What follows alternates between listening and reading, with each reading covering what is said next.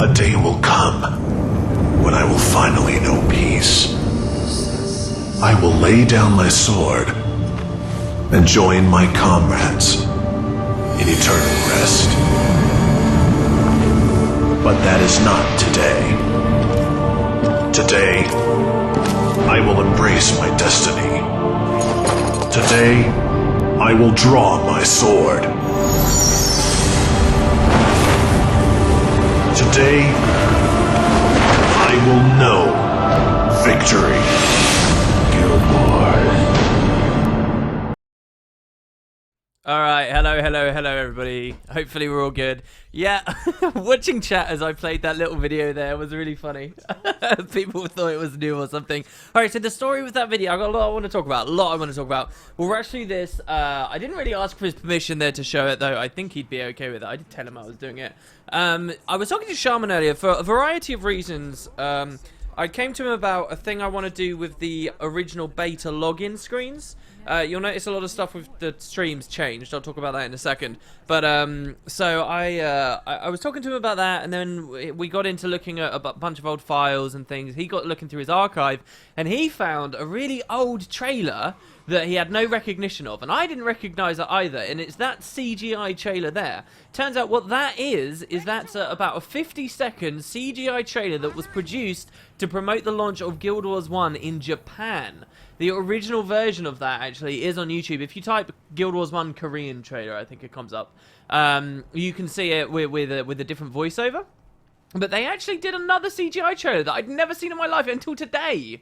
And Shaman, I've also been talking to a lot about the whole upscaling process that you saw I did on the original Prophecies one, and he threw a little job at maybe upscaling that one as well, because they were both the same quality, which is what I just threw up on the stream. I know that not many people get to the stream very fast, so I mean, just a handful of us checking it out. It's pretty cool though, right? It actually shows like white mantle banners and stuff. Again, we have very vague, nonsensical, unimportant like a voice track that really doesn't say much about the game, but we do have some pretty cool footage of white mantle banners and actual Guild Wars armor and stuff in CGI that I'd never seen before. And in fact, I wonder how many developers even remember that was made. If you guys follow me very closely on Twitter, you'll know that about a week ago I was rummaging around in the Guild Wars 1 FTP server and just pulling stuff like old Guild Wars 1 trading cards, and tons of old trailers and documentation of the old esports scene, and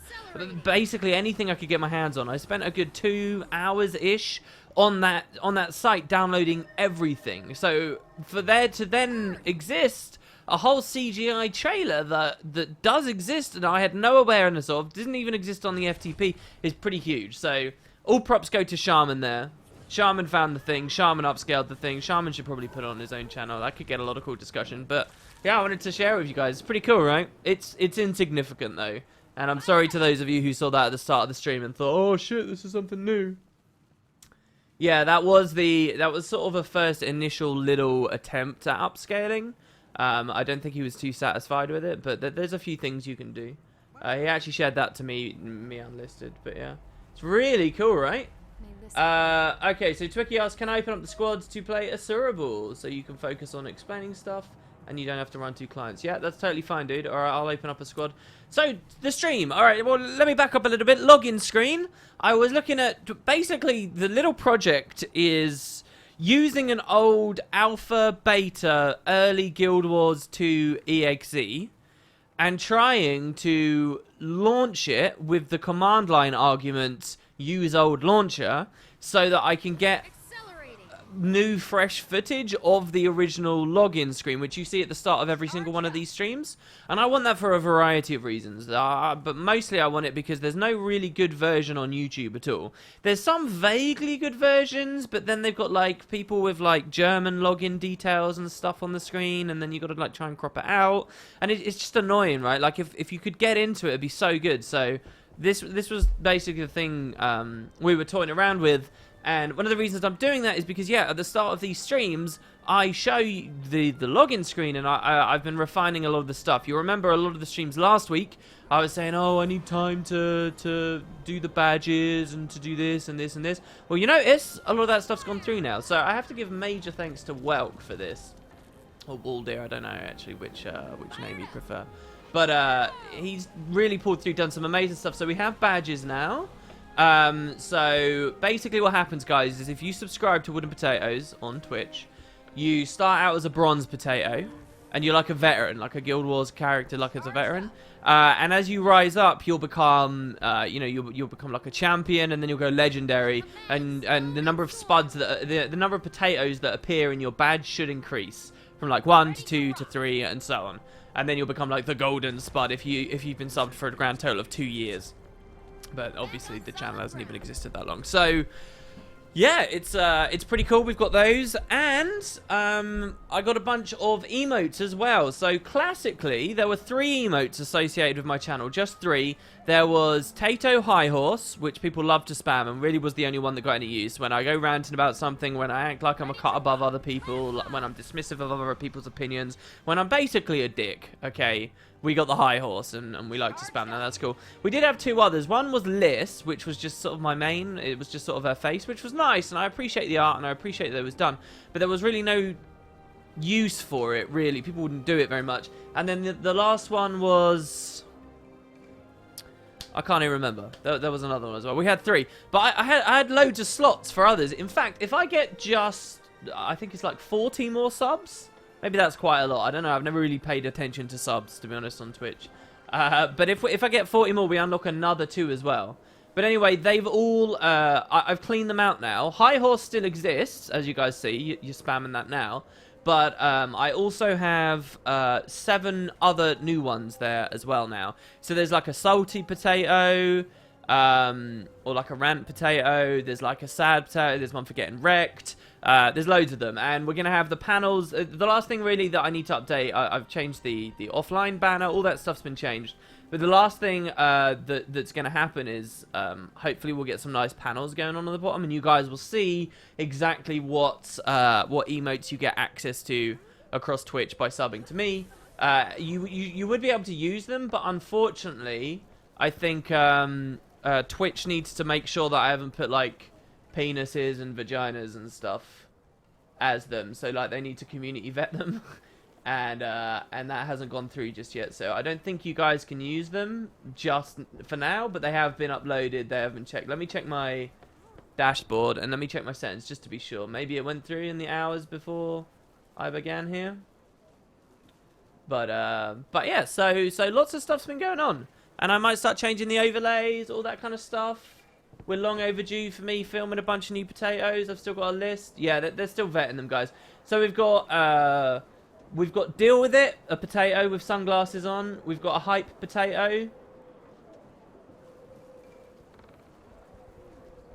Oh, no. Oh, I messed these up, though. I messed the codes for these up. Oh, crap. All right, well, we'll have to figure that out. We've got a what one. We've got a salt one. We've got a sad one. We've got a wrecked one. We've got a rant one.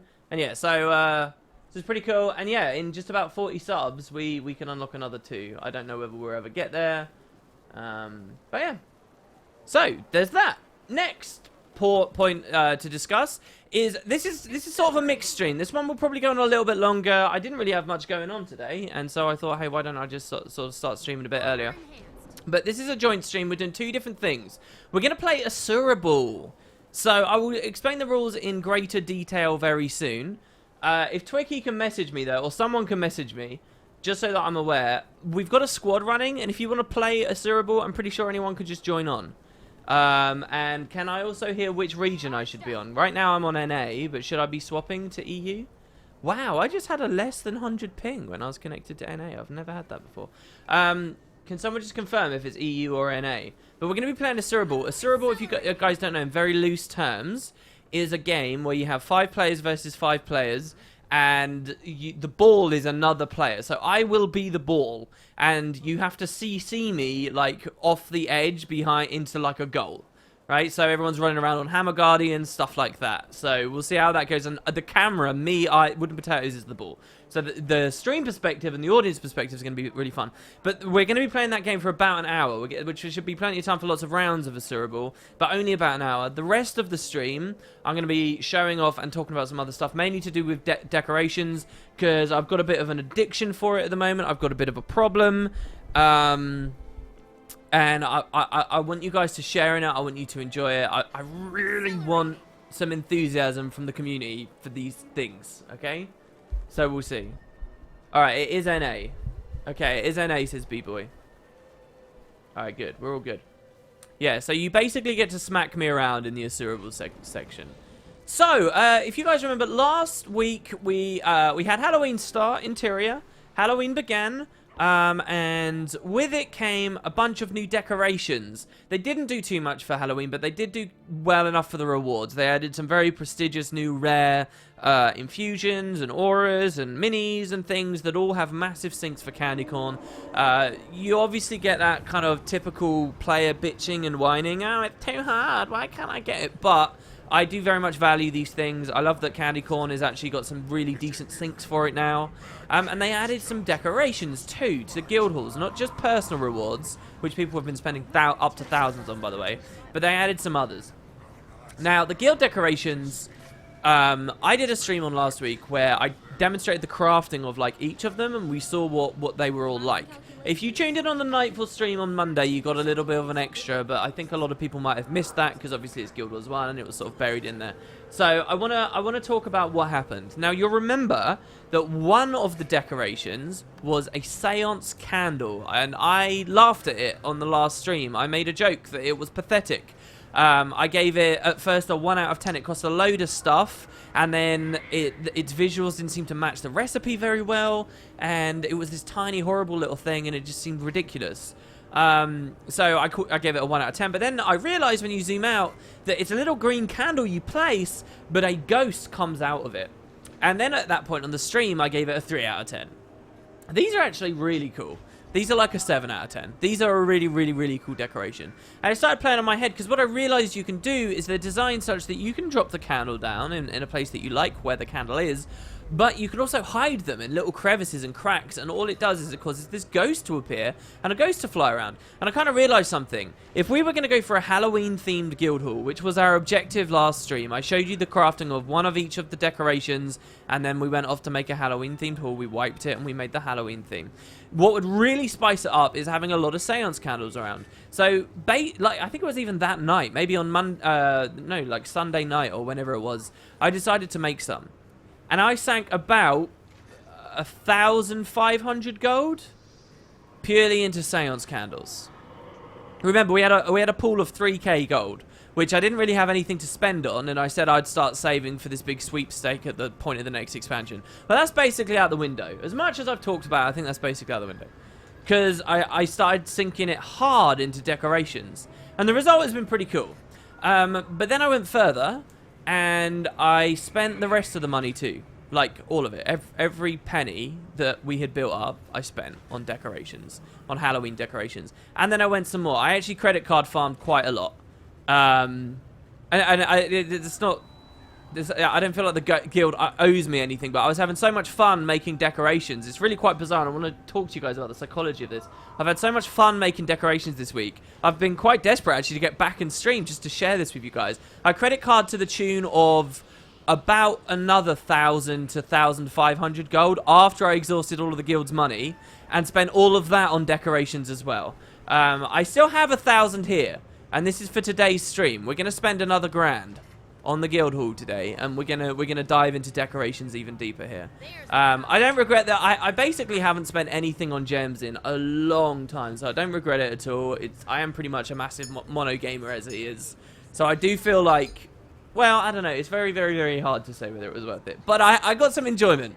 And so anyway, one of my main points is from the start of this stream, what I want you guys to understand is we have loads more decorations now for Halloween that people generally aren't using. So I'll show you what the hall looks like. Intervention, how you feed your children, WB. No, it's good. It's good. It's cool, guys. I actually worked on my shopping budget, you know, like supermarket budget, about a month ago. and I managed to cut down the amount I was spending on shopping just by choosing more carefully what I was getting by about like 40 quid a week. So, well, no, a week, 40 quid a fortnight, something like that. Anyway. WP whale confirmed. Yeah, I basically, I had a bit of a mad moment. I really did. It all happened in the span of about an hour, and I was like, oh god. Alright, I shouldn't have credit card farmed this much. It's amazing how much gold you get for gems, though. I'm still kind of like entrenched in the old understanding of, oh, you don't get that much, but you actually get a lot. So, alright. So this is the hall. So immediately, if we walk over here, you see this green candle? That's a seance candle, and you'll see you've got these ghosts whizzing around, alright? So this is our Halloween themed hall. What I want, guys, is I want this to look so good, I'm not scared to do a video on it. I'm fucking terrified of doing videos about just Guildhall decorations because people get very incredulous. If it's not lore, if it's not news, people generally don't watch, and I want them to watch. I want this. So I need your help. I need your help. Let's make this as awesome looking as it possibly can. All right, so some of this decorating I've done. So first we've got the cauldron over here with the mushroom, and we've got some ghosts. And I'll just turn around. These are areas you guys have seen before. We'll try and get a look before the sun comes up, because it looks like the sun's coming up.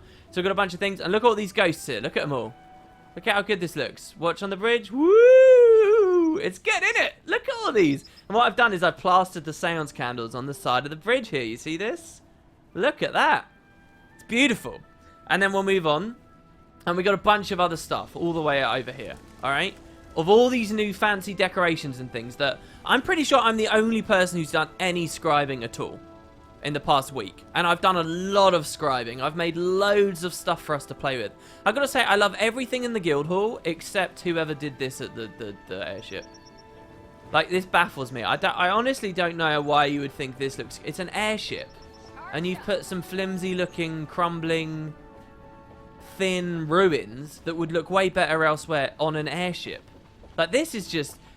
I actually can't think of anything worse that you could do with decorations that feels more mismatched. But I guess if your idea is to make something mismatched, maybe this is okay. I don't know. Maybe the person who put this here is watching the stream. Explain yourself. Alright, okay. So anyway, despite the fact that I did lots of scribing and I dropped a bunch of stuff, like all these cauldrons around, there's still tons of stuff here. So I just want you guys to know, I made a bunch of things. Go and spend them. Go and use them. I've been trying to say in guild chat throughout the week, but... people don't get galvanized so much. So, like I made a bunch of candles as well. We had one of these, like 2 of these rows of candles, right? A row of candles is actually pretty good for Halloween. Oh, we have to go through to the next map. The candles are alright, but you can craft these rows of candles, which I've made, which look way better. And you know, it's like a single decoration, but it takes up the local cap of just one. Look at that. To try and mimic that with regular candles is very, very, very difficult. So yeah, let me just go through some of the stuff I made, alright? So in architecture, I didn't make too much. I started making the jadeite stuff, but I'll put that on the back burner for now. We don't have to worry about that. That's the main thing, though, jade things. In fact, I'll show you the jade thing. So jade is really interesting, because what ArenaNet did that was awesome, by the way. Like, I really agree with some of the stuff they're doing at the moment. With the most recent Fractal update, they added some decent Fractal relic sinks. They added these infinite potions that really do feel good to go for. They added the infinite tonics, stuff like that. But they also added at the decoration vendor here for 150 relics. I'm sorry I'm not looking at chat too much, guys. There's just so much to say right now. For 150 relics, right? And you'll see I've got 4k because I'm trying to get my 5k for my potion. Then I'll start contributing to this myself. But these fragments of the solid ocean, they're quite dear because people want all these things all at once right now. But if you dedicate these... you can craft all kinds of Jade Sea related things. So this over here is what we've made so far. Oh god, I almost deleted some stuff there. So I built this. You can get Jade Sea platforms, and you can get like a large Jade Sea wave. I dropped everything you're seeing here. I did all the pumpkins and the hay bales and the stuff like that.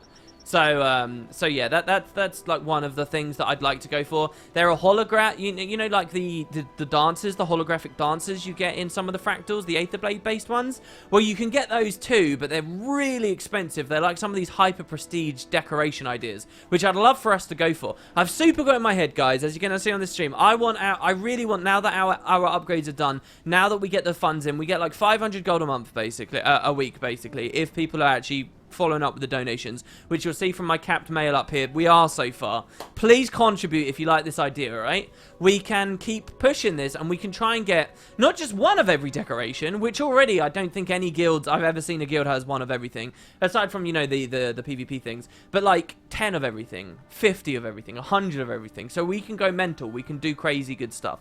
Honestly, if I wiped the hall right now and told you guys to go make a Halloween themed hall, you could do much better job than if it was last weekend. I'm not going to do that because I don't want to delete people's stuff, but you get what I mean. Alright, so yeah, that's architecture. Moving on, I didn't really do much with furniture either, by the way. Though I did learn that the Glaive of Whispers, which is that giant thing back there, by the way. That's the Glaive of Whispers. Takes a gift of exploration. I thought that would be super pricey. It's not. It's actually really cheap. It's only like 40 gold, but you need gifts of exploration, which kind of sucks. So lighting, I made loads of... Well, you buy loads of candles, but I got loads of rows of candles, pillar candles. I made this here, this tall candlestick, which is super Halloween-y. These are actually really difficult to get. Well, no, I can't drop it because of the cap right now, but yeah, so you'll see that the tall candlestick I made, bunch of that stuff for you guys to play with, the row of candles. In other, maybe I made some stuff. I'm looking for wagons actually to come back. In plants today, if you're watching the stream and you want to get involved with this, they're selling lattices over at the marketplace, which I'll be crafting with in just a second. The statuary we'll talk about, and the trophies, sorry, I made a couple of statues, like the Dwayne statue and stuff like that, which I dropped around, which in this stream I'm hoping to make some more of. Trophies I'll talk about in a second because they're the whole thing. I made another Eternal Flame. We've now got 2 of those. But look, we had 6 cornstalks before. We've got 40 now. We had like 1 creepy jack-o'-lantern. We've got 11 now. We made 1 demon statue. We've got 12 now. We had 1 gramophone. We've got 10 now. We had 1 hanging tree. We have 35 now. We had, just a handful of jack-o'-lanterns. We've got 70 now. We had 1 mad moon. We've got 4 now.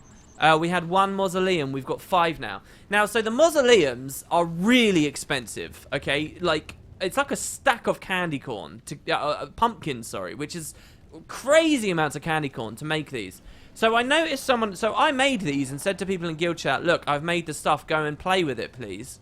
And I was a bit upset because I logged in and I noticed down here, someone's just dumped a bunch of shit, including 2 of the mausoleums and a bunch of mossy pillars and pumpkins and stuff.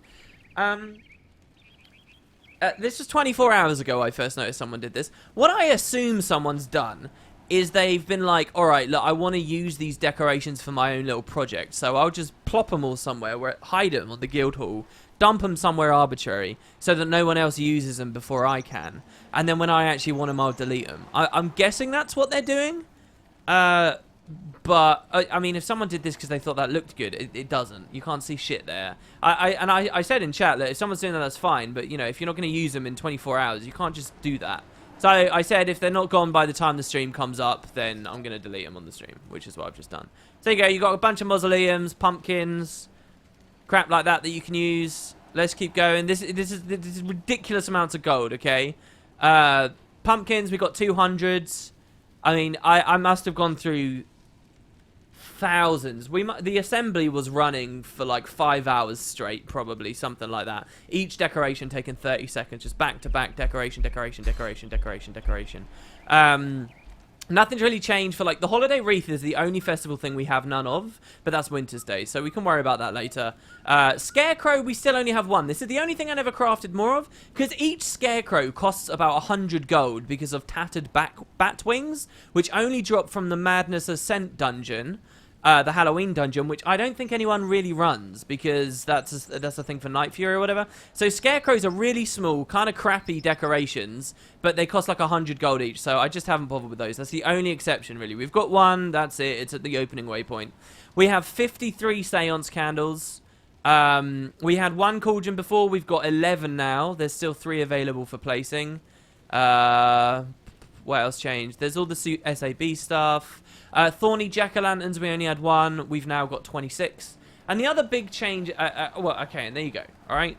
So, yeah, drop all that shit, guys. By the end of the stream, I'd really like if all that stuff has been used. In cool ways, hopefully. And then we got other little things as well, like... oh, yeah, okay. And so then there was something else I was noticing, right? that some people, in accordance with the Halloween theme, when we opened this up last week, they put like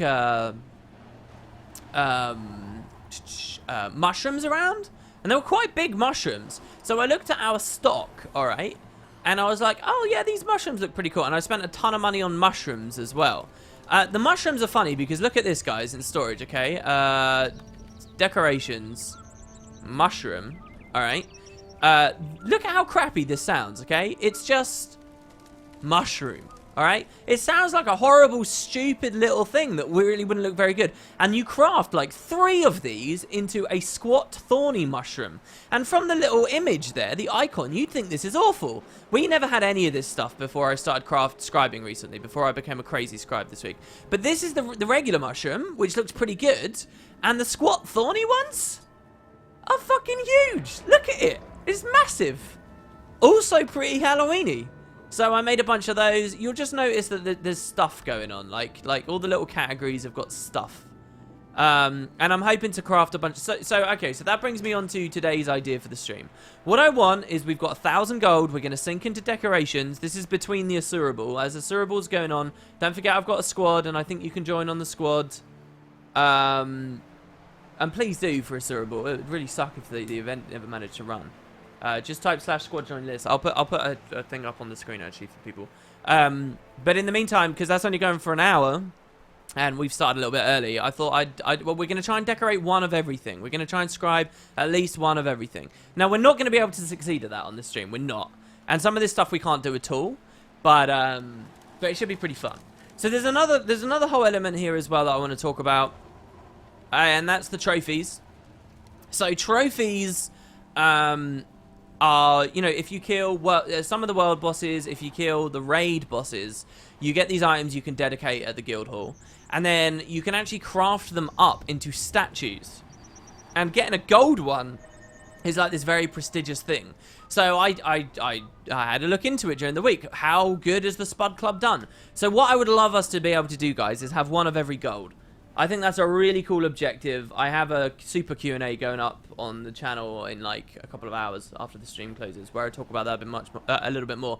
But I want one of every one, gold. And so far, we only have 3, but we've got one of every wing 1. Look at this, because of our raiding group, the guys that have been going in there, trying it, pushing it, we have wing 1 done, actually. So it takes about a stack for each. This stuff is pretty expensive. And it is very, very cool feeling when you manage to craft these. So what is going to be a staple of the streams going forward is when the Spud Club finally gets another gold statue, I'll whack it on there, we'll craft it up on the stream, and we'll show you guys. So we only have wing 1 done, and we've got a long way to go. Now, what's really interesting, and I love this, is probably the most difficult gold statue in the game to get, is the Triple Trouble one. It's not a raid boss one, it's for actually doing that world event. So you'd need to get loads of those tokens to be able to succeed at that, to get that as a gold statue, which I'm really excited about us trying. Now that we've finished our main progression, we can spend favor at the Guild Hall initiative. So let me show you this as well. I just learned about this earlier today. So favor is a currency you use when building upgrades, but because we've got all of our upgrades now, it's like, what do you do with the favor? Well, it's funny how this works, because you never really, you start your whole guild hall adventure here in this building, but you're only here for like 5 minutes, and then the rest of it you're miles away or whatever. Well, when you finish your guild hall adventure, you can return to the guild initiative office, and I like this little system in here. And there's actually an NPC here who you can trade your favor into for special stuff, and one of them is the guild world event. So this person over here, Ronald Lafleur, the favor broker. No, not Ronald. This person over here, Bartholomew Kangas. And you see all of these? This is for favor. So we can buy these, and you can get world events for 3,500. So I'm thinking we can get world events, and then we can pop triple troubles on streams or something and see how we do. I don't know how hard it is with power creep now. I know there's an element of coordination. I used to like that event very much. I don't really run it anymore, so I don't know. That could be pretty fun. So yeah, this is all this stuff, guys. It's all this stuff. It's been a great, really fun. I've had so much fun. It's just been ridiculous amounts of cash, but I've had a lot of fun. And I want to make the Spud Club like this amazing thing for decorations. Maybe we can hone in on it. All right, yeah, let's read chat now. Okay, so B-Boy wants Lieutenant. Who else wants Lieutenant? Sorry, yeah, I'm done talking and not looking at chat. Okay, and Reniad, there we go, also wants Lieutenant. There you go, cool. So that's for Asuraball. Woo! Alright, let me scroll up, let me see. Yeah, the Super Q&A will be going up a little bit later.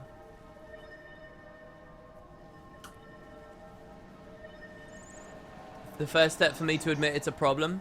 Oh my god, there's so many messages. So many. There was something I wanted to say right at the start of the stream as well. Oh, it's all gone now. I can't read any of that. Damn it. Do I need an intervention? Well, no, I'm not going to credit card farm anymore. But I think that idea of the big sweepstake lottery thing might go on the back burner, because I'm thinking, look, we're getting 500G each time. Do you guys support that idea? Like, we could just keep bumping up. So here's my idea as well. I'll show you the last thing. The other big thing that I spent a ton of gold on. Because if you're still looking at this and you're like, wow, did that really cost that much? Yes, it costs a shit ton for each individual cauldron, all right? We're talking like a lot of gold, let alone everything else. But the other big thing that I did, really big thing that I did, was... I don't know why I'm coming in here. I've like lived in this room, guys. This room, I'm like, this is like my home now. The other big thing that I did was Ascalon trees. So before I got my grubby mitts on all of this, I think we had like 25 of these for the whole guild hall. And I'd noticed people had dropped some of them around in nice little places, spiced the area up a bit, you know, because we only had one, we didn't have really any hanging trees that we could do crazy stuff with. They dropped a couple around here, there, and everywhere. And I know that people really liked Ascalon trees because the other ones are like potted and they're not very good. These ones are really big and nice, and they're not too expensive each. So I brought our guild total from 25 to 125, or 123, as you can see there. My goal was 125, but I got the math slightly wrong, I think. So I basically got us over 100 trees we can now drop. And I don't know whether you guys have seen before, but these are really impressive when you drop lots of them around. Like, you can make proper forests out of this crap. Okay? So, my thought is this. And they look like autumn trees. So my thought is this. Let's have a Halloween-themed haul for the next 2 weeks. Make an amazing Halloween-themed haul. If it's good enough, if I'm feeling some confidence, I might be able to do a video out of it. The content of that video would be very similar stuff to what I'm talking to you guys about here on the stream. But I might be able to get a video out of it. And we'll see. Maybe people want to... Like, look at it. Look at that tree over there that got placed down. It's beautiful. And then once we're done with the Halloween-themed haul, I could maybe infuse like another 200 trees on top of this. Remember, global cap's what? Like 2,000 or something? So if you've got 300 trees, in theory, global cap shouldn't be too much of a problem. Still not ran into it just yet. Good job to ArenaNet. At least global cap hasn't reared its ugly head just yet. And people have been kind of selfish as well and made some pretty big jumping puzzles, see. Like, one person has laid claim to huge amounts of global cap over there. But we've not hit it, so it's good so far. So... you know, we can have, like, after the Halloween theme, we can do, I was thinking, a magical forest theme, where we just have tons of trees everywhere, and mushrooms, and plants, and bushes, and fountains, and, you know, we completely transform this almost deserted-looking place, and just fill it with trees everywhere. And not just Ascalon trees, necessarily, but loads of them. We can have all these cool mushrooms and things around, and if we can get it stark enough looking... maybe we can get real YouTube videos out of it. Yeah, so I just want everybody to decorate, really. I really want you guys to try. Remember, the rule is please don't be a complete douche and delete other people's stuff. That rule has kind of caused this area to look like a mess, to be honest. Let's be real. We've just got cauldron. Like, there's a cauldron on the roof over there. There's a cauldron on that roof. There's a mushroom up there. There's jumping puzzles. There's all kinds of crazy shit everywhere. There's just stuff dumped all over the place, and it looks like a bit of a mess. But, you know, it is what it is, right? So that rule's kind of breed it. But maybe we can see what we can do, right? Like, there is a lot more to play with. So I would really love if maybe not by the end of the stream, but by the end of the next little while, we're seeing all this stuff be used up, all the thorny ones. I mean, one thing I don't think anyone's going to get mad at you about, like, for example, this here, somebody put a pumpkin on this a long time ago. Halloween themed, awesome. But that was back when we never had any other types of pumpkins. If you want to delete this pumpkin and replace it with a thorny jack-o'-lantern or a creepy jack-o'-lantern or a regular jack-o'-lantern or a mad moon or something like that, you know, if you want to swap a regular candle for a seance candle, fine, right? Like, it's not... The only thing I'd really like you not to do is to break the bridge of ghosts. Woo! You know, just be reasonable. Don't do something that's going to tick someone off or upset them. Don't delete someone's epic Super Adventure Books jumping puzzle over there. Or this other one that I saw someone made. I actually did this one. This one's pretty cool. It leads you to, like, a nice little tree area. But yeah, like, another thing that I really liked somebody did was we have, like, one grandfather clock in the entire guild. One grandfather clock. It's over here. And I think that looks good. That's very Halloween-y. It looks appropriate. But we just don't have many of those things. So that's what this stream is. We're going to spend 1,000 gold. We're going to play some Asuraball. We're going to have some fun. 16 months, Fingerlights. Jesus Christ. Trionic says, but it's okay when WP deletes our stuff. You say that like that's something I do a lot. It's really not. If I do, yeah, it's a little bit unfortunate. But, you know, woe is you. It's not the worst thing in the world. Alright, oh god, we got a lot of messages. Okay, alright, so I'm going to talk to you guys about Asuraball now, because I've just ranted about decorations a load. So, if you want to play Asuraball, guys, the idea is you're going to be on a Guardian. So if you're not decorating, but you do want to do Asuraball, I'm pretty sure money is up for grabs on this. As always, the events we run, easy ways to pocket wide amounts of cash. Money doesn't just go on decorations, of course. It's going on the prizes and stuff. So you want to get onto a Guardian. So this is my Guardian. No Dragon Hunter, I don't think. And what you're going to do is you're going to take your armor off. So I'll show you on stream how to participate in Asuraball right here, right now. All right. So this is my Dragon Hunter. That's right, full traps, baby, for that maximum cheese. Okay, it's 10 gold per win to the winner. That's pretty good. WP, did you see Shark Tank yesterday? It was all about potatoes. No, I didn't. Mayo says he wants another grandfather clock to put on the other pillar. Yeah, I will try to craft more. My goal for today is to get one of everything. Don't forget, guys, by the way, you can be scribes too. And, I mean, it can be kind of costly when you don't have people, you know, funding you. But some of the best work we ever had done, like those 7 ice blocks from when the guild first started out, were not done by me or any crowdfunding. They were done by very, very generous people who were existing scribes that wanted to help out. And I sort of regret that I don't think we have anyone who's in that capacity in the guild anymore. No one's really been doing that. And I feel like that's my fault because I never encouraged it well enough. Well, maybe it's because decorating wasn't so exciting back then. They hadn't refined the tools so much. All right, so get on your guard, okay? And this is what you're going to take. You're going to take Signet of Resolve, okay? You're going to take Bane Signet. These are all things you'll have unlocked really easily. It doesn't cost you anything really to get started. And then you're going to take Signet of Wrath. Hi there. And then Signet of Courage. So we're going to go pure Signets. Is that basically what you're saying? You want me to go pure Signets? Wait, what? Someone's typing to me that I can't help? Check your Twitch. Yeah, okay, hold on. So, what's someone saying they want? No, I've got more messages. Check my Twitch messages. Twicky, is that you? Who is Bassiet? And why are they telling me that I can't help? With a weird, I'm upset with you face. What are you going on about? Alright, okay, so we're going to go pure Signets. I'll just keep running through this here. We're going to take off Dragon Hunter.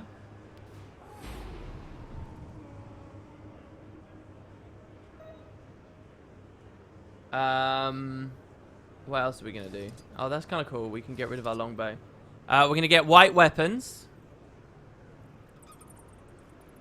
We're going to take our armor off.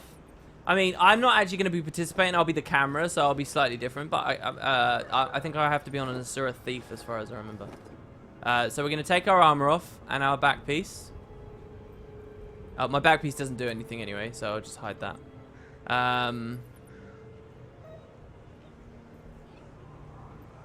Okay. And, alright, well, look, I did... Oh, wow, have I never actually... Oh, I have, okay, good. This character really hasn't explored very much. Has anyone seen what's on the southeast beach of LA since the Halloween patch that was not there since last year? What? The stream title still says Nightfall? What? Why? I changed it. I changed it ages ago.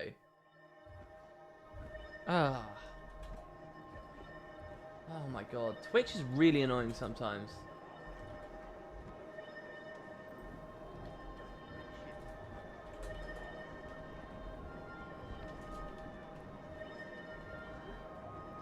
And it's NA, by the way. It's been clear that it's been NA from a while ago now.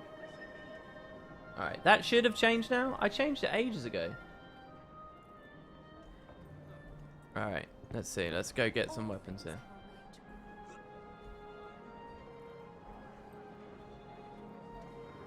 Okay, people are saying it doesn't say Nightfall. You just need to refresh. Yeah. I don't think the game is Nightfall. But the title was still wrong, because the title is wrong for me. But I swear, I did change it. I changed it earlier. Alright, what else am I looking at here? So, you just need a level 80 guard. I hope you guys have got one. And you're going to go hammer. And you're going to go shield. Oh, no, I don't want to delete Yaldir. Am I really that full? No, unequip, man. Why is that not unequipping? I've noticed the unequip mechanic seems to be a bit weird recently. So we're going to go shield there, and we're going to go hammer there. Oh no, not that hammer, a white one. And that's it. Are we set up now? Does specializations matter, anyone?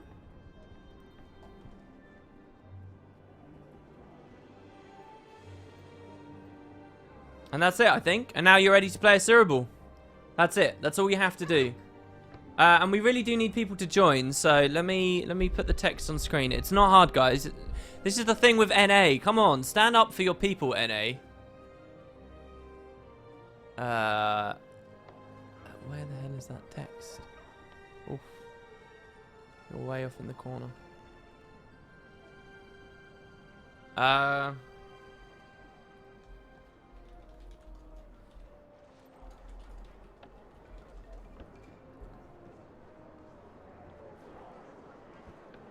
man, I can't get the text up. Why?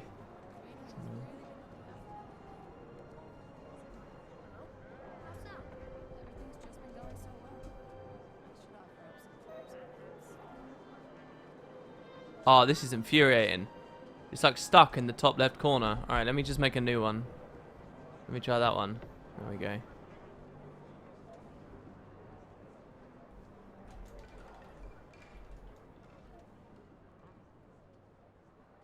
Alright, there we go.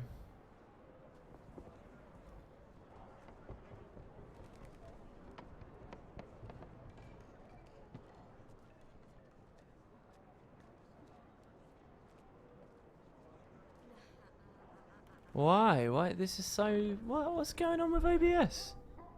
Sorry about this, guys. I'm not sure what the hell it's doing.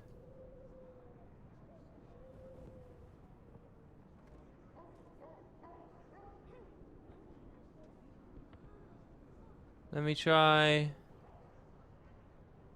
Remove that. Remove that.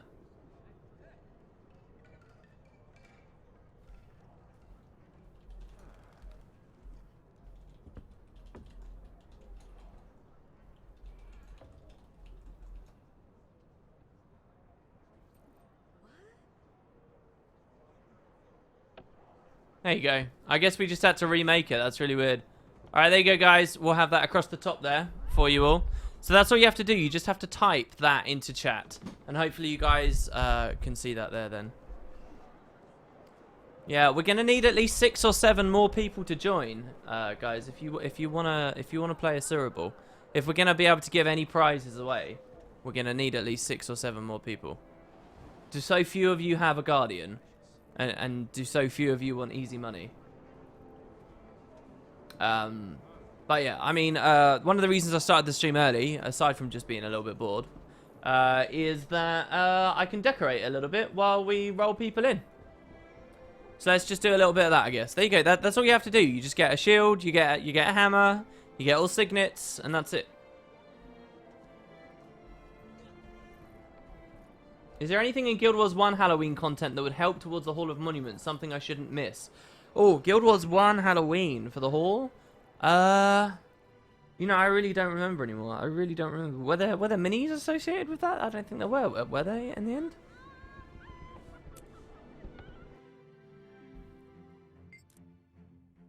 I'm really not sure. B-Boy's saying put this in the squad message. Oh yeah, we got squad messages now. I've not actually played with that. Alright, so how do I do that? So, squad message. Edit squad message. So here's the rules, guys. We fill the squad, and then we're going to split into teams of 5 Guardians. And then the match will go until 5 goals are hit for one of the teams. One person will have one person will be a goalkeeper. Oh, that's interesting. Who will have shield and sanctuary, the rest signet, and then the other one will be strikers who only have a hammer. That's cool. So you're gonna get a goalkeeper, and then you get. I'm excited about this.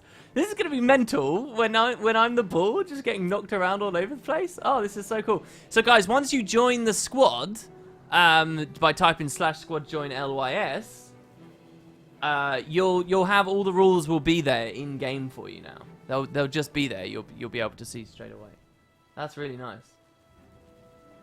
Holidays in Guild Wars 1 are the best time to farm for platinum in general. Yeah, but I'm not sure whether there's anything specific. It's amazing how bare bones those festivals are, even after all the years of development on them. Like, Guild Wars 2's first Halloween blew any of the Guild Wars 1 Halloweens out of the water. And now we all bitch, you know, that it's not enough. You know, I remember for years, we were contented by a festival where, like, once every 3 hours, an NPC would show up at an outpost and you do some emotes, and that's it. Yeah, there you go. That's the whole thing. Think about what they put in on that first year. The backpacks, the scavenger thing, the trick-or-treat bags dropping everywhere. Do you know what I noticed? This is some first-year Halloween content that I never even knew existed until just recently. Did you guys know that outside at Soren Dra, there's actually a little play going on that gives you some lore about Halloween? Yeah, if you want to kick me around, now's your time to shine. Yeah. So I was here getting the pumpkins to carve for my title, and look over here. Look, there's an aviator and a cannibal. Always be loyal to your crew. And there's some guys up on this stage here. Look at this. Look how cool this is. Oh, what have we here? The Mad King recognizes you as his loyal subject. He is wishing you a mad Halloween. I'm curious, what's the story behind your costume? My costume is an ancient tradition among my people. We've worn them to celebrate blah, blah, blah, blah, blah, blah, blah. By the way, these bats, these would be a really cool Guild Hall decoration. Yeah, like, I never even knew about it. They added so much. They had Reaper's Rumble, the Lunatic Inquisition, the Tower of Nightmares. I mean, the Tower of Nightmares itself was, like, mechanically quite unlike anything we'd seen with you know, the fake spinning and stuff that they did on it. It's really cool. So yeah. Alright, here we go. It's time to start crafting. So what I'm going to do is I'm going to actually make about 50 of each kit first, so that we can go through quite smoothly. And I'll show you how efficiently I am scribing now. Now the one thing is I could probably have done it a bit cheaper if I did buy orders instead of just sell orders, but yeah. The other thing, guys, is if you're not playing Asuraball because you're decorating at the moment, you can obviously do both. You can decorate for a bit. Oh, we crashed. Why? You know, I've spent all week in this hall. And I've not crashed. And just then, I crashed. I can't believe it. We just crashed out. How? Why? Oh, my God. All right. Let's go back here. Yeah, we're on the potato having a fag. I thought I'd change it. Jesus wept. All right.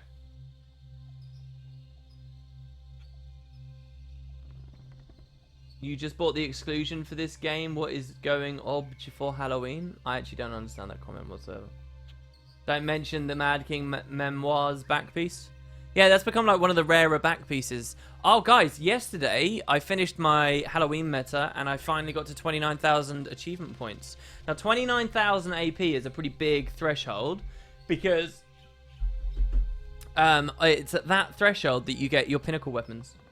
So, for the first time since crafting the Bifrost, I have turned off my legendary skin because I kind of do consider pinnacle weapons more prestigious than legendaries. So yeah, my Ellie now has a different look, different theme about her. She's sort of more purpley inspired, just so that I can run around with the pinnacle staff.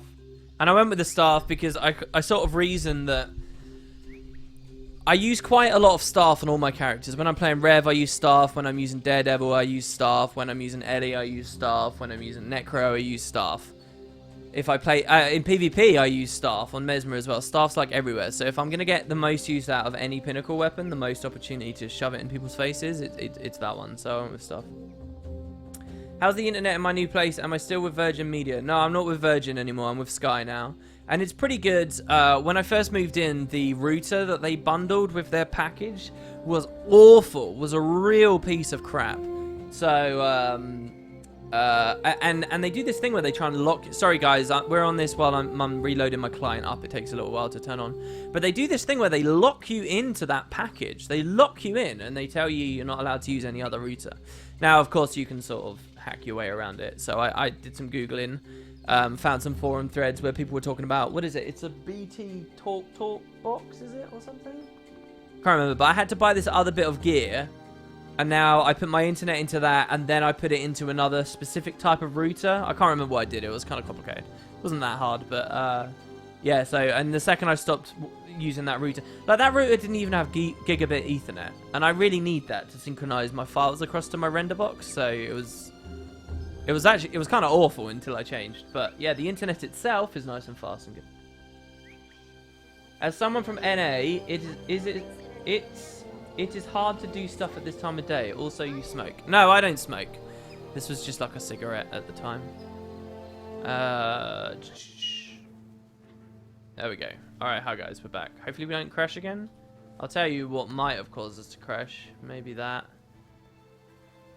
Oh, shadows we already had off. That's scary. And reflections we already had off. Alright, well let's just go back in and see what we've got. Maybe post-processing was all that mattered. Welcome to the stream, guys. If you just came, please do join the squads. The Games Masters have set up a cool idea here. They want to play some Asuraball. We've got, like, what, 5 people? That's so little. I mean, if people aren't wanting to do them, I guess the events will just sort of go away. Hey, thank you so much for the Twitch Prime sub, Ebrithil? Thank you so much. I sincerely appreciate that. That's awesome. Thank you. Alright, so here we go. So here's how we do the scribing. So first I'm going to type kit.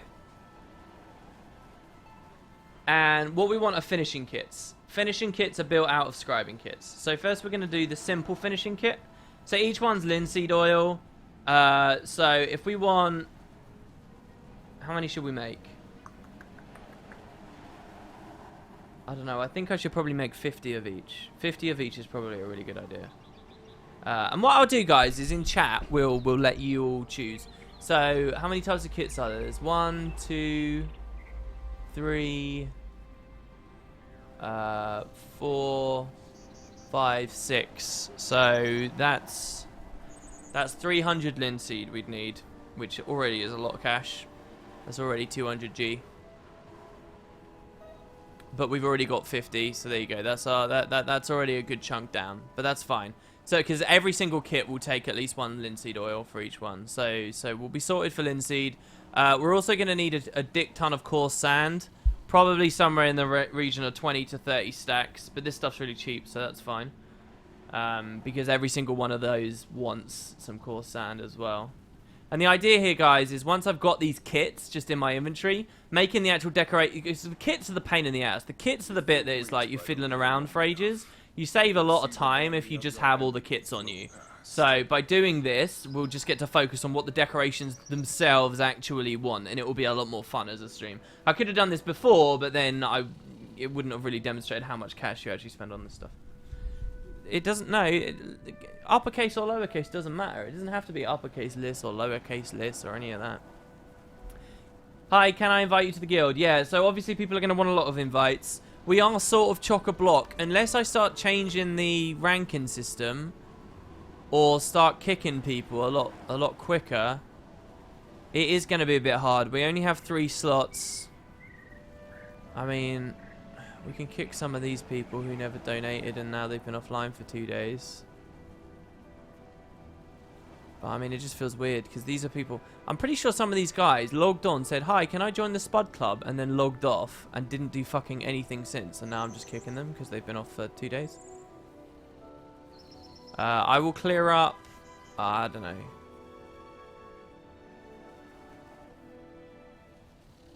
There we go. I'll clear up all those people. Okay, so they're going to try and reduce the team size of Asuraball to 4.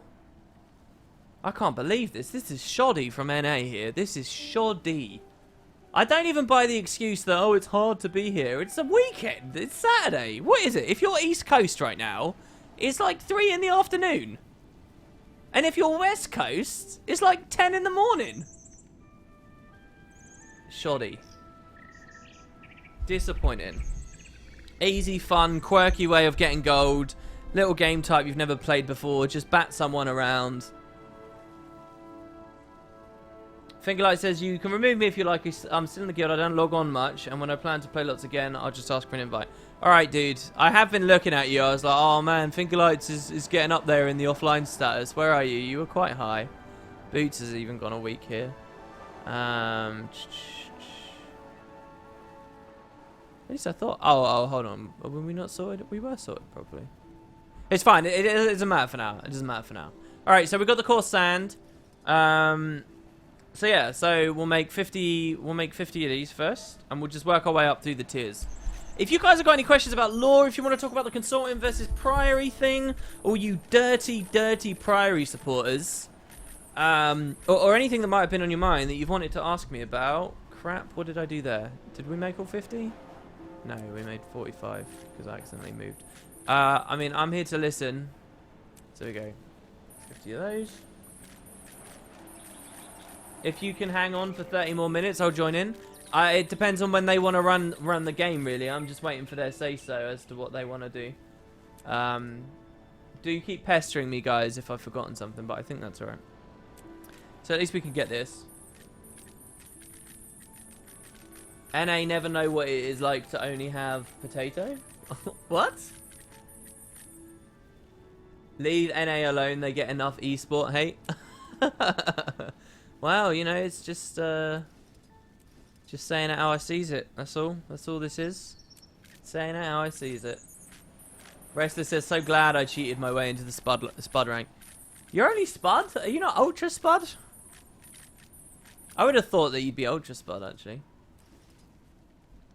Because I have Ultra Spudded people who have just been, like, incredible supporters or have, you know, contributed a lot in various ways. Like, Boots isn't actually on Patreon, but I put him as Ultra Spud. Stops me accidentally kicking him. Oh, so you just accepted that the Asura guy knew about your Shadowstone? He did! What do you mean? It wasn't a jump of faith. It wasn't a leap of faith. He did know about the Shadowstone. He fixes it for you. He said he understands your symptoms without prompt. He's in the know. And look, here's something I never mentioned on that video as well, guys. Okay, we don't actually need much of this. I'll go like 150. Here's another thing, right? That video doesn't quite go into. Oh, hold on, this is the last thing. And that's how they set up some precedent before. So far, what have they done? Yes, he may be a snake oil salesman, but every time you have refused him, what's happened? You've been punished for it. The prices have gone up, and it's not actually benefited you in any way. So what I think the devs are doing, okay, is they're basically saying, all right, yeah, you can ignore the consortium again, but listen, it's not helped you in any of these situations. Maybe there will be an actual reward or something this time before going with the consortium. You know, I'm spotting a pattern here. I do think that the Priory is the too easy goody two shoes route, because obviously the consortium are morally questionable. Obviously they're just in it to turn a profit. But then the other argument I really stand by as well is, if you go with Priory, you just try it out, and then you've just got the Shadow Stone on you, and you can, you know, wank off over the idea that you're some epic hero who does all these awesome things and it's in safe hands of you. But you're not really. You're a loser that's just going to keep it in your bank and in your pocket, hoarded with a billion other things, and never do anything with it. You don't have the expertise to sort out that Shadow Stone. The consortium do. Give it to the experts, alright? There is greater than you out there. So, yeah. There's a lot of interesting talk you can do about it. Like I say, like, honestly, that current event quest, be level with me now, guys. Don't you think that current event quest is better to speculate about for lore and stuff than actually a lot of the rest of the patch? The main series stuff is, like, interesting and really well delivered. I'm not saying that that's a bad thing. The main patch itself was bad or anything like that. I'm not saying that.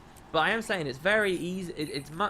This is much more interesting, right? The burden of... And I haven't even started talking about the portals and stuff, and the time travel, and the Aether Blades, and all that kind of stuff. That'll be in another video, as yet undetermined when. So as you see, this kit's coming pretty easily, this 50. You don't trust people that call themselves experts? He didn't call himself an expert, I don't think. They just called themselves well-connected, and they demonstrated that they are. You saying that, by the way, I'm sure you never meant to, but you saying that just gave me nightmare flashbacks of friggin' Brexit. Oh, I think we've had enough of experts. Oh, God. Ignoramuses. Okay, so that's the Corsan that's blocking us there. That's fine. So those are the basic kits done. Let's have a look for fine kits. So now we want these pens. So we're going to need some more gold. Can I maybe craft it? I thought it was rather questionable, and I figured there might be more we could craft with the Shadow Stone. I don't know, so here's the other thing, it's the crate connection, right? So apparently that guy was at the Tower of Nightmares as well, or he was asking about the Tower of Nightmares. And so we have the crate with the obelisk shards, and we have the crate sort of, somebody left an interesting comment, the crate was in connection with the blue orb, and which resists dragon magic. It's curious to me, and then there's the crate oil is curing you of this overabundance of magic. Like, one thing I really like, and I'm sure you'll hear me say again on the video where I talk about it, but one thing I really like is the idea that the crate kind of have the solution, or they like have the key to it or whatever. But the thing is, the crate are the single twattiest, most aggressive, evil, uncompromising douches in the whole franchise. And so it's kind of a really fun idea to then make them have the key to success, you know? That was a Final Fantasy X-2 reference there for the one guy in chat right now who got that. Honestly, I prefer it this way, when the main storyline is quite clear and only turns around at big points, but the small stories told in parallel are the ones that are less clear and much of it's shrouded in mystery. Right. Yeah, I think I can get on board with what you're saying there. It did annoy me. It could only be done once on the account, but then again, it stops everyone trying out both options. Yeah, I do think this stuff should be character bound. Listen, the solution to this at this point is PvE leagues.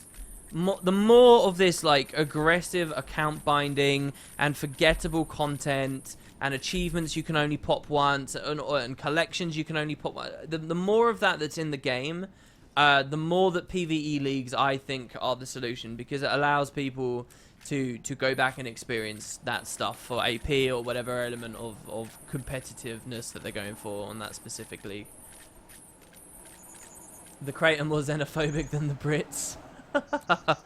Oh, that's quite a tall order. I don't know. I was reading this very depressing stuff about hate crimes going up in the country as soon as people felt justified in leaving the EU and stuff.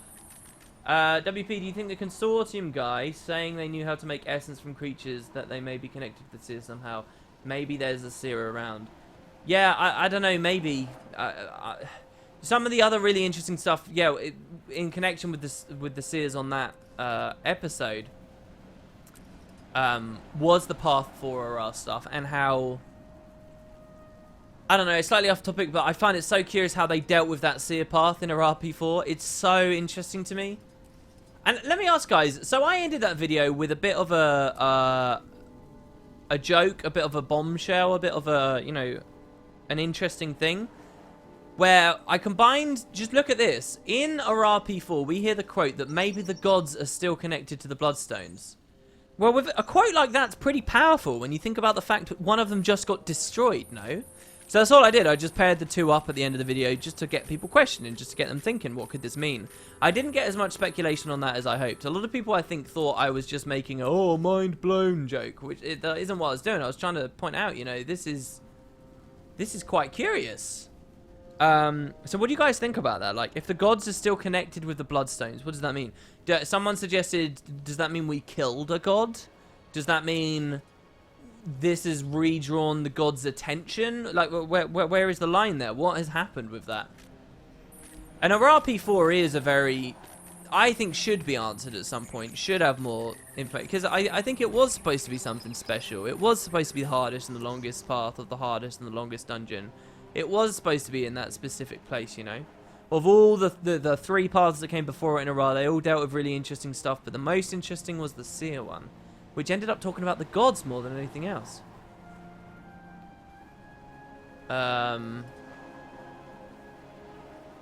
Shit, have I messed this up here? No, I haven't. I haven't messed this up. This is fine. Sheet of smooth paper. That's fine. I was making the scribing kit, not the finishing kit. Also, I'd just like to say to guys, since I've been watching a little bit more Twitch recently, if I have missed a comment in chat, if you've asked me a question or something and it's just scrolled by, please do feel free to spam it. Honestly, just type it again and I will see it and I will try to answer as best I can. I am sorry when I miss stuff. I don't mean to frustrate people. So yeah.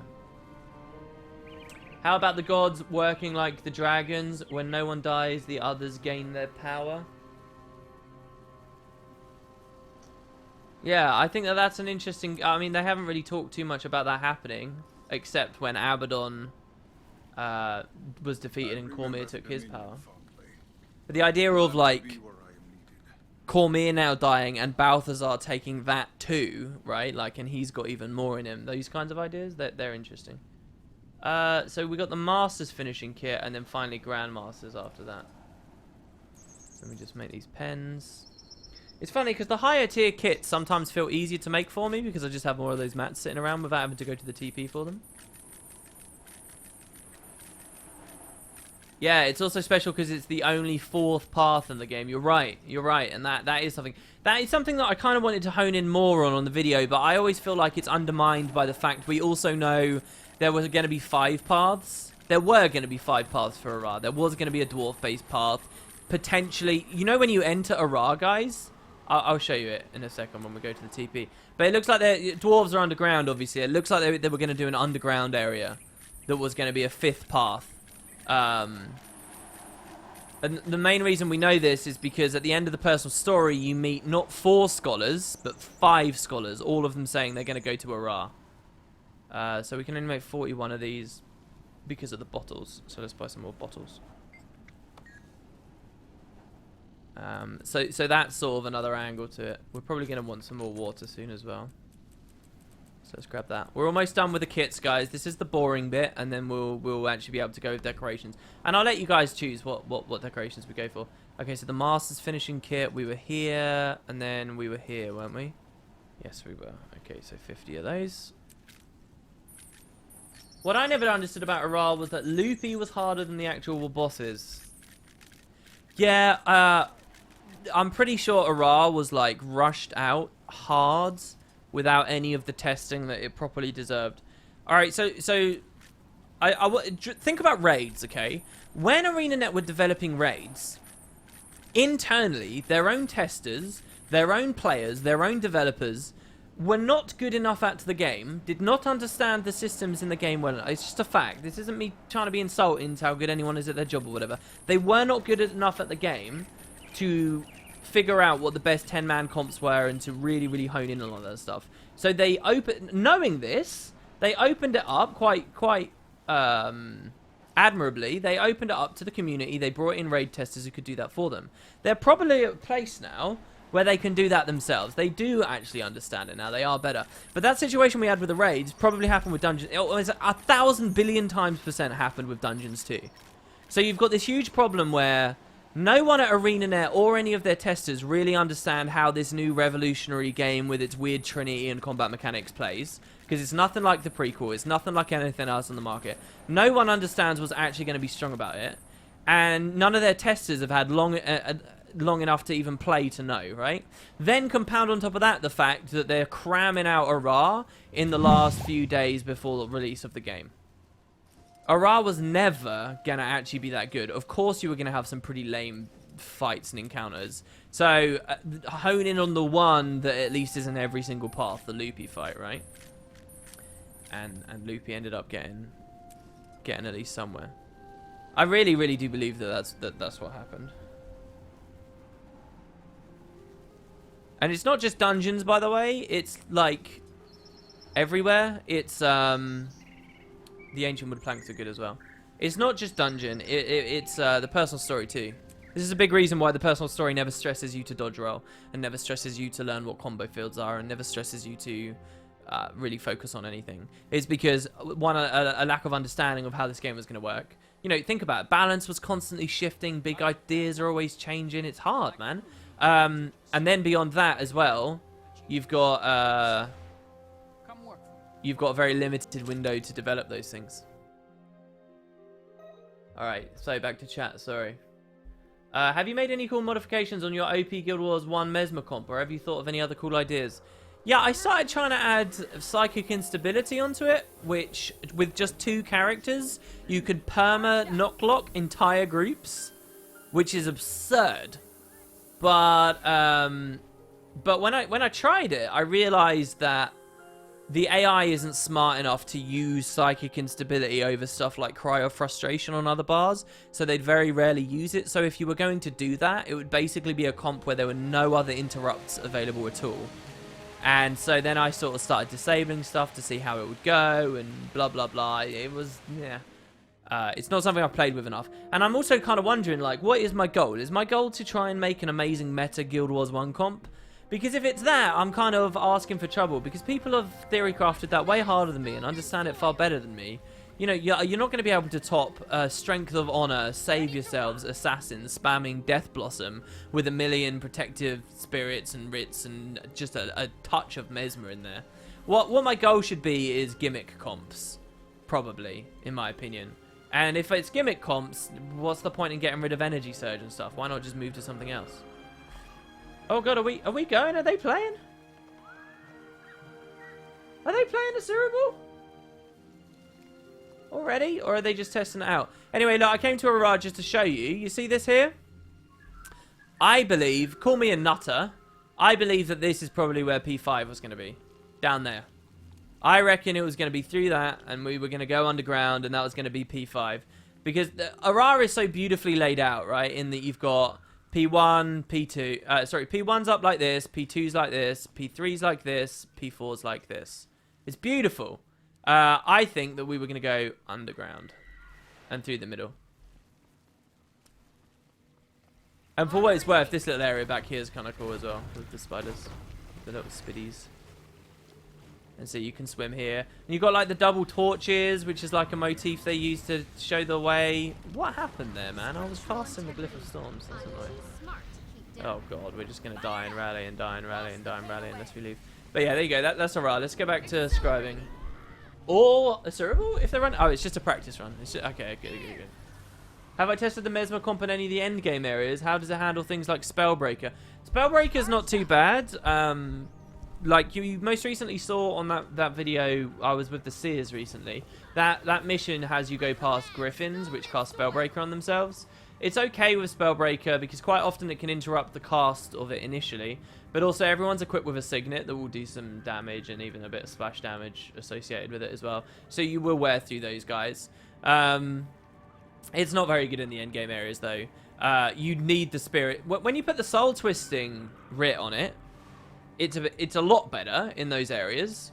I did a bit of Foundry of Failed Creations, but again, like, that was never really my goal, right? Like, if you want a good comp that's going to do Underworld hard mode and stuff, don't load in 8 copies of the same elite, you know, or 7 copies of the same elite. You're just asking for trouble. New potato today. This is actually a very old potato inks, very, very old ones. What do I think episode 3 will go next? Deal with Primordus more or go back to the Massart storyline? I think neither. I think we're going to go meet Bram. I think we're going to go do Jormag stuff. I think we're going to be in Thunderhead. Because I thought that episode 2 was going to be that as well. So, who knows? What do I know? Alright, so simple finishing kit. We should now be able to finish. We just dig into the menus to find what we couldn't do before. So this... We still can't do this. Why? Oh, crystalline balls? Really? We're that low on crystalline balls? Please, let me just buy a bunch of these. There we go. Hopefully it's happy with that. We're going to be out of water as well in a minute, aren't we? Simple finishing kit. Go down into the scribing kit, into the ink set.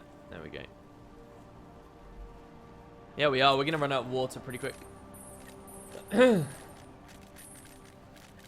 You predict no more Ring of Fire until 2 episodes time? Yeah, I think that's what they'll do too. I think we'll have the Ring of Fire, and then we'll like leapfrog away a little bit into the Shiver Peaks, and then we'll go back to the Ring of Fire a little bit after that.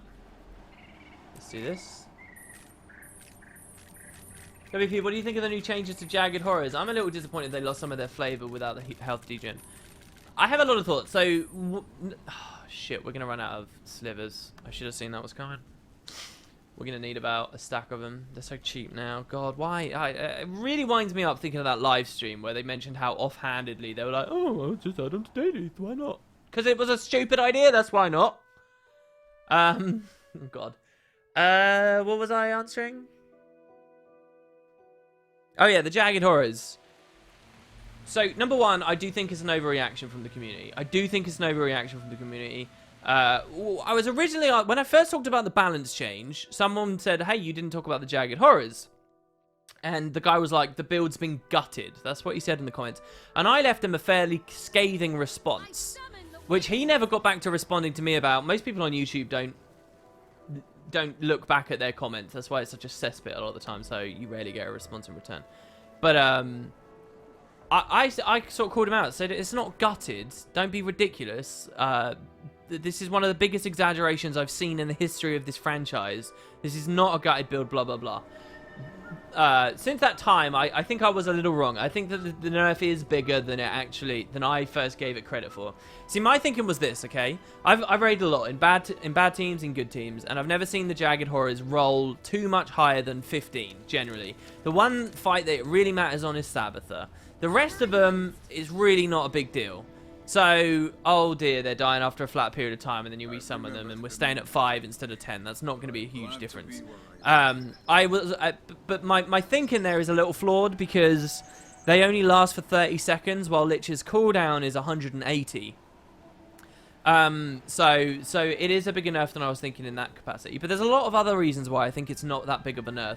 People give way too much of a shit about that golem in the aerodrome, right? And they think, look at all the numbers I'm getting. They don't realise how bad and any ranger that's been playing Guild Wars 2 for a long time will know what I'm talking about here. They don't realise how slow the AI is. If there's even a little bit of mobility, okay, they take a while to catch up to the area, they stop, then they take a swing, possibly miss the swing, then start moving again. Like, they're very, very, very static, very incapable of actually landing that many hits on when there's much mobility involved at all. That's when you've got a group that's dodging enough that the overflow healing is keeping them up enough under the old system. But of course in the golem arena it looks like they're amazing amazables.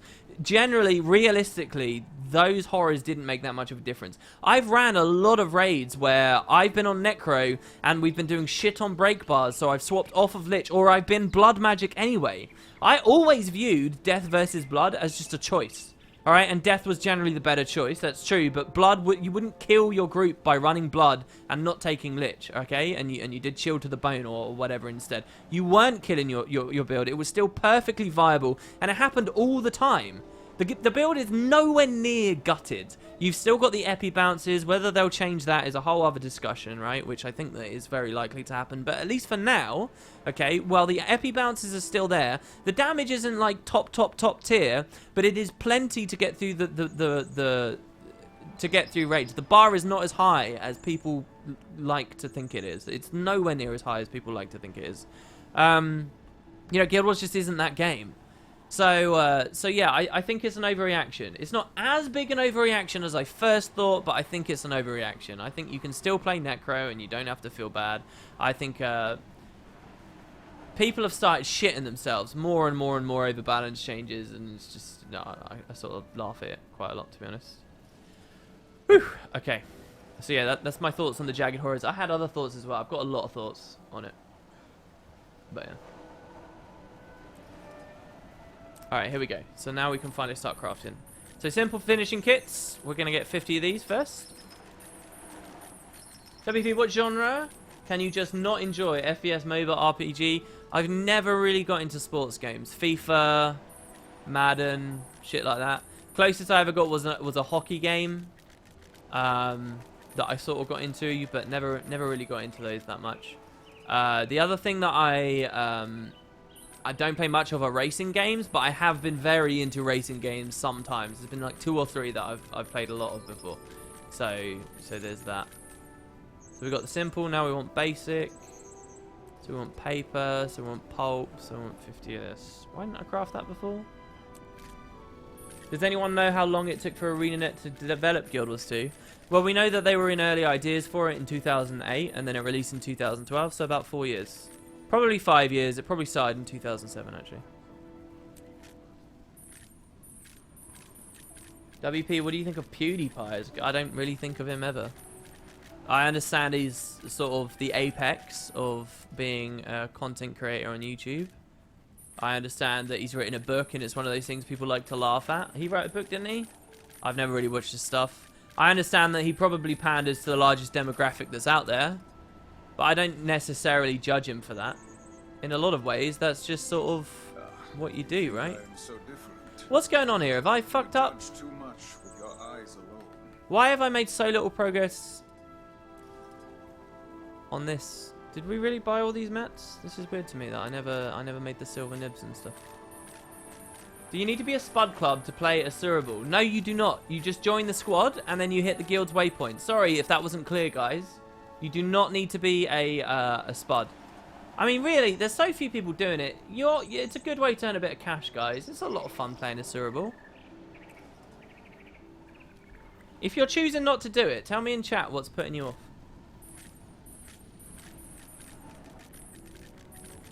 Six years, Runex says. 6 years.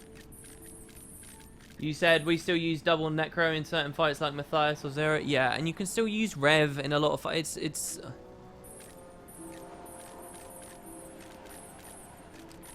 been a thing for a long time. There was a really decent post. I was sad to see that it wasn't. I mean, the way that the guy phrased it wasn't very good. But there was a very interesting Reddit post just the other day.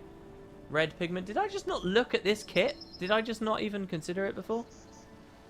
Where a guy was talking about what the word viable means and how nobody in the community uses it correctly.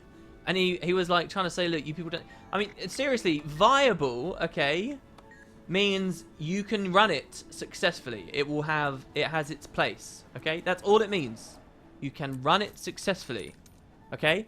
And when people, through sheer understanding or through skill or understanding of mechanics and stuff, are able to, like, 6-man, let's not go too low, right? Don't go to the 6-man. When people can 9-man this content, which they can, right? Well, you don't even have to do extreme build deviations and tactics with distortion and moving away during VG and popping your shroud on the 6th player and stuff like that. When, you know, if you're 9-manning a raid, okay, you can use completely normal tactics, rotations. You can play into every mechanic exactly as ArenaNet intended, and it's still very comfortable to 9-man, okay? When the bar for raids is that low, okay, that should tell you something. That a shit ton of builds are actually viable, right? That a lot of comps can sustain 1 or 2 subpar builds, okay? And that the main focus, all of the discussion is hot air over very little. The main focus should always be on mechanics, all right? And case in point, If I was offered a Rev, okay, who'd actually, and I'm not going to say has raided before, but I had confidence, actually understood the mechanics and actually understood when he was supposed to dodge and blah, blah, blah. If I was choosing between a Rev who had that and someone who didn't but was on something that is considered a bit more meta, I'd take the Rev every day. Easily. You get way more harm. That's what people need to do. They just need to learn the mechanics. That's it. That's the thing to focus on. Not bitching that, I'm not absolutely perfect in my role. Like, it's just so weird to me that you'd care. Like, why does it matter if you're not absolutely perfect? You're contributing. You're getting through the content. You're not dragging... People act like we're in a binary world where you're either the best for something or you're dragging people down. And I don't actually stand by that. I can understand that from some perspective, people might say that. Because, you could be running something better. But that doesn't automatically mean you're dragging people down to the point where it actually affects your gameplay. Or the fun that you can get out of it. Or how efficiently you spend your time. You know, so what? You were on this build... and it took 5 more minutes to clear the entirety of the 3 encounters that made up whatever wing. Oh no. Right? There are degrees, obviously. I'm not saying you can go into a raid running anything. I'm just saying that, it's not as bad as people make out. Practical scribes tools, that's not right. Is that right? Yeah, that's not right. We wanted the kit. Okay, good. I'm glad I identified that. I've almost crafted the wrong thing.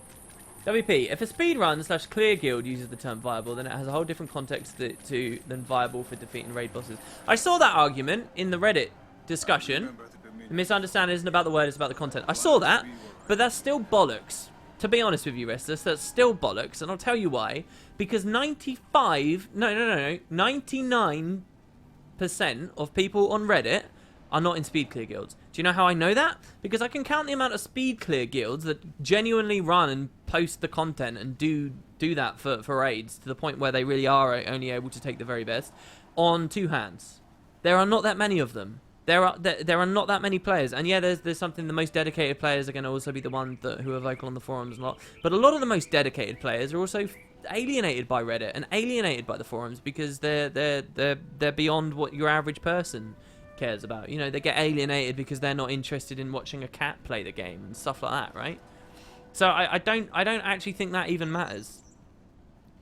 The point is this: that you've got a ton of people who are for some they're putting themselves into a mindset where they're getting stressed out when they don't have to be. You're not a speed clearer. You're not in a group that cares about shaving that next 12 seconds off of a fight. Are you? No. So relax. You don't... Ink says you need to be perfect. You don't need to be perfect. You don't! Inks, you don't run speed clear shit. It doesn't matter. And again, there's a difference between not running the perfect thing and dragging people down. It's not... you're not in either one or the other. You're not. You're shoehorning yourself into... Anyway. God, I'm ranting about this for way too much.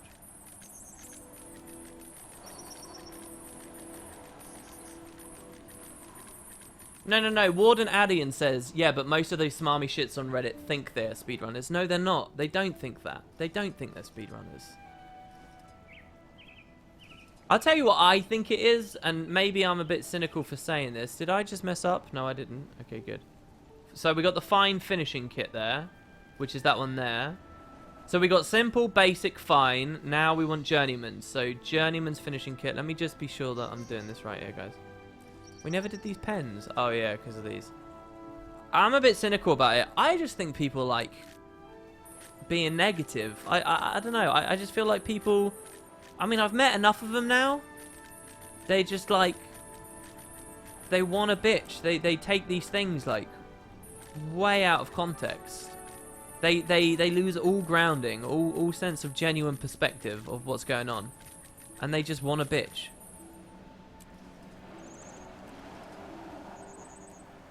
They feel like it's okay to exaggerate this stuff because there's a lot of other people exaggerating it too. So, it might actually get changed back. They know it's a minor thing, really, but it's not a thing they like. So, let's exaggerate how sincere it is. That's what I tend to think. I think it's outrage for the sake of manipulating things that you don't act that you know. Well, again, I'm a bit simple. So intricate scribes tools, ornate scribes tools. Jesus, what am I doing here? We can make both of these. Is this just Journeyman's finishing kit? There you go. Now we need that sandpaper. Okay, yeah, we're good. WP, now that Brexit is settled, has it affected you as an average citizen whatsoever? It has, yeah, in a big way. I get paid in dollars.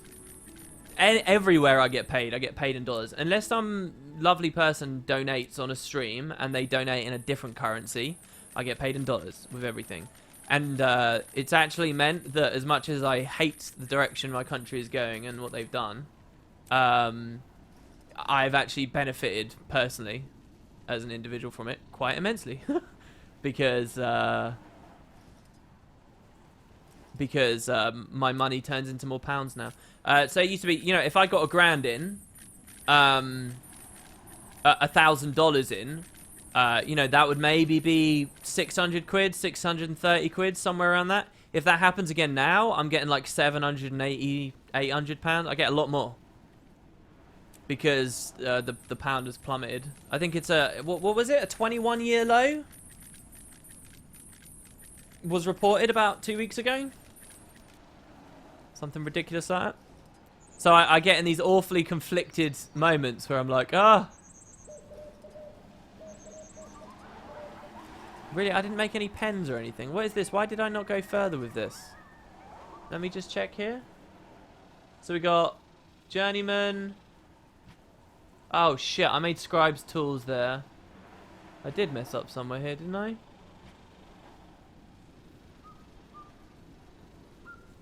Fine finishing kits, Journeyman's finishing kits, Master's finishing kits. And I made a bunch of, oh, and basic ones. So I did mess up somewhere, those sturdy Scribe's tools. That was bad. Alright, Master's finishing kit. That's why I'm 50 lower. Yeah, we're going to have to make one more trip to the TP here. Yeah, I get in these very conflicted positions where I'm like, I want to detest everyone, but I'm benefiting from it, basically. On the other hand, you've got someone like Jebra, who I was watching his stream the other day. He's talking about, he's trying to move to the States, and he had a bunch of cash earmarked in pounds, which then would have turned into quite a lot of dollars because our currency was so much stronger compared to the dollar.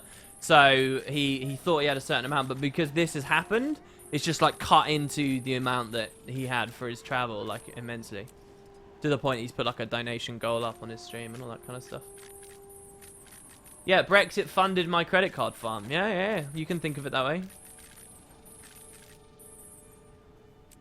Problem is, a lot of people now think that the only comp that works in raids is now IPUG raids this week and everyone want to play 5v5. Yeah, look, to be honest with you, if you care that much about clearing the raids and that's all that you give a shit about, I have to get the clear and nothing else, then go get your clear. Play the mirror comp, go get the clear, and shut up about it. If playing Rev is that important to you, play Rev. Accept the fact that it will be slightly less than perfect. Alright, you can't be in both camps. I think you look a fool if you sort of suggest that you are. Alright, Tookie says we're ready for Asuraball. Alright, Tookie, just let me finish making these kits, then we'll play Asuraball, and then that'll be a nice clean cut, and then we can go and the decorating can begin, and then we can make a bunch of things. So just let me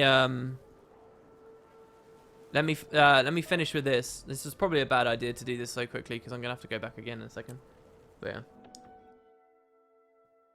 These decorations are built with the blood of the European values.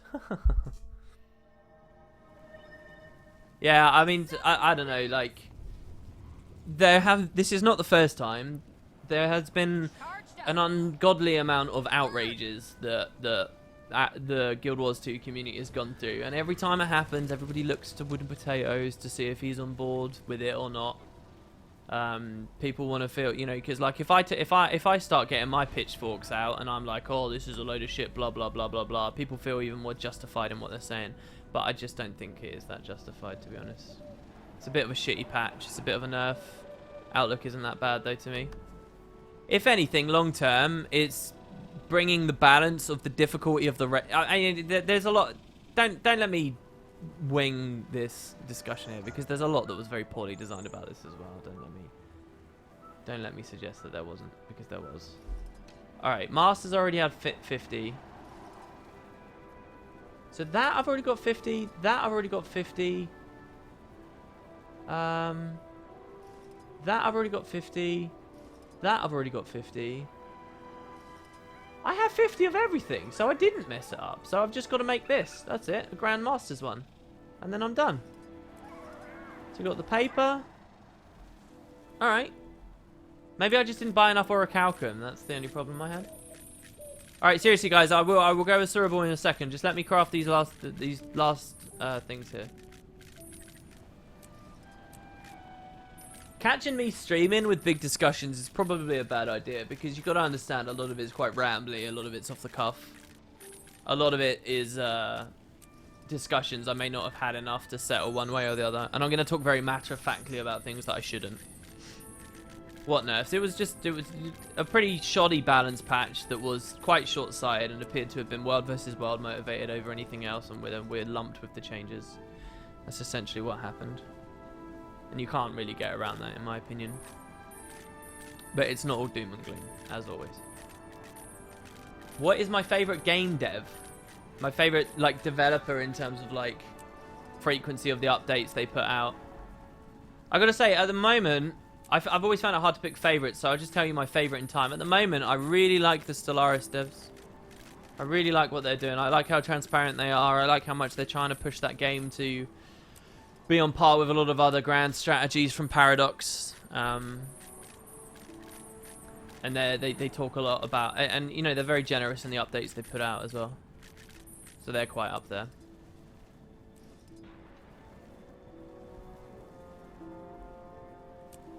It's hard to judge a favorite dev, because a lot of the time people will judge their favorite franchise, and it will be just, oh, this is the... It's like, I think a lot of people will say stuff like, oh, Bethesda, because they made Fallout. But that doesn't necessarily mean that the way they act as developers. Oh, shit, man. We only have enough dust for 45. That sucks. Well, that's fine, though. 45 is just fine. Which dev do I have the most pity for?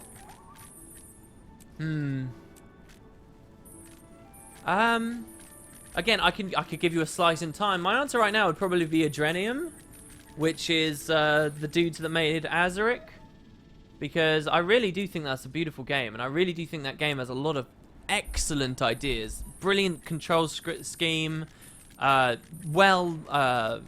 well-paced story, beautiful environments, sweeping landscapes, cool power-ups, strong progression as you go through it. It had a lot going for it.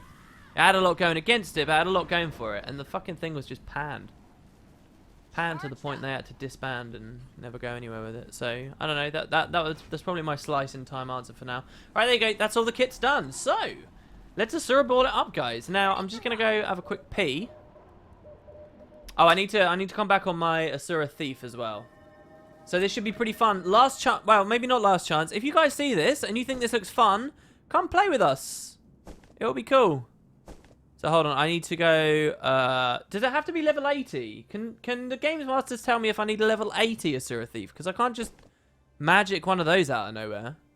I'd rather not spend 79 tomes on a throwaway character. The most I can do is like level... Were they going to instantly kill... Oh, no. I think it can be low level because I'll be on the invulnerable team, won't I? Except I can still get CC'd. Oh, Bethesda right now. How relevant to the recent announcement of them stopping early previews? Yes, exactly, right? Like... Yeah, I'll be on the invulnerable team, so I don't need to be level 80. Alright, thank you for clarifying that. Alright, let me just deposit this ticket then, so I can delete this character. The guys who did Kingdoms of Amalur Reckoning. I love that game, but it didn't sell well and the developer doesn't exist anymore. Yeah, I mean, the thing with that question, right, is what dev do you have pity for? There's a graveyard of excellent developers who probably had wonderful workplace cultures and tons of enthusiasm and passion, excitement from the projects that they were making. And, you know, they began these risky startups, and they really made something that they loved. You know, you don't get into video games to make money. It's true, right? These are people following passion projects of theirs. And there are tons of them that made their stuff, and then it was just branded as shovelware, and it was just thrown off to the side, and nobody even knows who they are. Everywhere. And so that question, who do you have the most pity for? I have pity for all of those people. But it's everywhere, you know, and that's a cop-out answer. So I'll go specifically with adrenaline. Alright, speed running, yeah. Okay, so we're going to make an Asura. Lady. Thief. Minimum size. Asuraball, yeah.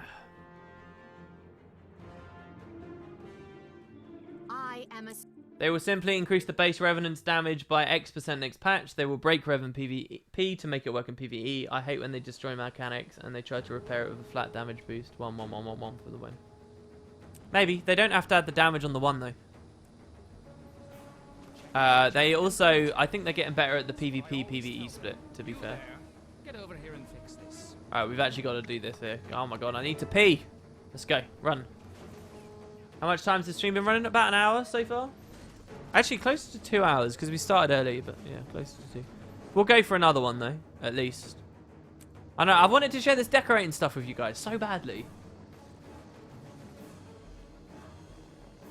Tried to order some food from Deliveroo. Oh, did you? They delivered to the town centre 5 minutes down the road, but not to me. What? Oh, dude, that sucks. I'm so sorry. That was like my experience. What a nightmare that Deliveroo was. Did you see that visual episode where I was talking about that? What a nightmare. I blame Dan is not on fire for that, because he gave me that suggestion.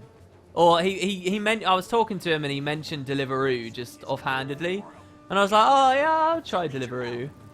So I signed, but they didn't do it in my area. So I signed up for the newsletter. They told me in a newsletter, oh, we deliver to your town now. I entered my postcode, and then I got a ring saying, oh, sorry, this is wrong. We don't deliver to you. Fuck you. But they do deliver from the best places. Like, I've got a place that does, like, fast food, like KFC, Burger King, and, like, a couple of, like, junky places in town. But Deliveroo will do actual restaurants. It will do, like, really gourmet places and nice stuff. Oh, look, we just got a free ride. Wow, wasn't that surrogate supposed to be closed, so we couldn't go through there? Look at that free ride, Jesus. This is the speed run. Go, go, go. Now, what's next? Alright. Guildhall. How can you join the WP Discord? You just click the link here. Exclamation mark Discord. And you're going to click that link there, buddy. And all will be good. I know that pain, like in my city, KFC delivers in 2 sectors. And my apartment is exactly in the small, tiny gap between those 2 sectors. You know, I've always been interested, because one of the things is Domino's. We have like a lot of different Domino's dotted around where I live, but I'm quite far away now. Since I moved, I'm quite far away from like, I order from a totally different Domino's now anyway, which I guess is the point. But I've always been quite curious, because I'm like out in a village basically, right? And I'm like, I wonder where the border is. Like, what house is it specifically? Because I'm sure like there's this huge road off. And I'm like, somewhere along that, they're going to stop delivering, surely. Somewhere along that, it's going to start redirecting me to a totally different city in a totally different area. Like, where is the cutoff? Like, okay, if you live at 19 something something avenue, they'll deliver to you. But if you live at 20 something something avenue, they won't. You know, and you just imagine this one driver who's like, fuck, this is way out in the boonies. I've got to go deliver this. I actually had a friend for a long time who delivered pizza. I should have asked him that. All right, guys, seriously, I need to have a slash. So I will be right back. Enjoy the view, and we will kick off the Asuraball good stuff. Thank you so much to those of you who have come. Let's hope this is a lot of fun. One moment, everyone.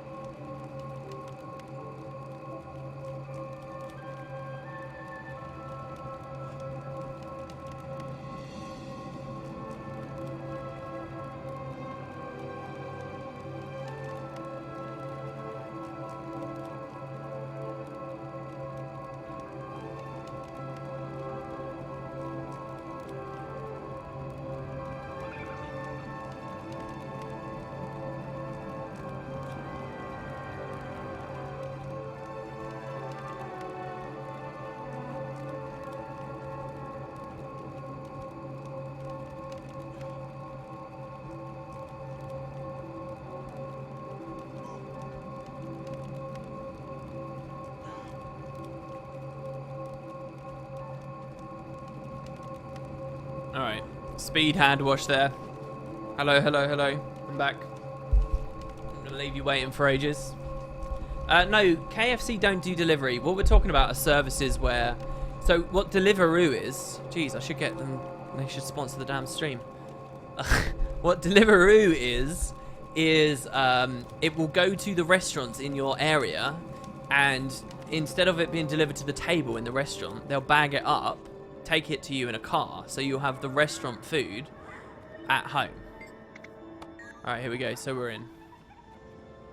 This is going to be great. I'm just going to be able to sit back, relax, talk to you guys in chat. Oh my god, look at the arena. This is cool. Oh my god. Okay, so this is what's going to be happening, guys. It's 4v4. And they're going to be beating the crap out of me. The green arrow is where I stand. Oh, look, I'm even the green tag. It's also perfect. This is the blue goal. That's the red goal. They're going to have one goalie who can have a shield and stuff to knock me back. Oh, we all need to go to the new map. Who can knock me back and try and defend. And has Sanctuary as a bit of goalkeeping. And then the other 4 people are like strikers, and they're going to be trying to like hit between these goalposts. So each team will score if they get me through. It sounds like Hungry House and Just Eat. Yeah, I'm sure that there are equivalents in the States and in Germany and wherever.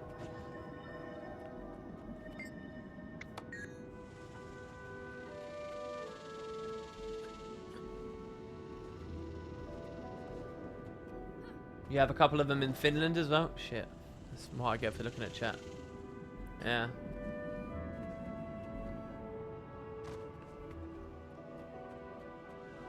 Yeah, I don't know. With the balance discussion, I guess one of the best ways to sum myself up is, if you're that mad about it, that should suggest you're quite passionate about raids, and you actually care about raids, and you love raids. And if you love raids, just play the raids, man. Surely you love something more about it than just that one specific little class niche, right? Like, is that really the extent of your desire to play raids? It goes as far as that one class? Because if not, it's not the end of the world, even if you preach it to be. How about me, WP? Smarties for Halloween? Yay or nay? Smarties? What? Like our Smarties? The chocolate ones? Yeah, they're good. Oh, Just Eat and Hungry House are in the UK. Oh, are they? Yo, this is cool, man. Way to bring the community together. Well, don't thank me. You should seriously thank the Games Masters, because they do an incredible job. So there we go. For the entertainment of millions. Read a few hundred. It's a few thousand, actually. If you think about it, if you include WP2 into it as well. Get ready to start. This is going to be great. Here we go. I should get a sound thing that lets me mix in some reverb and do that kind of thing. Are we going 3, 2, 1? Are we going to count it down? That guy says, crap, I'm level 3. Oh, if you're level 3, you're going to instantly die, my friend. Yeah, he's level 3. He's going to die. You've got to be level 80. Oh my god, it's scary. Smarties are a big candy in Canada. I'm not a fan of them. Smartie. So what is a Smartie to you, Inks? Is it a little chocolate thing in a coloured shell? I've never really done Halloween though. I've been to like maybe 2 fancy dress parties in my life. They're waiting for the guy to level up, maybe.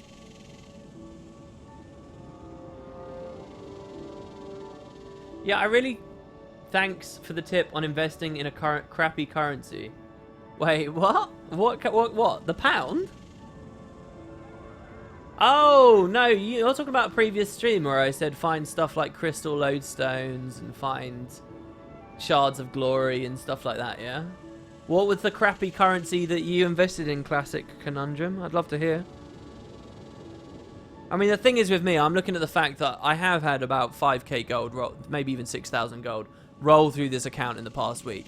And I could have put that all into something and took the gamble and maybe earned loads. But instead I just spent it straight away.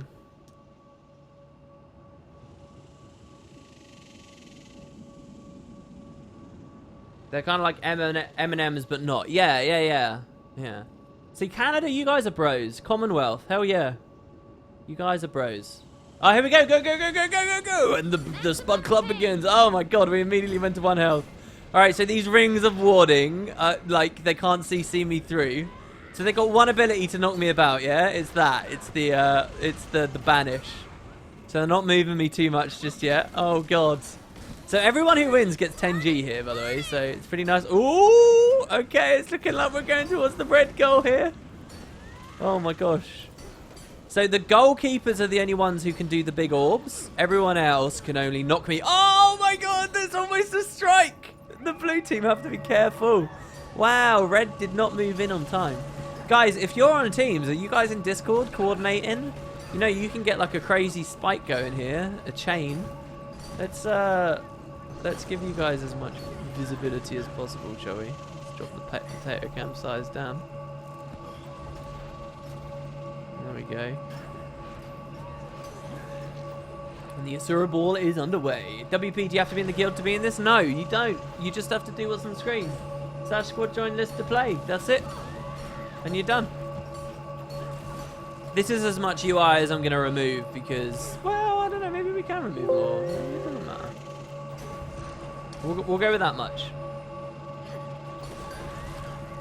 Those United States Smarties are called Parma Violets in the UK. Parma Violets. Okay, that's weird. They sound nasty. That reminds me, some people might hate me. Have you guys ever had a Turkish delight? Do you know what a Turkish delight is? As a kid, I fucking hated those. But my parents loved them. Turkish delights. They're ugh. There's like a, I don't know, I haven't eaten one for so long. I wonder whether I'd like it now. It's the kind of thing I should probably try. It's like the day where I realised I was finally adult enough to enjoy sprouts. Oh, they're getting close. Why does nobody press the advantage? Ooh, ooh, ooh. Oh, have they done some tests of this? This round's going a lot longer than I thought. Oh my God. Do you know what I should do? I should be the ball, but I should have super speed on cooldown as like an NG. And I should just pop it at random. That would stop it being competitive. Well, no, maybe they could predict when they see that. Because if you get CC'd with super speed on, you go much further away. Google Parma Violets, you'll know what they are. They're gross. I think I've heard of them before. Can they actually get me out of this hole? Should I move? Is this going to be a timeout? Should I move out of the hole? We're in a perfectly spherical arena. Alright, I'm going to move out. There we go.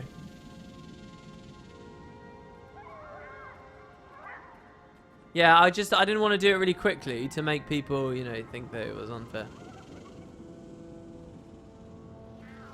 There you go. This was the equivalent of a line out in rugby.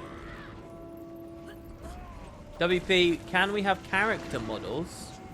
Oh, you're right. Yeah. I'm sorry about that. I turned it all down earlier. You can and you should. There you go. This is what the people actually look like. Sorry, guys. There you go.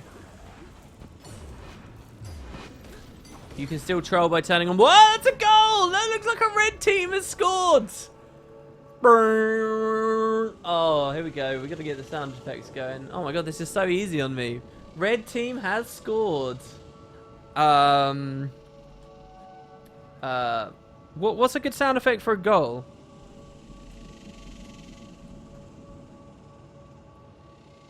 Oh God, are you ready?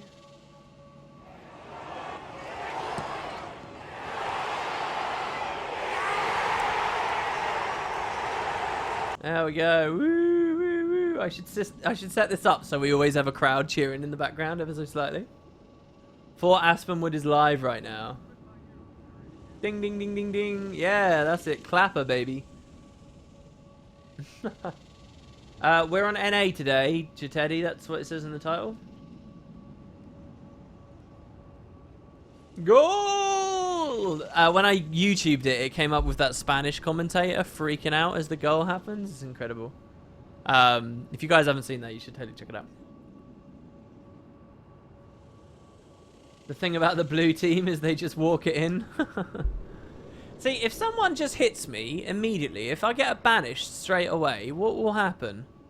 Is this really fair, by the way? It feels like I'm much closer to red than blue. Like, surely if I have my camera like this, I shouldn't be seeing this much of the red skull. Like, I'm sure that that is fairer. Isn't it? Isn't that fairer than where they've got the arrow? Am I right or am I wrong? That looks about the middle.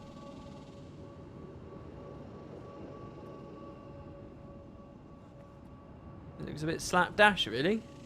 Or does the arrow move? Yeah, okay, good. Alright, cool. Or does the arrow move to give, like, home advantage or whatever? You could do that with Asuraball. I'm glad we're finally playing this. You guys might remember, like, when we first got this guild, this was one of the games I wanted to do. We wanted to do little arenas, we wanted to do zombies, we wanted to do Asuraball. And a few other concepts, too. It's really nice to be able to get here and finally get in and do it. If Guild Wars 2 was more traditional and you spent months getting up a character because you invested in it being strong, I could understand the upset. But at the end of the day, Guild Wars 2 isn't that kind of game. Switching to the next Fract or the Mist class isn't that hard. Yeah, I agree, Fingerlights. I do. I do agree with that. Oh, he wants me to move ever so slightly? Okay. I do agree with that. They need to not use Guardians because the rings prevent the movement of the game. It just causes the ball to not move as much. The goalies can be Guardians, but the players shouldn't ring, says Quaggy. What do the games masters think of that? No more rings of warding being cast? Problem is, as soon as you prohibit that, someone's going to accidentally cast it, and then you're going to have to halt everything as you figure out how the foul is working and all that kind of stuff. Which might not be the easiest thing in the world.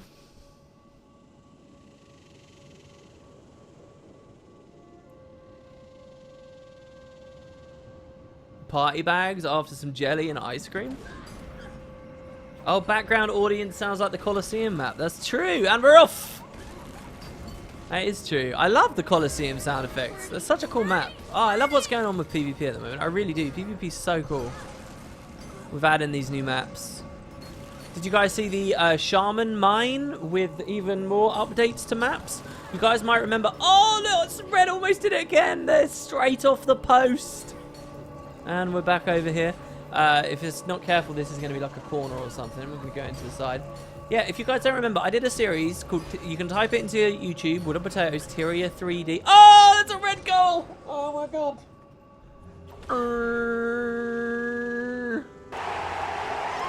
What? What is this? We're still in play, are we? I guess it's their call. I'm not the ref. I'm just the ball. So this is about as little as we can be. Was that a goal? No, it wasn't a goal. I don't think it was a goal. I don't think they're allowing it to be. Yeah, I'll move out of this one. Was it a goal? Not really sure. Yeah, so I might... I looked on Tyria 3D a bunch of different PvP maps, historical ones that the devs have clearly been playing with and trying. And two of them were really interesting. One was the Tengu Wall. It was like a river near the Tengu Wall, and one of them was like a canyon place. And then there was another that was like an Asuran. Like, there were loads. There was like 36 we looked through or something. Anyway, the Tengu Wall one and the Canyon Wall have actually reappeared with updates and stuff. So there could be new maps. Christ VHS, that brings back memories. What brings back memories? Oh, VHS, you're talking about the technology, not a person's name. Get the combat music playlist going. Is that really appropriate? All right. I mean, it's quite slow-paced rounds. I don't think epic music going on and on and on and on. But I mean, I'll adhere. Let's see if I can find the PM conversation we had. Let me scroll up.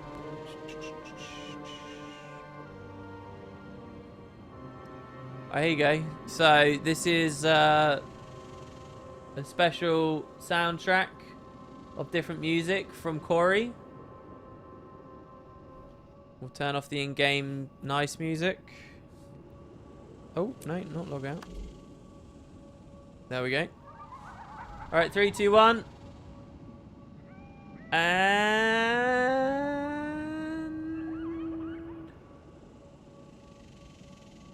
And they're still not ready. Go! Alright, here we go. Tell me if it's too loud, too quiet, too whatever. The match begins. Oh, this does feel a lot better. So this is from Lineage 2, by the way. Battle Theme 3. How'd that Blue's really got to pull it out here. Oh my god, that's a goal! Straight away! Wow, that happened so fast. That's got to be a goal. Look at that. Jesus, nice one, Blue. They scored that so fast. Why is that sneaky? What's the lol no? Why? What's wrong with that?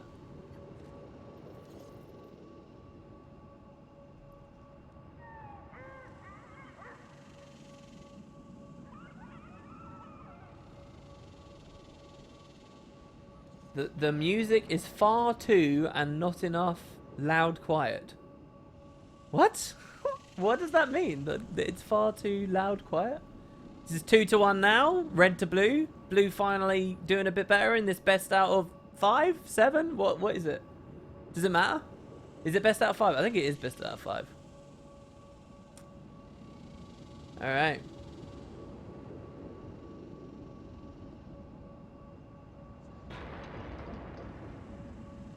Three, two.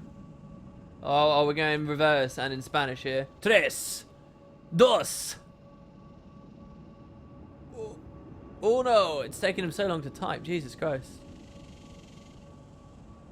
What's he going to say for go? Go! Okay, alright, and they're off. There we go. Alright, so still talking about raiding. Ink says they ask you to play another class, a class I have no interest in playing. On the other hand, I've done all the content, so it's not the end of the world. I'd argue that those aren't the type of people to be around, but sometimes you don't have a choice. So I'd agree that if it's because you're legitimately not able to find groups, your point is 100% valid. No, it just depends on who these people are. If it's a pug, and the pug needs a certain slot, you can either fill that slot, or you can't be in the pug. Simple as that. I don't think it's unreasonable for a pug to ask you to play something else. If it's a dedicated guild group, and they're asking you to play something else, it's a question of if you're clearing stuff or not. If you're in a dedicated guild group among friends or even, you know, just acquaintances, okay, and you are succeeding at the raid and they're forcing you to run, and now they're telling you, oh, you have to run something else, then yeah, they're probably dicks. But if you're in a group and you're wiping and you're struggling and it's taking ages, and they say, oh, hey, could you change to this? It's a bit more meta, it would help us, then I think that's perfectly reasonable. And at the end of the day, again, like, well, if your enjoyment of raids is so narrow that it can only be fulfilled on a single class, I'd say you're not a very big raid fan in the first place, and I don't really think your opinion matters that much. Which is why I think you'll find that most people in there playing aren't that bothered by it.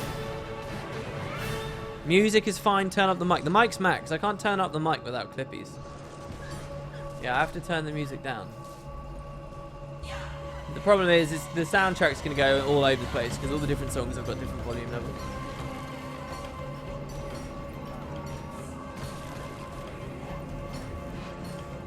That's sort of my opinion on it. You know, if Ellie randomly, if Staff Ellie was just dead, completely dead next patch, I wouldn't mind swapping to play something else. In fact, that almost excites me sometimes. Like, if they killed a lot of the meta builds that we currently have established, I would relish in trying something different.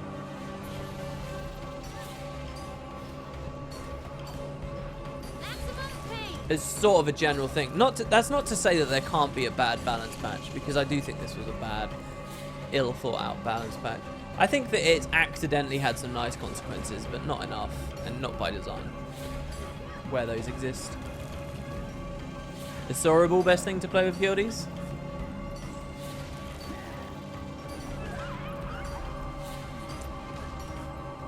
I love how chaotic it is, like, Jesus. I'm just looking at chat and then I look back at the client every now and then and we're just stuck in a wall. PS Warrior must go, PS Warrior has to go. Yeah, it's one of those funny things. When I hear very experienced raiders talking about balance changes and stuff, they can't fathom a world in which PS Warrior goes. But I actually, for the health of the game, I think PS Warrior going would be quite an interesting thing. As long as Warrior itself, I mean, Warrior still gets some power allies, still gets banners, it still has some niches. As long as it gets something to help catch that up, I think the game of balancing might and just general might uptime, bringing a bit more blasting into it, bringing some of these other opportunities, having a bit more heat sinking being real play. Are we in the goal? Is that a goal? Is that a goal? Are we done? I guess we're done. Everybody stops. There we go. I think all of that would be really cool. PS Warrior is very strong, but it's also like sort of trivialized a whole facet of the game that used to be a lot more interesting before PS Warrior was around, in my opinion. So again, conditional that the Warrior still has a place and has a nice new tool to replace PS. You'd also have to address the Guardian version of Phalanx Strength as well at the same time if you were going to do that, though. Anything that's just sort of passive, accidental, throwing out might, instead of, oh, I'm building for it in a really significant way and it's affecting my rotations to provide it. Alright, so is that a red one? The best out of 5, I think. Good job to Reds. Untouched. Ink says, all fair points. It's not that I don't like raids. I like raids, I just don't enjoy the other classes. So in that way, I'm way too narrow.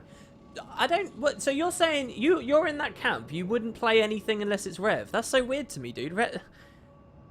The gameplay of a Revenant is not that distinct from the gameplay of other classes. I mean, it's got some nice little play. And I do like the little... I specifically like CCing on a Rev, and I specifically like maintaining the F2. Like, those are fun, and it's got some nice little situational things. But I think you can get that experience from a lot of the other classes. And again, like, 70%... For me, it comes down to this. When I'm raiding, all right, yeah, your rotations and what your class specifically is doing is a big part of it. But when you're in progression for new wings and stuff like that, what are you actually focusing on more than anything else? What should you be? It's the content of the raid itself. It's the raid mechanics. It's not, you know, like pressing the buttons on the bar. Yeah, there's a certain amount of enjoyment you can get out and a level of engagement you have to have with it. But I would say it's far more skewed on the mechanics. You know, making sure your position is correct and making sure that you're addressing whatever you have to address.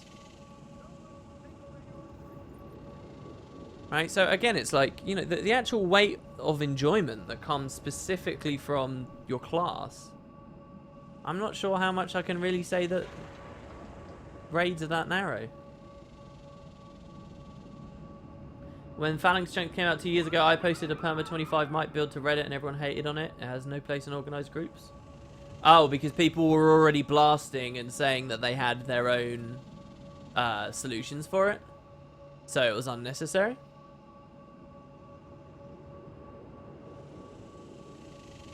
That's interesting. Like, I mean, when I say that I wouldn't necessarily hate a Phalanx Strength nerf, that's what I mean. I mean from a purely conceptual level. Or it's kind of similar to, like, I've heard some people saying that they don't actually mind the Druid nerfs because in some ways it's actually presented, Druids have to play a little bit better now. Like, and the vice versa of that, right? The Chrono nerf is bad in a number of ways, but one of them is, like, it's a lot more brainless now, right? If you used to actually have a bit of skill to provide what you provided as a Chrono, now it is a lot more like button mashing. It's a lot less directed, you know, and that's what's important to me in a lot of cases.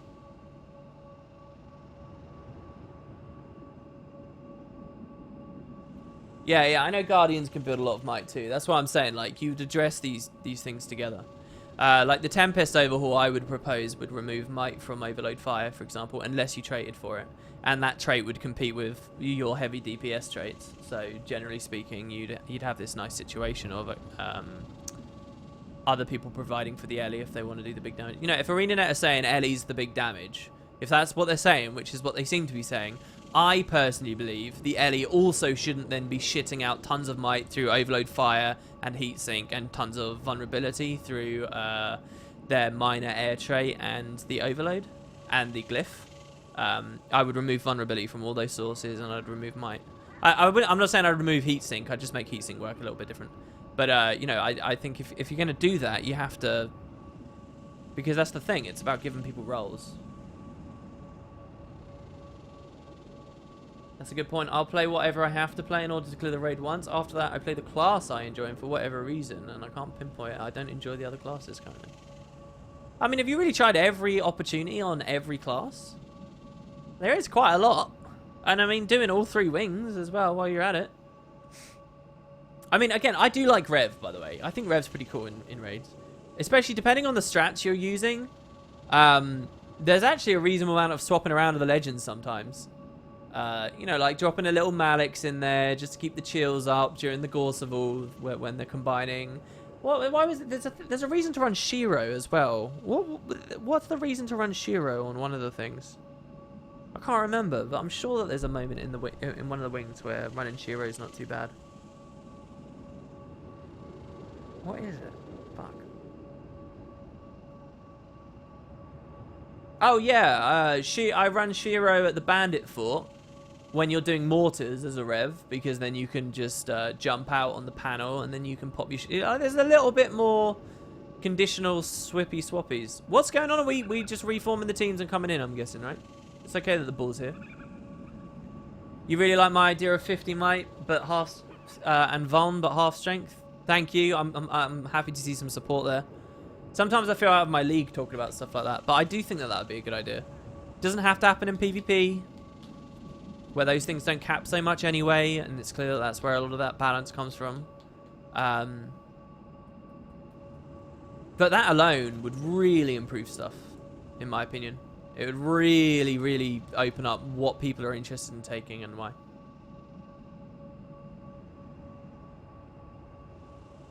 I think WP, and I agree, thinks boons should be dramatically reduced so they aren't 100% uptime things. Coordinating buffs would be a big deal. Yeah, I did a video on like my top 10 things I'd like to see change about this game. And one of the things that I said is I'd like to see a lot more boon stacking intensity, like Retail, like Aegis, I think is an easy candidate for stacking intensity if it's balanced correctly. Might being capless, stuff like that. And I had some people kick back saying, oh, you just need to reduce the overall number of boons. This is so silly. It's like, no, those two things go part and parcel with one another. You do both, right? Just because I'm suggesting the intensity stacking, which would open up build options and viability for a ton of gear and shit that they've designed around regen, for example, it doesn't mean that you can't also try to diminish the amount of boons. But you also have to understand there's a lot of boons on a lot of skills, and it's designed like that because they need all these things to have roles, right? Like, that didn't accidentally happen. There's so much boon spam because it's a valuable tool for the devs, and that's how they're trying to make these classes feel distinct and impressive. It's just led, unfortunately, to this consequence of all this spam in our faces. So you're going to have to go a bit of both. You're going to have to try and reduce the boon amount a little bit, but you have to understand that that's there for a reason, and you're not going to eliminate it completely. You're not going to push it back down to vanilla levels and lower. It's not going to happen. So you tackle the problem from both sides, in my opinion. There's only so far you can get by just saying, I'll reduce the amount of boon spam. And that's also one of those like very juvenile, easy things to say. It's like, oh, just reduce the amount of boon spam that's in the game. It's just because there's too many boons. All right, what has that actually contributed? Like, really? Like, okay, there's nothing. There's not even like 0.5% of the way to the discussion on how to reduce the amount of boon spam across all the traits and all the skills and all the possibilities in the game. It's nothing. Hey WP, my mate is getting Heart of Thorns for Christmas. What's the best way for me to help him through the game? A new character and with a new character and play with him, or play on my 80s? I would always say make a new character and enjoy the core Tyria stuff as best you can, because there is enjoyment there. But he's going to want to rush, probably. Everyone always wants to rush when they get to a new MMO. And he might not enjoy the novelty of it. So maybe just go on 80s straight away. They should add more class-specific boons like Aegis. I don't know about class-specific boons. Aegis has always been a bit weird. It's not really class-specific anyway, because you can get it through Chaos with the Mesmer. And there's even like some rune applications for Aegis as well. But I do think that they should add some more boons and condies. There is more design space for that stuff. I was talking about... I said I wasn't really going to talk about the leak much, but to talk about the leak a little bit. If you guys don't like the idea of spoilers, maybe skip the video, pause the stream for a second. The leak suggested we might be going to Alona, the Crystal Desert, stuff like that. You know, looking at auras in the game, looking at some of these things, one of the leaked elite specializations was like a sand shroud for Necromancer. And if you look at... we know that they draw from Guild Wars 1 skills and things for inspiration quite often. There's a Dervish skill called Dervish, being a part of Elona and, you know, the desert and stuff. Eben Dust Aura was an old elite. And I can see something like that getting mixed in. I can see, you know, like an aura that applies bleeds and stuff like that. I see a lot of space for new auras and expanding on some of these systems they've already got. Yeah, stupid leaks. I agree. I agree. It is lame.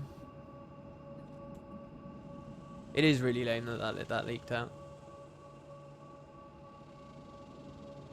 Back to sweets. Do you remember secret bars? A chocolate lattice with a chocolate cream center. Oh, I miss. Dude, Joby, yes, I do remember secret bars. Are they like gone? I guess they're gone, right? I don't really eat chocolate or sweets anymore.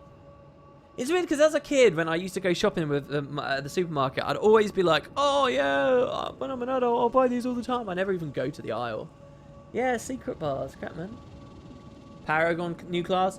The one thing I would say about those elite specialization leagues, since we're onto it, is I really wouldn't take too much of it as gospel. As far as I understand, Heart of Thorns, which had way shorter development time, its elite specializations went through all of them went through an ungodly amount of iteration and different versions, and some of it's still quite plain to see, and different names and concepts and styles right up to the last hour. Okay, think about like how late the Scrapper got revealed. Think about those suggestions we had of the Druid being dramatically changed right at the end. You know, Druid was something very, very, very different before, right? Like, if that was happening with Heart of Thorns, which they crammed out in like a 9-month window, if they're working on a different expansion for the next 2 years, it doesn't actually matter what Mr. Guy leaks today, okay? Because they're probably just early concepts and things that the Balance team are playing with right now and seeing what works. And it's not necessarily got anything to do with what we'll eventually get. Now, locations and some of the stuff that was leaked, I think, is pretty much set in stone and very telling about the eventual product we get. But when it comes to elite specializations, you know, if you hear that the Necromancer is going to get like a Sand Shroud or something like that, while in keeping and fitting, and you can see where they'd be coming from with it, it doesn't necessarily mean anything. Neither does hearing what the weapon is, because a weapon can do... When a hammer can just be a ranged weapon on a rev, it doesn't matter what any of them get. In my opinion. Just the number of skills. But the weapons could change. It really doesn't mean much. Alright. I'm sorry to the people who really were trying to avoid spoilers and stuff. I'm done talking about it now. I'm done. We're up to full 5-man teams here, by the way, guys.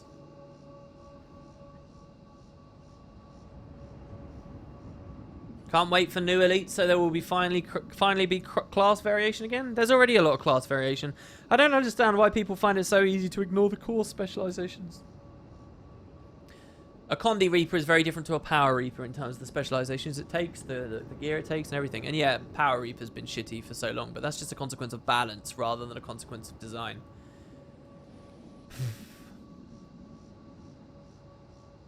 Do you think we will get the next expansion pack as early as next year, or do you think it will take longer?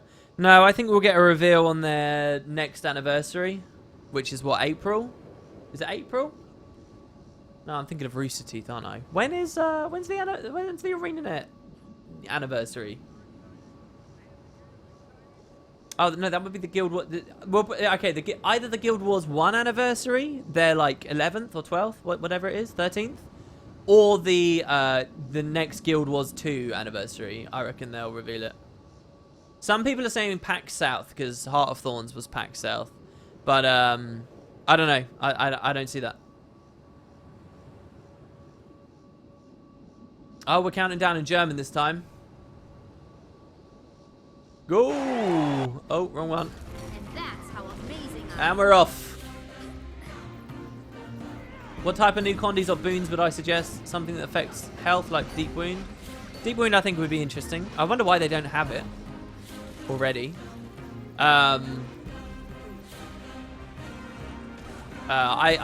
mentioned it so many times now. I like the condition version of resistance. While under the effects of this condition, none of your boons affect you. Look, these posts are interesting. It's the reason that it saved a lot of goals. Yeah, so while you're under this condi, your 25 might, fury, quickness, all that shit doesn't mean anything anymore. I think that there's space for conditions as well that might look uninspired but can be quite dramatic, where it's just potency ideas. So, oh god, let's send that down. This is Star Ocean.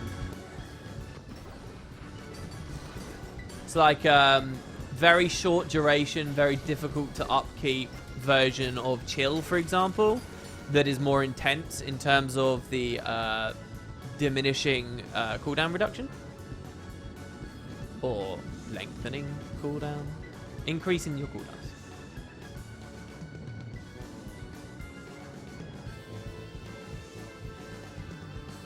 I think disease might still be possible as well. Are they trying to build the arena so I don't get caught in those holes and I just end up in them? Are we going back to the middle now?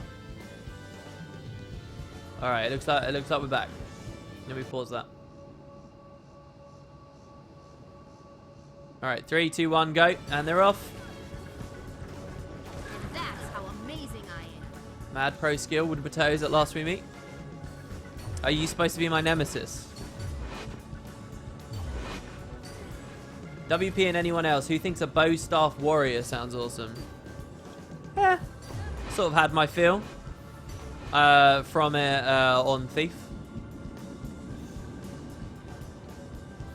All right, and then we had a full start there. WP, will there be more games like this? Also, do you take game ideas? We do. Come in Discord. You can see all the stuff that's going on.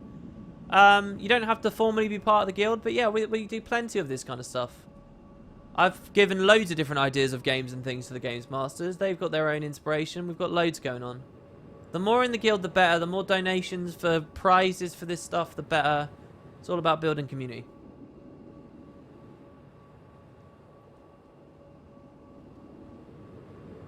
You miss the old confusion. You wonder if they could bring that back somehow as a new Condi. Yeah, me too. Backfire, empathy, price of spoil victor, visions of regret, all of those skills, all that gameplay. I loved all that stuff.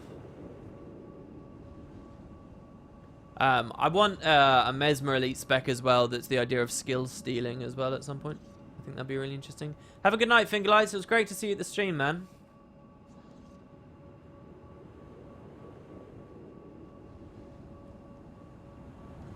Guild Wars 2 isn't paid to win, but the Spud Club is, yeah. Basically, the more money you give to me, the more I like you.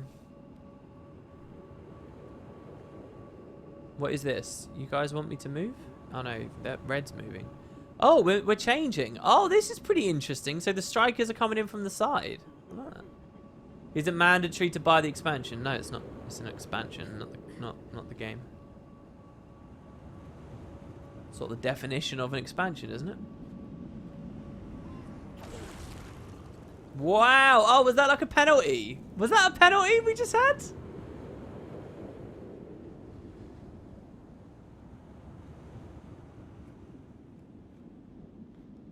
Oh my god, that was awesome. I'm not actually sure what's going on. Would you make disease only spread to the same race in PvE? I don't know. It's probably too antithetical to it in Guild Wars 2. They probably wouldn't like that anymore. Disease would probably just be... Alright, let's not... Don't use the word disease. Just think of the idea of contagions. Contagious condies. How would I react if you donated 100 stacks worth of gold ingots? Well, I wouldn't accept... What? For the guild?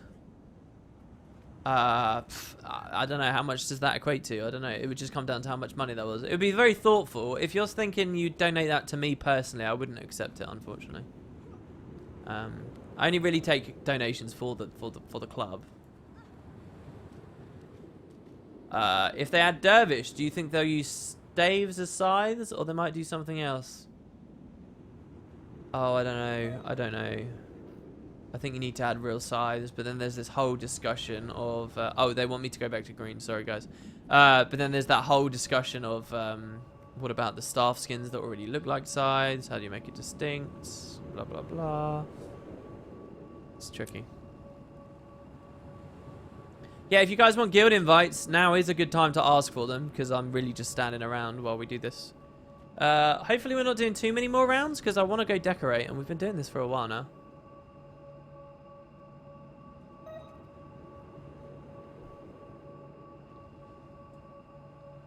Wait. What do you mean? Wooden potatoes? Whatever. What about a dagger? Oh, that was amazing! You're planning on playing the new FF7 when it comes out, so you think you might do a Let's Play. Depends on what the channel's looking like at the time. I don't even know when the release date of it is.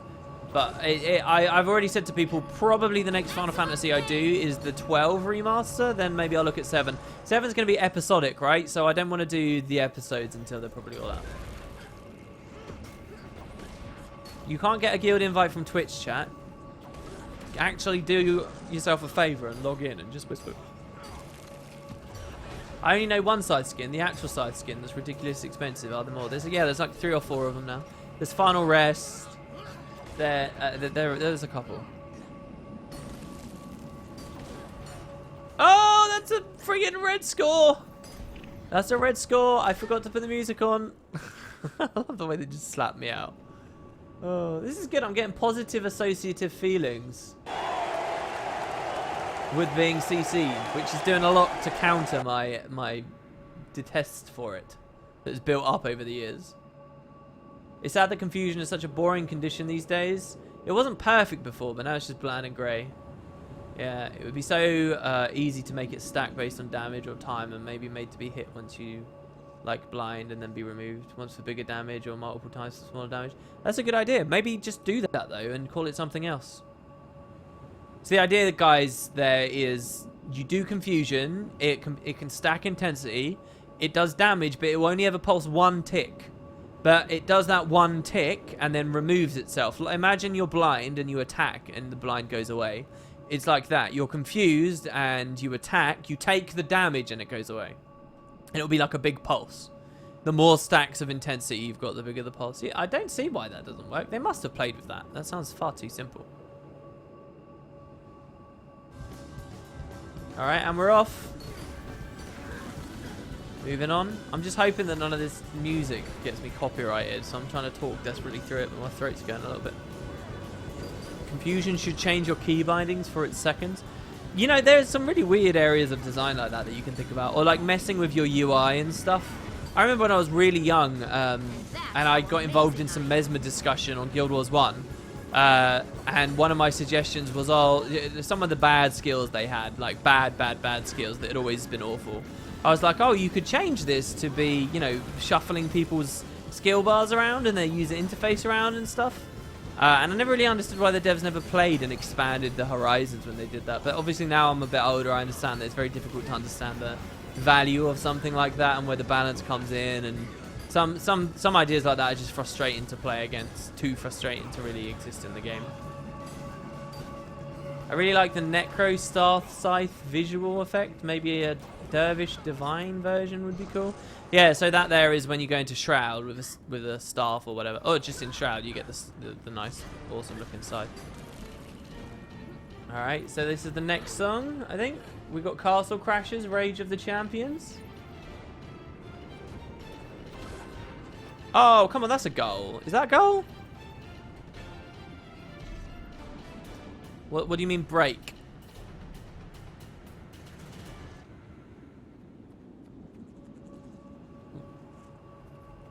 You had the shot? What do you mean break? I don't even know what's going on right now. Yeah, the braziers are blocking a lot of them. The funny thing, I wish we could have just moved them up, right? But you can't. You can only put them on the floor. It's a weird limitation ArenaNet put in there. Like, it'd be cool if you could put kill traps and stuff up there as well. But again, no. When you're blind in game, the screen turns black. Yeah, that kind of stuff. Break means you move away from the wall. Yeah, but I'm not stuck when I'm in one of those corners. The defenders can knock me through. Or, well, anyone can knock me out through the side. What happened with the other emotes? Well, no one was really using them, and we've got a full new set of 7 more coming in. I explained at the start of the stream. So we'll check that out pretty soon. How long till this keeps going, Twicky? The stream's going a bit long. I want to go decorate. We're already 2.5 hours down.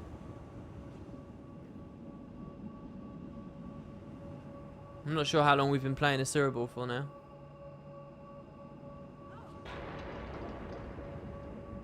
Even when just using regular staff necro powers. Oh yes, you're right, it does. It does. It just shows that effect. You're absolutely right.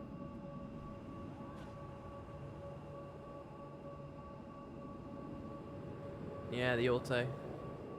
What about confusion changes your team for its... What? Oh, what? Team swaps you and you friendly firing for a little while.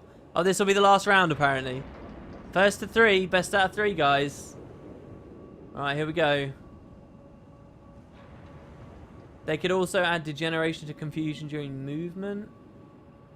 Well, I don't know. Then you're sort of going into the design space of torment a bit, and I don't think that's smart. But I get what you're going for.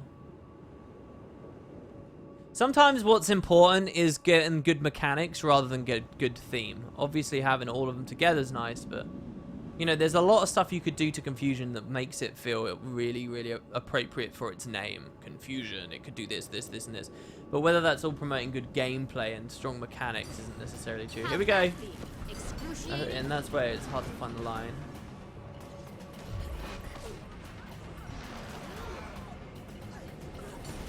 Oh, you don't have any cola? Look at all these rings. Oh my god, this is intense. By the way, if you guys haven't noticed, as I'm taking damage, I'm taking like tens of thousands of damage because I'm level 1. Oh, I'm level 2. And these guys are all like way higher level than me. This is probably quite fun for them because, I don't know, it's always fun seeing big numbers. Like, that was a random 28,000 damage hit. It's like I'm a little ambient that just refuses to go away. But yeah, I think ArenaNet can quite comfortably do new expansions that give new guild halls, new elite specializations, new condi, new boon, other little things like that. A new region, obviously, a new story chunk. You know, I wonder who's head of narrative now that Leah Hoyer's gone. Who is that? What's going on there? Who have they got to replace her? She was there for such a little period of time. Hot chocolate with rum is good, is it now? That's interesting. I've never had that. Now you've been doing your personal Tempest overhaul. Do you feel other classes need this, or is it only Tempest you feel is done wrong? No, I'm sure that there are a lot of places that a lot of them can be improved, and I see some of them. But the only one I'd ever feel confident talking about is Tempest, and even then, as you've noticed, I'm not that confident, which is why it's not clearing on wooden potatoes. One, which is why I've sat on it like a chicken on an egg for so long.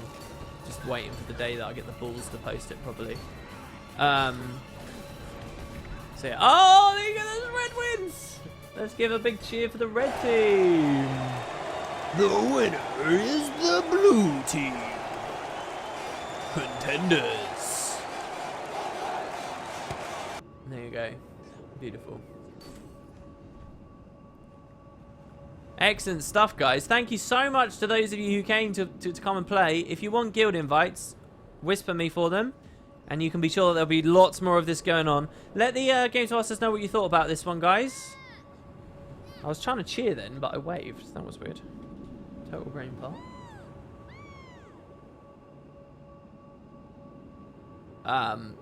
But yeah, like it's very, very, very hard to balance. In my opinion, it's very hard. Like, let me just explain something, right?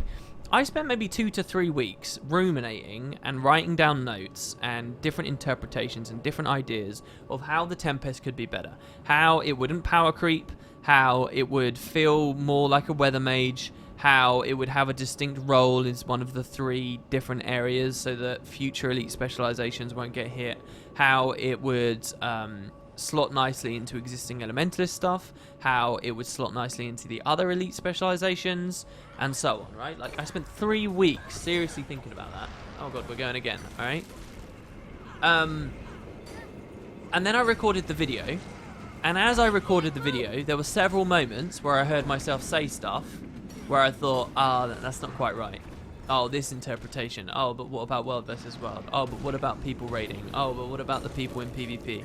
Oh, but I can imagine this guy sitting here complaining about this. Oh, I can imagine this guy. Because you got when I make a video, I don't want to make statements. Generally speaking, if I can anticipate someone will take issue with a statement of mine, I'd like to express their argument and counter it, or or consider their argument and then change my mind before I actually come out with a statement, right? So that's always running through your mind. And so as I recorded, that happened countless times. I've already told you guys it was like an hour and 40-minute recording initially. Jesus Christ, everyone's just going mental. I'll run back in. So that happened multiple times.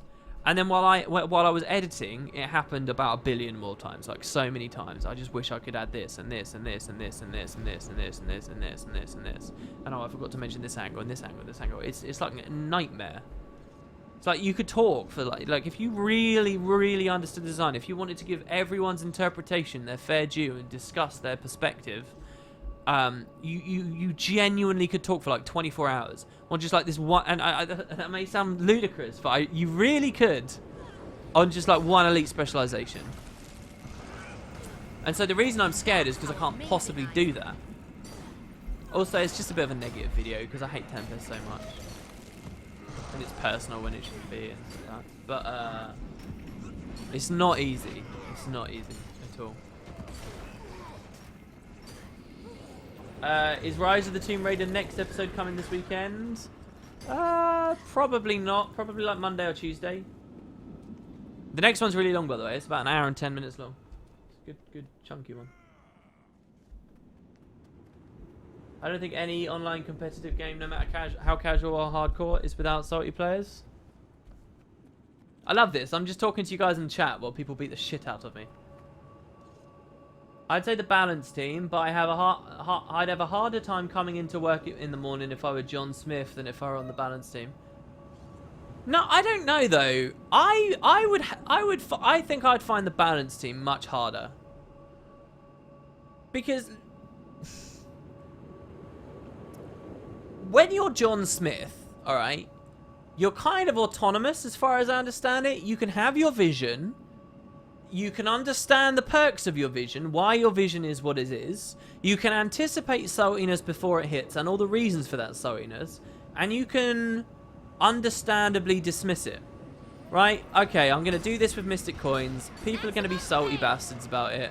But at the end of the day, this means much more rewarding login rewards. Login rewards are a very important system for the population of our game and overall benefits us a million times. That's obvious. That's a fact.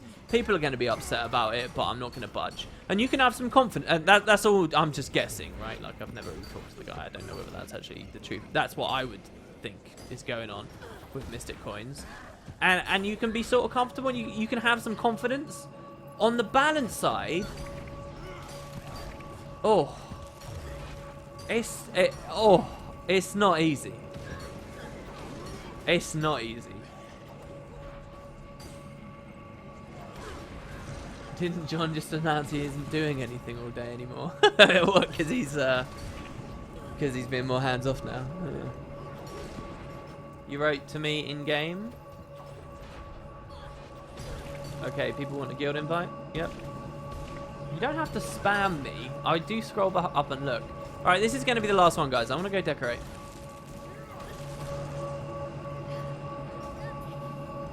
Like, and here's the other thing. When you're on the balance team, there's a lot of guys all trying to work in unison. And there's a lot more going on as well that affect your design. You might have an idea that is perfect on paper. But the implementation cost of it, and the fact, and yeah, actually getting the engine to a place where it can support such a thing, is a nightmare. But maybe you don't realize it's a nightmare at first. Maybe at first point, some programmer tells you, oh yeah, I can do this. But then it's been like 3 months, and it's not there. And you're like, well, shit, man, come on. I've got to see how this functions in-game before I can design the rest of the elite spec around it or whatever. And they're like, oh, shit, well, look, just hang in there. And then another month passes. And then it's like, oh, well, sorry, I guess it's not possible now. And now you're like, shit, I've got to gut it and I've got to redo the whole thing. You know, even just from that level, it's harder. I don't know. I like to imagine everything that's hard will happen. Murphy's Law, as my guildies would say. As if you didn't already have enough to do, would you ever be interested in Deus Ex playthrough? I think I'd really enjoy you hearing you go on about the conspiracy theories. I wish I could sit here and say that I had the time and the inclination, but I just don't really. It does sound like a cool franchise and one I'd probably enjoy. I played a little bit of one of the Deus Ex. There is a Deus Ex video online. I did it as one of the daily deals. It was a deal one day. I did it with Matt. We played Deus Ex Human Revolution, I think. Sort of near the start. I don't remember whether it was me watching him or him watching me, but that was totally a thing. I think it was me watching him, actually. WP, what are your opinions on that kerfuffle on Reddit where John mentioned he was leaving the market alone for a while? I think if he thinks that that's the smartest thing to do, then it's probably the smartest thing to do. I'm not getting it, like, you can't just sit there and pretend to know better than a guy that's employed full time to figure that shit out. I mean, seriously. He's probably coming from a reasonable position. That's it, guys. The ball is logging out. I'm sorry. I want to decorate. I'm sorry. Thank you so much for the Asuraball, though, everyone. Obviously, you can just swap another ball in there and keep beating me up. Oh, no, no, no. I feel bad. It was 3-2. All right, yeah, they said go decorate. They said go decorate. Okay, cool. All right, all right. All right, chat. Time to spend 1,000 gold. What are we going to spend it on?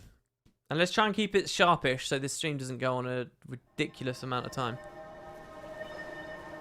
So, the idea is to get one of everything. So first we're going to straw poll and we're going to pick a category. And then from in that category, you guys are going to choose a decoration. Fastest finger first. Very similar to how we do the Nightfall streams, okay? And then we'll start working from there on, all right? So a lot of this I've never seen before. A lot of it I don't really know. So let's see. We got all the kits we need. All right. So for straw poll, just a couple of things. Festivals, we're not going to worry with this. I've made as much festival stuff as I possibly can. The only things we're really missing are holiday wreaths. Look at this. We still got 14 hanging trees, guys. Oh look, there's still 13 bundles. Those are creepy things. What? The Halloween haul. Go decorate. Ah, look, there's still the seance candle. The Mad Moons. Alright, but I'm not going to be crafting any more of that. Monuments were already stacked out. Not going to be crafting that. Trophies were already stacked out. I've made as many things as possible as I care to at the moment, so we're not going to be worrying with that. The rest of the categories I am happy to roll with. So you guys are going to straw poll. It'll be a very quick straw poll. So get your vote in fast. If you're on bettertwitch.tv, you don't have to alt-tab or anything. So, the votes that we get, that we're going to focus on, are we going to look at architecture? Now, architecture sounds cooler than it generally is, but it's going to be, because it's got like a lot of flags and stuff. So, we got flags. The goal is to get one of everything for this section that we vote for, okay? So, we got pillars, gold things, we got walls. This is an example of some of the architecture. Oh, why did that? Oh, new map. You can't decorate when it spawns a new map, so you have to sort of move through. Let's see here. So architecture, you've got gold walls. I made a bunch of these on a stream ages ago. Pretty big. You can build houses and things. People generally aren't playing with these. These work a bit better in the Gilded Hallow, obviously. But so that's sort of the size of the stuff we can get. The gold wall's pretty infamous because it's very expensive and it's one of the things the devs were just throwing around pre-launch. You've got fountains, hedges, hedge pillars, the fractal things, which we've already got a few of, pirate flags, stuff like that, okay? Pillars and so on. So that's architecture. So you will be able to vote on that. Or we can go furniture. So furniture's like the smaller detail works, like chairs and like cushions and tables and pews and, as you can see here, all this kind of stuff. Bars and banquet tables and throw pillows and shelves and the Tyrian globes here, but oh, it says 0 owned. That's weird. I guess you got that as well, right? Or is it the Whispers globe? So furniture, like smaller stuff, probably looks a bit less exciting on paper, but that's stuff like the grandfather clock as well, which we wanted more of, and all those kinds of little things that you know can stop a place just looking like a clutter of mess. For example, all this here. Next, you got lighting. Lighting, I'm almost done. Lighting is actually sort of getting a bit there. But so we got candles and rows of candles and braziers and the candlesticks and different kinds of bonfires. So this here's a bonfire, and you got campfires that we can make and street lamps and all that kind of stuff. Things that light different areas up. You got other, which is balloons and just miscellaneous stuff, which we've already got a lot of. The helicopters, which came from Heart of Thorns tokens, yellow balloons, keg racks, wagons. The thing with the wagons is, though, we've only got a couple. They're like the lattices, which I've been getting people to buy as many of as possible. please, guys, if you're bored or if you're in the hall at the moment, go to the marketplace, come to where my character is, and buy some lattices, because these are time gated. Like wagons. So there's a lot of different types of wagons, but we only have 3. So, well, we have 5, but I don't want to delete anyone's stuff. So we probably couldn't craft too much there, but you've got different balloons and things. This NPC here, bottom tab. You can only buy 3 lattices each day. So the more of us who actually decide we want to do that, the better. So you've got other. You've got plants. Plants, I must say, I'm quite interested in because of the magical forest theme coming up. A lot of it's potted, but look at how much variety there is. Bamboo and moa fern and some crotons and dragon's tongue and vines and all this kind of stuff that you build off of the lattices. There's loads. That's why we need lots of lattices, because they're all sort of built off of those. Also the mushrooms that I showed you earlier in the stream. Stuff like this mushroom here. There's loads of other types of mushrooms in the plant category that I also want to see. So like... oh my god, what is wrong with me? Here we go. So if I type mushroom, right, you got those mushrooms built into the squat ones, and I built a couple, but then there's these as well, thorny ones.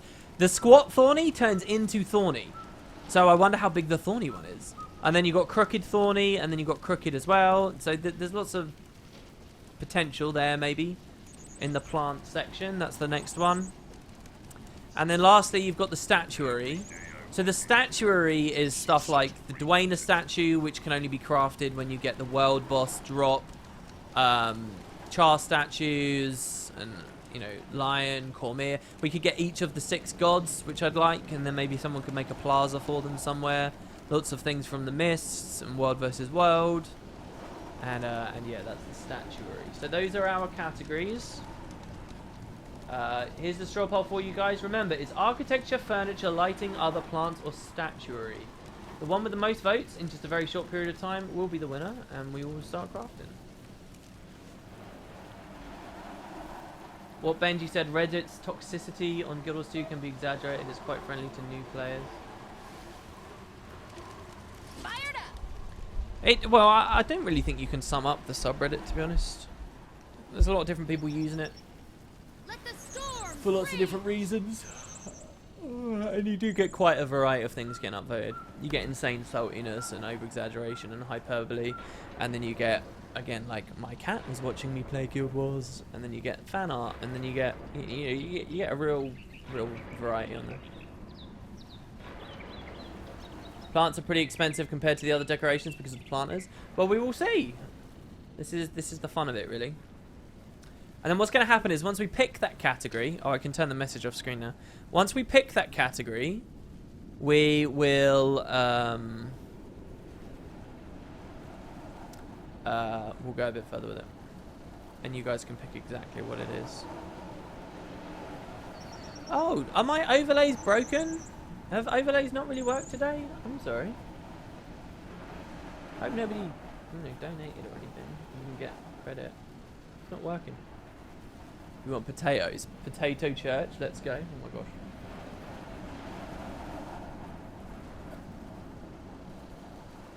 gosh. Thanks very much for coming to Asuraball, Noz. On the Zo Tiku. Yeah, you do get lots of good guides. Oh, I turned off the Ultra Spud. No, the Ultra Spud just doesn't... Oh, yeah, there we go. There we go. Time's met. There we go. Alright, so let's finish off this here. Keen to get going.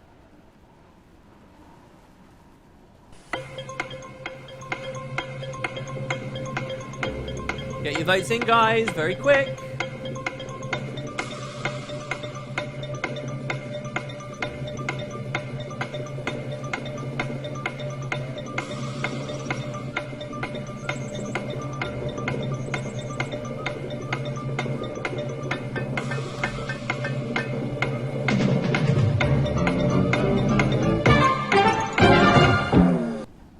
Okay, and so if we look at the results here, I didn't vote on anything. Plants is the highest. You know, I thought architecture would be highest, actually. I really did think architecture would be highest. But okay, plants. Alright, so guys, now I'm just going to quickly read through the plants. Find one you like the sound of. and then type it in, and the fastest and then I'll give you a code of like 44, 85, 72, something like that. First person to type what they want with that code in it will determine what it is. If you want to be on top of the list, you might want to refresh the stream, reduce the stream delay, something like that. Okay, so it has to be something we don't already have one of, all right? So do we want to make a ceramic planter, a crooked thorny mushroom, an empty square planter, a green tree.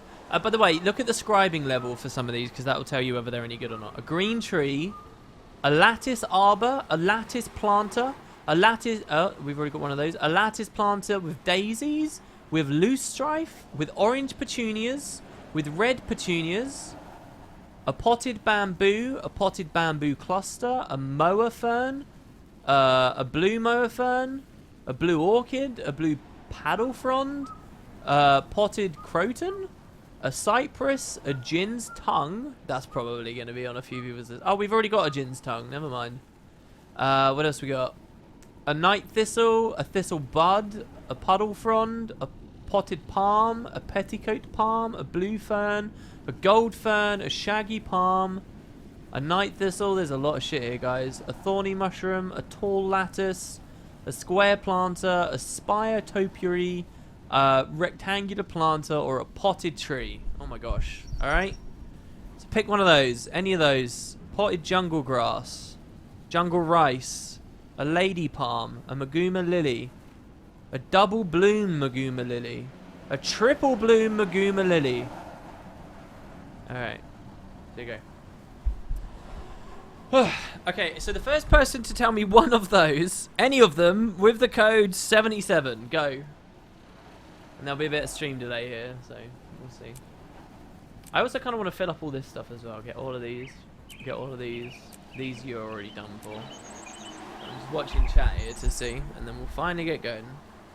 Is there a way for you to donate the gift of exploration so that someone can make a globe? I don't know, actually. Oh, here we go. 77 potted bamboo cluster from Kairos. Followed very closely by a tree, an orchid, a mower fern, and so forth. I might use that as my list now of the order we do stuff in.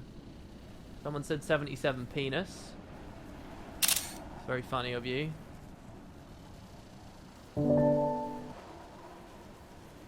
It's nice to see we've got a comedy genius in chat. Alright, here we go. So that's going to be the order that we do stuff. First is bamboo cluster.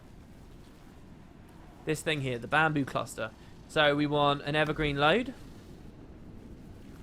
By the way, a lot of this is vanilla stuff, so there's a good chance it'll look crap. Let me just be clear. A planter and 2 regular bamboos. Okay, so how do we make a planter? Planter is just basic planter plus mortar. We're going to need a ton of these. Should I just make a ton of these? I'm going to make a ton of these. I think we're going to just need loads. So let's make 30 planters. If we're doing the plant section, I'm sure that will come up a lot. Okay, alright. And so what happens is we've crafted them, and now we actually need to make them. So we're going to go to the assembly device. They'll probably take 30 seconds to craft. Yeah. That's a mechanic the devs don't really play with. Everything's 30 seconds. Nothing's like 10, 30, 60, 2 minutes or something. It's all 30. I don't know. This is weird. If they're not going to play with it, get rid of the... I don't think I've ever seen anything take more than 30 seconds. Was that something that they'd nerfed? Something that they changed? Alright. So, potted... So, now we got to get just regular bamboo. So, jungle grass seeds. These are found on jungle plants in the heart of the Maguma. So flax farmers should have been getting these en masse, so they should be cheap. Oh, they're not that cheap. So we need 6. But I'm actually going to get 9, so that we can get a regular bamboo and then 2 more and build the 2 more into the other thing. So then we need potted trees for each bamboo. And we want 3 bamboos. So then we're going to want 3 more of these. And that should be it. We should have that one done. See, making the kits early makes it a lot better. Is scribing profitable? Absolutely not. There is no profit to be made in scribing whatsoever. There is no... I might be lying to you. You might be able to make like the masterful theses and stuff. Have you guys seen how expensive some of that is because of the price of leather? Basically, scribes can make consumables people will eat, which are some of the most powerful in the game. The problem is you need books to make them, and books are made out of hardened leather, so they're just ridiculous. So, for example, this here, Writ of Masterful Speed, 20 gold. Writ of Masterful Malice, 40 gold. This was 60 the other day. This shit's expensive. And that's just to put it out. It's like a tray of food, basically. But plus 200 Condi damage. It's like Scholar, basically, but for Condi damage. And on a utility, not a rune. They're huge. And there's power equivalents of them and everything. So maybe you can start earning a profit, but you sink a lot of cash to get to that point. Most of what you can make, if you're going into decoration crafting, you cannot sell decorations. So it is impossible to make any profit because there's no such thing as spending money on something and then selling it for more than the money it costs, because you can't sell it. You know, once you craft it, it goes into the guild. It's these mushrooms you see. It's all of this stuff. It's nice to see some differences here, by the way. Someone's been decorating. Slight changes in the area. Scribing was profitable when it was very expensive. Yeah, like, so there's some sigils and things I think that scribes could make. The sigil that gives you 33% boon duration for 7 seconds after a swapping weapon or attunement or kit. That, you could flip and make a ton of money on. Okay, so we need to make 3 potted trees, so that then we can make 3 potted bamboo, so that we can make 1 potted. Yeah, that's right. So we're gonna want another one because I'll get just a regular potted tree as well while I'm at it here. I'm guessing a lot of evergreen lodestones are gonna be in the price here. So let's just let's make all 4 of those, and then we have to assemble them. Oh, you can blink into the scribing building from the bridge, really? Can you now?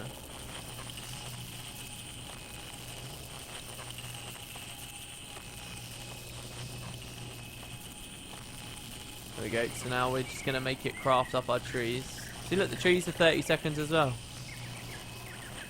Yeah, Sigil of Concentration had a big profit. Yeah, I had a friend who got scribe really early, or I thought they were a decent-ish friend. And I was like, oh yeah, could you maybe craft that for me? And they were like, no, I'd sell it. I was like, oh man, that's lame. Would only do it if they could flip it for profit. Pretty sad.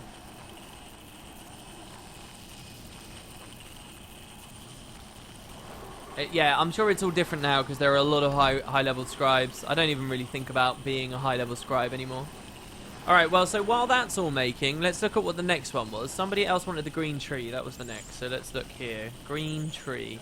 So green tree is a basic tree, plus a coastal lumber core, plus an evergreen load. Pretty simple. How about we make 5 of these then, since they're so easy. So we'll just grab 5 of that. And then we'll grab 5 of that. Again, because we're draining all this credit card money here. Getting rid of it. So we'll pick that stuff up. The coastal lumber. So here's an interesting thing, right? That I kind of like some slight design that the devs seem to be doing with the guild. I've got so many ideas about guild halls at the moment. But you know how like they have the Ascalon lumber cores or the coastal core and stuff? I kind of have this vision of what they want. Do you remember how on a previous stream we all went to that same place in Mount Maelstrom? And we all went and we farmed that thing together. And it was really easy to farm when we were in a big group. And we were all dedicated to the cause. Because every time we were killing air elementals, guys. And these air elementals has a very low chance of dropping a thing. But if you have 50 guildies hitting that same thing, then that's 50 chances for it to drop. Every time you kill a single one. And so suddenly, farming for the guild's really easy. And so I kind of have this vision. It's like, is that what they're trying to do with these coastal lumber cores? Like with the Ascalon trees, for example, if we do this magical forest idea and I craft another 200 Ascalon trees, we're going to want 200 Ascalon cores. And so I love the idea of just taking a Zerg. Like, imagine if you could get a 150-man Zerg. You had a guild that was that active. They were all on that region. And, so let's craft 5 trees up. Green trees. There you go. That's your thing times a men. But you take them all through Ascalon, and you go to every single tree node. These 150 people in Ascalon, and you just kill all the trees in Ascalon. You lumber them all down, every map. You do a whole sweep, super fast. At the end, your guild is going to have a shit ton of Ascalon lumber cores, which you then craft into trees, and then they're in your guild hall. And it's kind of this cool idea that you've literally defrosted Ascalon to... Like, I like that. I like that a lot. Is that just me? So green tree's done already. Let's go back to the bamboo cluster. So we're going to make 3 potted bamboo now. And 2 of those potted bamboo we're going to make into the cluster. You know, let me just say something else as well. I think a big fix for decoration costs and scribing and fun in scribing. You'll notice what ArenaNet have done here. They've said turn a tree into a bamboo and then turn 2 bamboos into a cluster. But each time you're like losing stuff.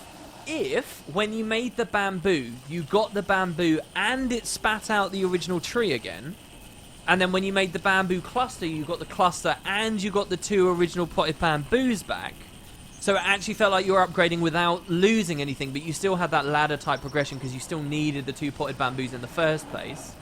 If it was that way, you could get a lot more bang for your buck from decorations. It would feel a lot less frustrating for a lot more people. And I'm kind of interested in that idea. I wonder what you guys think. Depends how the economy stabilizes over time, I suppose. I have started to really enjoy what scribing offers. Alright, so let's put these potted bamboos in now. Because we need those to get the cluster. And then we'll put the green trees in just to finish those off. 2 of them. And then we'll get some more planters because we're probably going to need planters by the end. So the next one was the blue orchid. From Tyndall, who got it. The microseconds apart here. Blue orchid. The potted blue orchid. This sounds very pretty.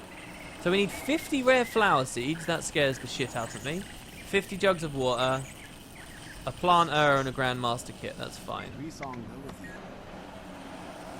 go get this. So guys, seriously, think about it. What do you guys think about this idea, right? Of like, imagine if we get the guild to a point where we have like, not just like 1 of these each, we've got like 50 of each. And we wipe the hall one day and people can just go nuts and just drop anything they like all over the place. I really like it. And I really like the idea, you know, that a lot of effort went behind it as well. And you feel privileged to be in that position and stuff. That'd be so cool. Alright, so let's make, so if each takes 50, if I buy a stack of these, how much is it going to cost? Oh.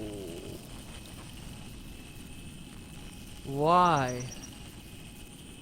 So for 1 of these it's 216 gold.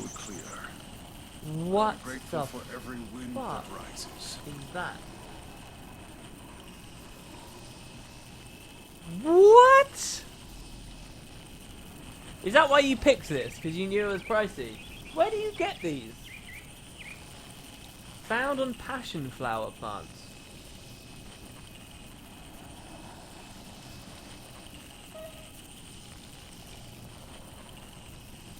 I can't believe it.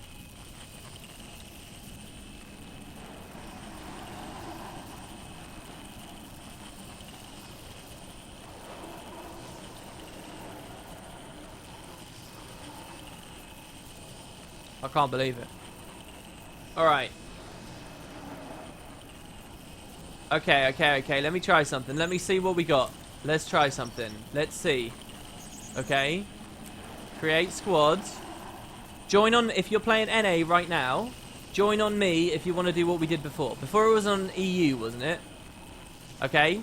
Anyone on North America, type /join list, /squad join list, join on me, and we'll go to South Sun, and we will harvest all of the stuff on South Sun, and see as a group how many rare flower seeds we get. Let's see. Let's see if we can get 50. We'll see, though. We need a lot of players to do this, though. We need a lot of players. You can obviously, on the sly, get a rare flower seed and just set it for yourself if you want. Let's see if we can get 50. Let's see how many we get. Okay, so we're gonna run in a Zerg. We're gonna go to South Sun, and as the Spud Club, we're gonna harvest all of the little flowers. We can kill Karka while we're at it as well, and we can get blood. Let's see. Yeah, the new map as well. The new map as well is possible. Yeah, because I'm not blowing a quarter of our cash on a single flower. That's mental. It's not happening. It's not happening. That's like me spending a tenner on this. No, that's like me spending like 20 quid on this. Or I don't know actually what that is. We got any more guys? So how many we got? We got 11 people instantly. Anyone else? You could do it on EU as well. Yeah, EU people can join the squad as well. You're just not going to be in the same instance as us, but you can still run in your group and you can still go get the flowers. We can do both. We can do both. Let's see. Come on. Oh yeah. Okay, and also guys, if you're gonna do this, come to the guild hall right now. If you're gonna play this with us, come to the guild hall. Yeah, and come to the tavern. All right, because in the tavern you get this this boost, the guild hall gathering boost, and what this does is it increases your chance by 20% because we're max. Not all guilds have got that high. 20% to get the rare materials when you're gathering stuff, and that's what this is. It's a rare material while you're gathering. So you're going to increase our odds by 20% if you pick this up. All right, a lot of people are saying they're logging in. All right, good. We'll try this. Isn't this not? Yeah, okay. So I think that's as good as we can go. Maybe we can drop a banner. Would a guild gathering banner do that as well? Would you believe I've never actually dropped one? Gathering bonus, 10% gathering chance to any ally that touches it. Well, we'll do that on the map, I guess. Yeah, we'll do that. Funny how you're all showing up now and not for the Asuraball. I know, it's weird, isn't it? I guess Asuraball just didn't appeal to people much. I had no idea that Asuraball wouldn't appeal to people that much. I mean, some people played it and enjoyed it. That's what's important. We had people play it and enjoy it. I enjoyed it. Running a tavern is hard work.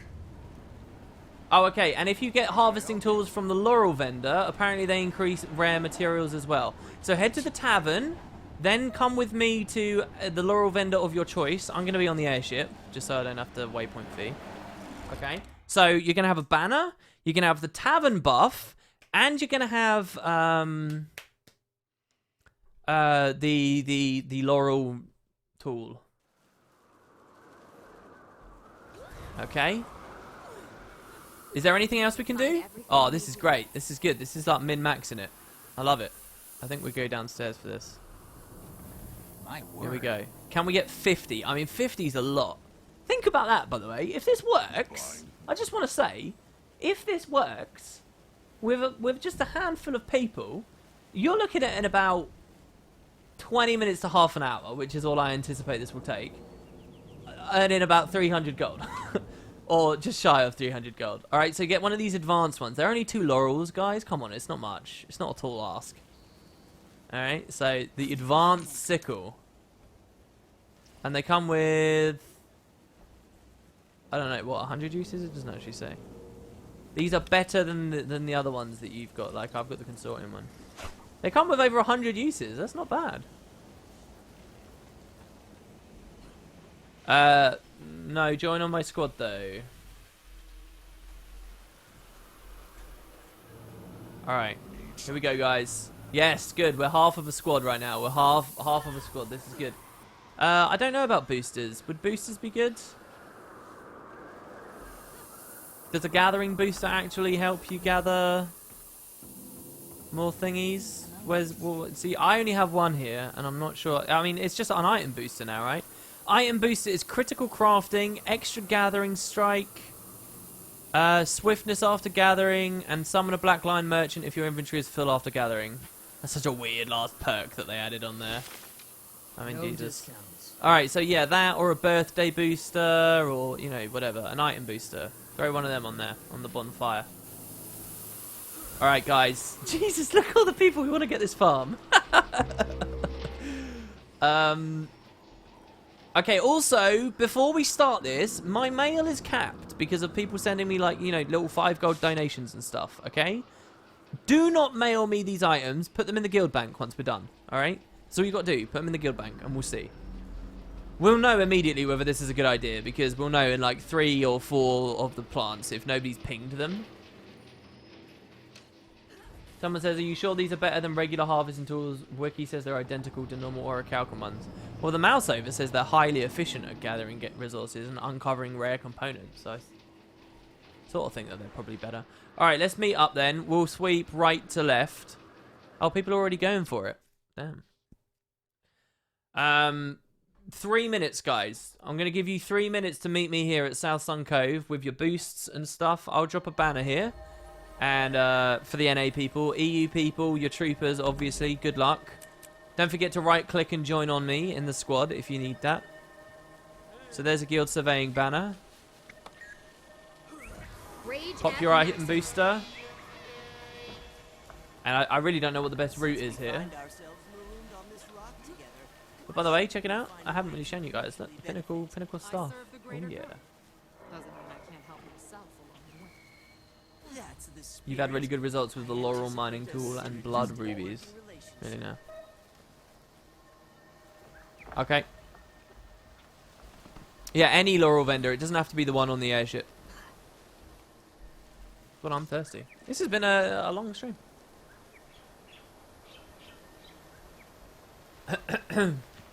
Is he still applying statistics to a random chance? What do you mean? How did I get that staff? For having 29,000 achievement points. That's your first opportunity to get it. It's a pinnacle weapon. It's what replaces the Zenith weapons. In my opinion, it's probably more prestigious than a legendary to me now. So I put that on than Bifrost.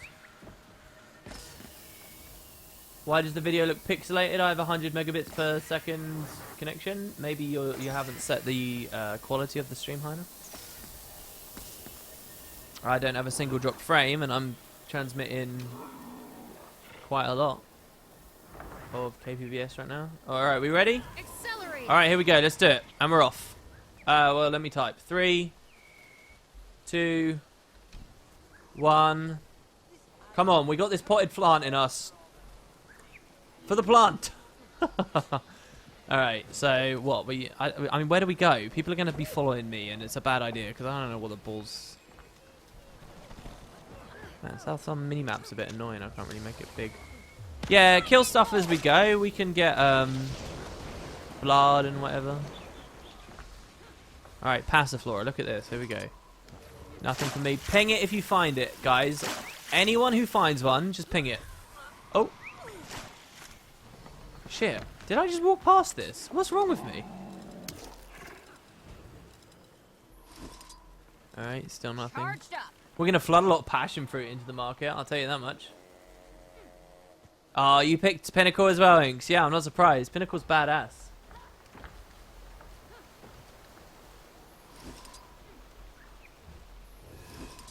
Okay.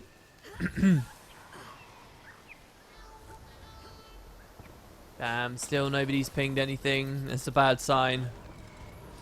Damn, it's not as easy as we thought. Lightning bolt. Kill the Mozzie. Head maybe a bit further out on the right. I mean, what, is the drop rate bugged or something? Like, why would they be requiring 50? 50? That's ludicrous. That's not the thing that you can do a double planted version of it, is it? What? Why have I been pinged?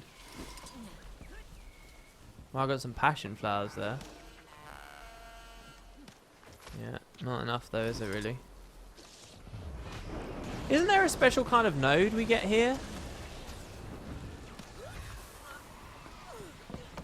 Where, like, you're guaranteed a good drop once every day? Which one are we looking for? The flower mostly comes from the blooming Passiflora. Oh, really? So like that one over there, yeah? You need the flowers for your pre? What, you need those the flowers we're looking for? Or do you mean the actual... So it's this. This is what we need, right? Oh, what? Can we just go to a new map? Is that the point? Oh, no. I got a delicate one for Kudzu. Woo, I guess. Can I scribe with that, please? No, it's not passion flowers. It's dandelion blossoms, was it, or something? Maybe you'll think twice next time. Oh, no, it's just 25 for the Heart of Thorns precursors. Yeah, that's fine. And then what? We want to open a new map. Yeah, couldn't you just, if you had a big enough group, can you just keep forcing new mega servers? Is that it? Is that our lot? Is there anywhere else on the island we find them?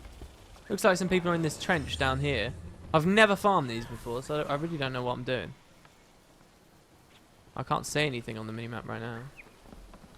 It's called a rare blossom. It's 2 gold each on the TP. And they want us to buy 50, so it's over 200 gold for one little plant. Ready to Keep rock. people on the other instances so you can farm more nodes. Yeah, we ferry between.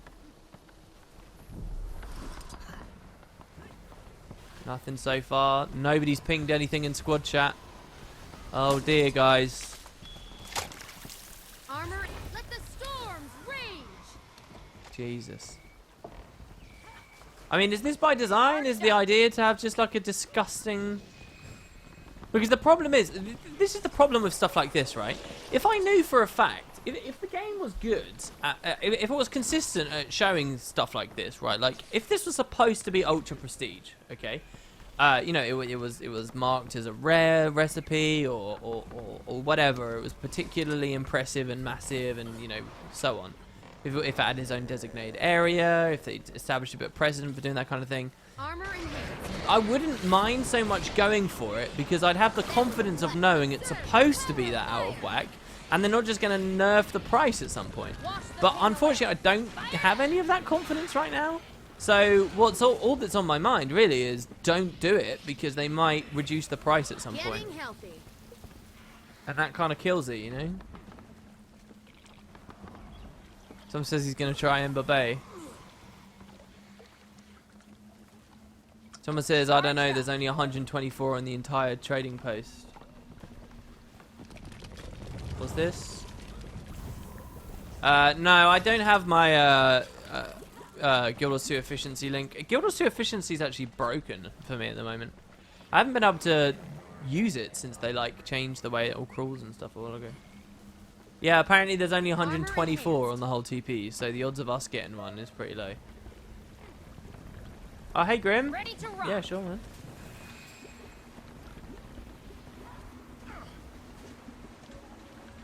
Okay. I mean, I did say I wanted one of everything. But, I mean, ugh. It's hard to justify. Because I imagine this is going to be a really crappy little plant.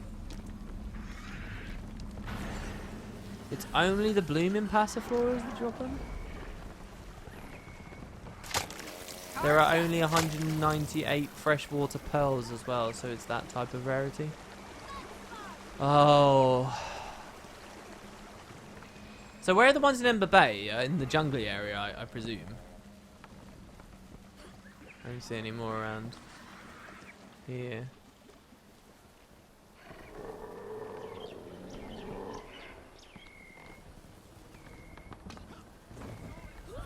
Looks like most were where everybody was starting in the bottom right. I always imagined there were a lot here, but I guess I'm just wrong, misremembering it. South Sun Cove multi-loot. Decoration recipes are just some numbers scribbled down with no regard to drop rate and availability. Oh, I think there is. Well, the new ones they do, there definitely is regard to that kind of stuff. But yeah, I don't know how much faith I have in what they did with the vanilla stuff. I mean, why would you pick 50? 50? I mean, fuck. The thing is, though, what else is that? What else are those used in? If it's just that recipe, it doesn't make any sense that it's so out of whack.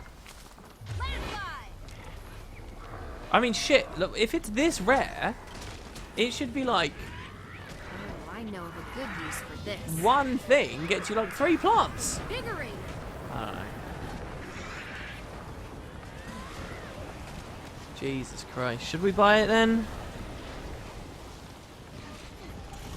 WP read chat. What do you think I'm doing? I'm always reading chat. Wiki says it drops from both, blooming and regular. Not that Wiki's always right.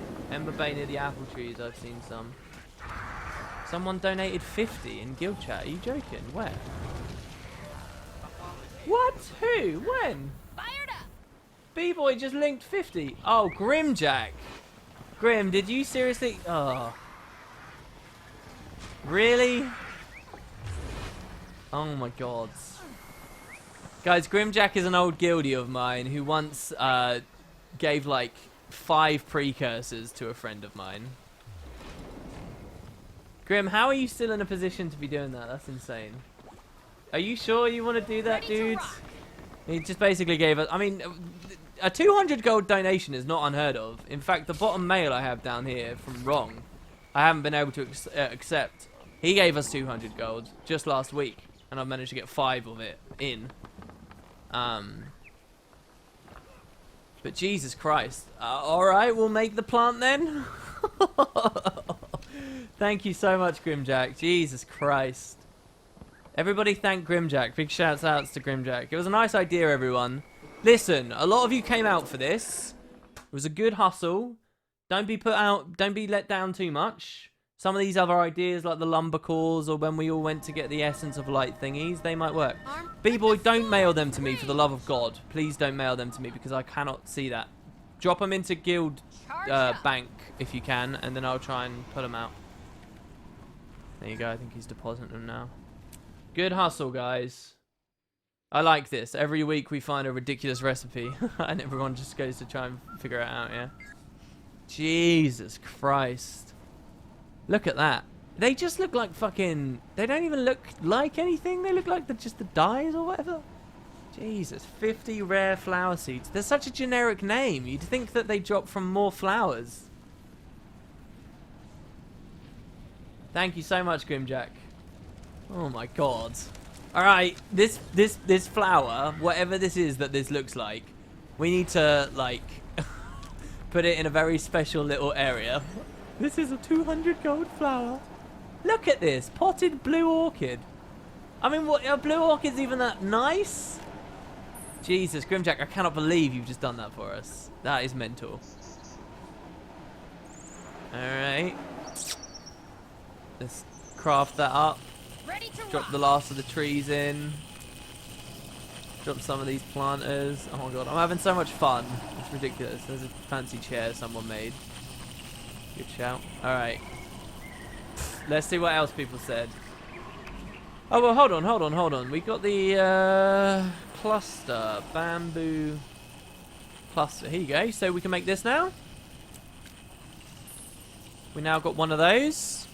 Okay, so next after the potted blue orchid from Tyndall 2 was the blue mower fern from Arel's. So, blue mower fern. Potted blue mower fern. So for this we need 5 pristine feathers. That's not bad. See, look at how out of whack that is. Jesus Christ. Ceramic planter. Okay, gold fern. So we're probably going to want to make 2 of these. One to keep and one to create into the thing. So, 2 do you know what, guys? I'm just going to buy 10. I'm going to buy 30 evergreen lodestones here. We still got 600 gold to get through, so we can increase the economies of scale in a second. We got a potted shrub there, which we're probably going to want some more of, which is fine. We're going to need more. So these planters we're going to run out of pretty soon, I think. Okay, that seems pretty easy though. We've got everything we need there. And we can get to the potted blue mower fern. Let's just head back to the TP and grab that. Yeah, I know I only bought 3 feathers, but I already had 2 in my inventory. Didn't I? Didn't I already have 2? I was thinking of the Passiflora flower, not what you were thinking of. Can we make the item a monument to Jack? Jack who? We can make it a monument to... Oh, Grimjack. I honestly almost just said we can make it a monument to Grim. Alright. Yes, we can. Yes, I think that's a great idea. He basically paid for it. The rest of the stuff really wasn't too pricey. Okay, so let's grab those. Yeah, I already had 2 feathers. So that's fine. After this, it looks like we're going to be making a night thistle. No, this is still me funding my addiction through the credit card. Accelerating. What I did was, after I was drained for like the 3rd time, I put 40 quid on gems and turned it all into gold. And it came out to about 1,200 gold. I spent a little bit of it, and then we started streaming. So this is 40 quid of real world money you're watching me do here. This is the Guild Wars equivalent of when, you know, when people spend like 40 quid on a bunch of packs and then they open them. This is the Guild Wars equivalent. It's just there's no RNG here. That's what we're looking at, basically. Okay, let's drop that in, the cluster first, then the gold fern. Actually, let's do the gold fern before all that stuff. Put these in behind. Oh, what was that overlay? Well, main 14 months, dude. So yeah, how are you guys liking the badges as well? I think they're pretty cool.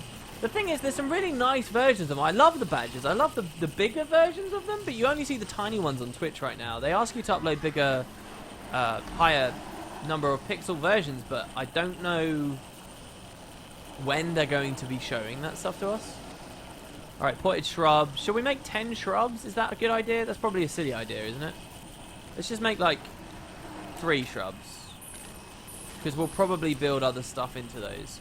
Okay, so that's the mower fern, which we'll finish off soon enough. The night thistle. So night thistle's down here. Night thistle wants a bud, plus a mordrum load and that stuff, so that's fine. So the bud wants 2 mordrum loads plus a planter, and that's about it. So let's make 3 of those. And then we can put those in, and then we can make the potted night thistle. These are pretty good. These are pretty comfortable. Do you see how much better scribing is when you just do the kits all first? So you just ignore the kits. Drop these planters again. You might think I'm doing an unnecessary amount of clicking, but this is all just time we'd be waiting anyway. Oh, what? There, I missed that one. That was a bit stupid.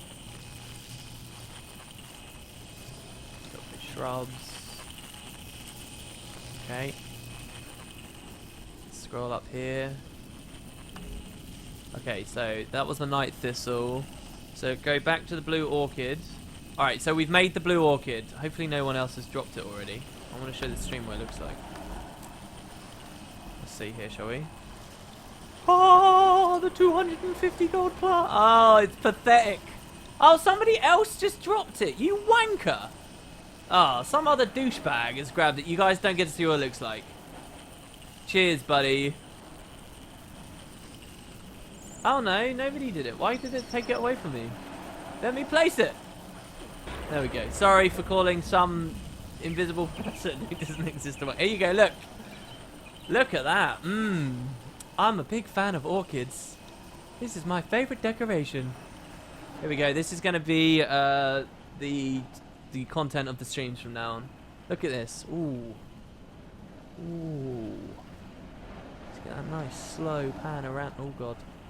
That camera work. Look at that detail. 200 gold's worth of detail. Look at the little things in there. Beautiful. High school biology failing me as I forget what the individual components of a plant is called. There you go. So alright, so we're all having a laugh and raging about in chat. Do understand, I'm sure when the artist made this, they weren't expecting it to cost 250 gold. Like, if this was some crazy enormous thing, then fine. Like, that tells me that the 250 gold on this is not intentional and is an oversight, and I don't know why the fuck the guild team still haven't... Like, you'd think they'd have some pride in what they've made and that they'd go back and look at weird incongruences like this and fix them. You know, it's been a year since Heart of Thorns came out, and presumably this has been like this for a year. I mean, are they satisfied with that? Is that what you want in the game? 250. It is like 300 gold, by the way, because you got the kits and stuff as well. Yeah, it is a gorgeous little plant. I don't know. Like, you'd have to. What we should do, guys, is we should put this in like a little courtyard, and like, you know, the lattices, these, right? What we should do is surround it in these to make like a beautiful garden, right? Like this. Oh god, it's not placing. Does that mean we've hit global cap? If we've hit global cap, by the way, I would just say the jumping puzzles may have to go. If that is a global cap problem, I don't know if it is though. It might be. Yeah, but these lattices will have like all vined and stuff and this. Jesus Christ. Alright. Can somebody confirm if we're global capped or not? Alright, back here. Oh god. Someone's got something scary on the list. Let me just be clear here. Blue, mower, fern. Alright, so remember we made the potted gold fern. Well, now we're going to craft it with some feathers and another planter. And boom, we're at the top tier for that. This, I want another one though. So we'll craft one of those. And then once we got the shrub come through, we'll make that there. Let's see here. Potted blue mower fern, potted shrub, planter. Okay, B-Boy says no, we're not global capped. It must just be this room's being weird. We hit global cap earlier apparently and then deleted some things. Really? I was kind of hoping that because they doubled it, I just wouldn't have to worry about it anymore. But like, so somebody's made a pretty interesting looking JP, as you can see over here. But I just kind of, I've got like this really salty, like horrible attitude, really. But basically, what this is this is one guy's fun. Okay, one dude has decided that he's going to drop all this shit, and just look at how many things are up there.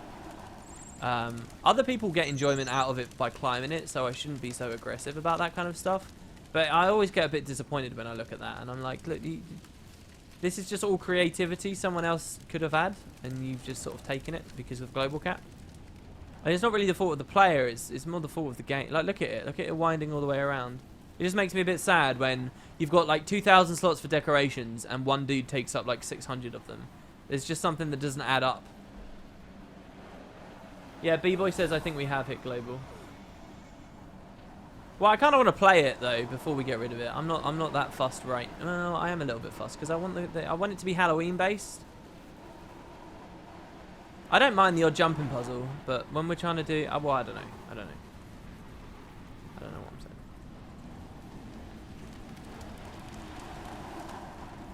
It's just unfortunate because you want people to just be able to take the decorations and do what they want. You don't want people to feel bad about what they've made, which is what that does, right?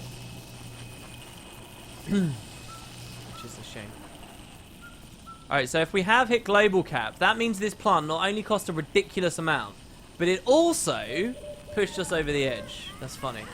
Alright, let's move on. Delete the plant, yeah. Okay, so now here's the scary thing. Someone says quadruple. There was no quadruple, was there? Maguma Lily. But there is a triple, so let's make the triple, okay? So Maguma Lily. 8 gold for each of these. 8 gold for each Maguma Lily. And let me guess, you want 2 and you want 1. Okay, so let me just get this straight. We want 3 Maguma Lilies. Plus 4 Maguma Lilies is 7. Plus 2 Maguma... Oh, God. Plus 6 Maguma Lilies is 13.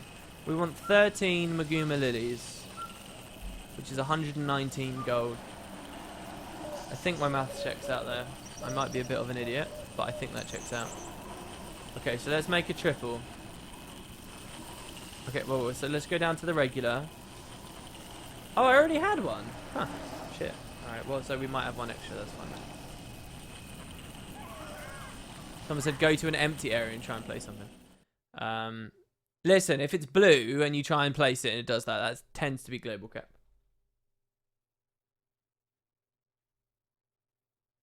Where does the JP start? I want to have a go before it goes, if it goes. Well, what we might do is just close this stream down by finishing that jumping puzzle for the guy. So it's sort of eternally up on wooden potatoes too, and hopefully he feels happy with that. And then we can delete it. There's actually 2 jumping puzzles. Someone else did one as well, which again I talked about earlier. Which is much more central to the guild hall. It's the, so that's one, and then the other one is... It got very dark while we were away. The other one, like, is up there-ish, like, you fly across. See, there's stuff like this, like, these little mushrooms look good. This is what I hate about Global Cap. This looks good. I like this. Somebody did something cool here. And yet, what do I see? Oh, look at the caps that they've used up, putting little mushrooms around. When they could be big old things like that. You know? It's like... I don't want to be thinking that way. Double it again. Go. Alright, so 4 of these, that's not going to be enough. So we need a lot more potted shrubs. So let's make 8 more potted shrubs. We're running low on some of that stuff. And now let's put these in.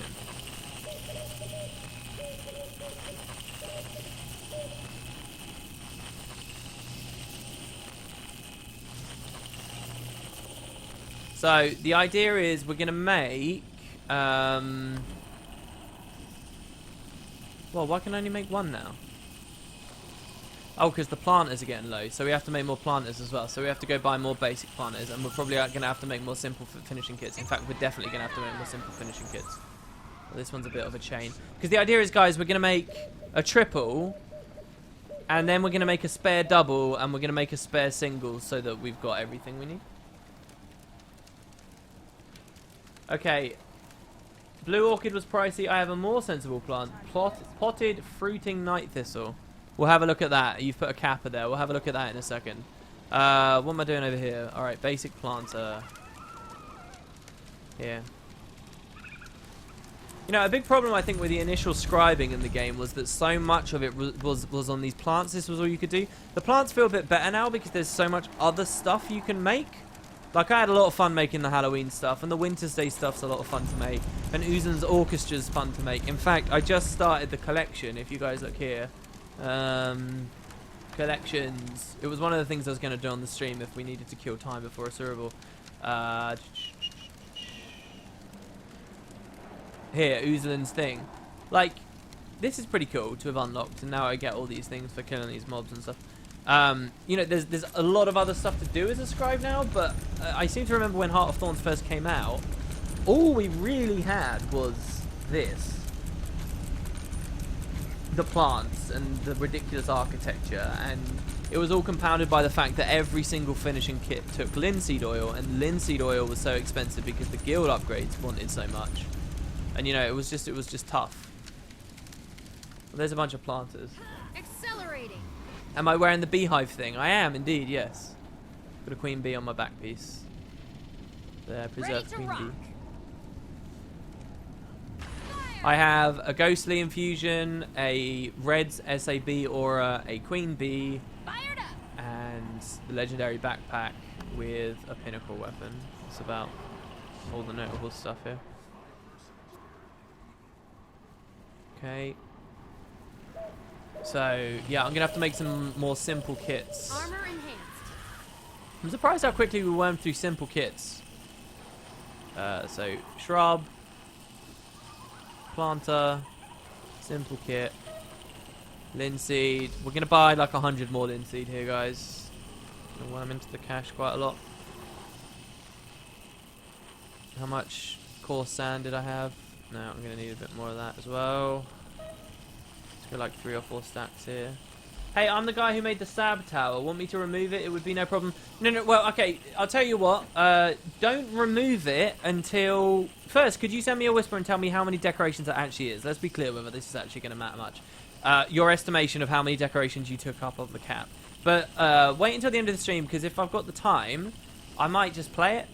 Because I don't want you to have to lose a nice thing without anyone seeing it. If I play it, at least, you know, you get... It's sort of like 300 more people at least here. I've gone through and ran it with you. Jute. And then that's fine. How many am I building? Did I settle on how many I was building? I'll build 50 again. 50 should be more than enough. I need the Halloween infusion. Yeah, maybe. It's just so much money, and I don't really care. It's weird. I'm so into this. I want the gold things, and I want it. I'd rather spend the cash on this than anything else. I really would. I feel like I'm sort of out of the race a little bit with you know, so many people are like, oh, I want this and this and this. I kind of like, you know what? I'll focus on a guild hall. Not many people are doing that. The potted fruiting night thistle requires pristine toxic spore samples. That's a mouthful. Okay, and the spore sample is quite expensive at the moment. Shit, man, more brown pigment. Gotta go get that potato farm on. We just hit our gold a lot. Making more of these. Let's hit our gold a lot, guys. It's not good.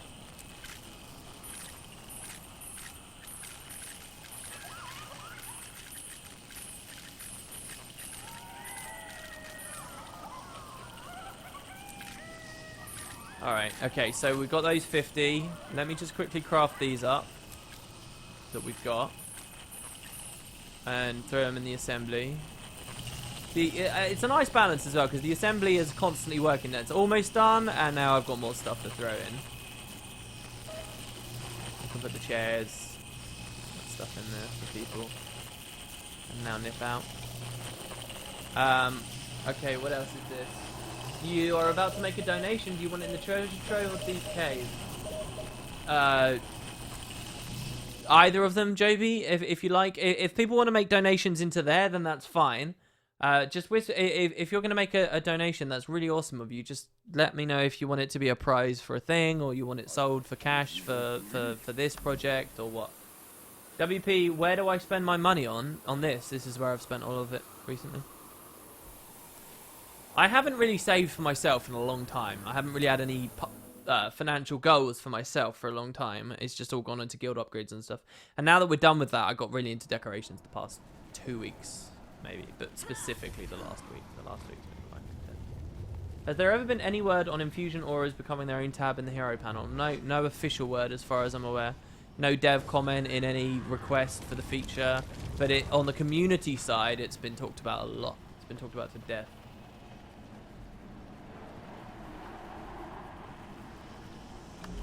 Alright, so the lilies will be coming in a second, but we need more planters, so we need more kits. We can make those at least. And there's only one bag of mortar, that seems weird. So let's get the sandpaper, extra coarse, green with pulp. I was a little scared there that we wouldn't have the wood, but that's fine. We bought like a stack earlier.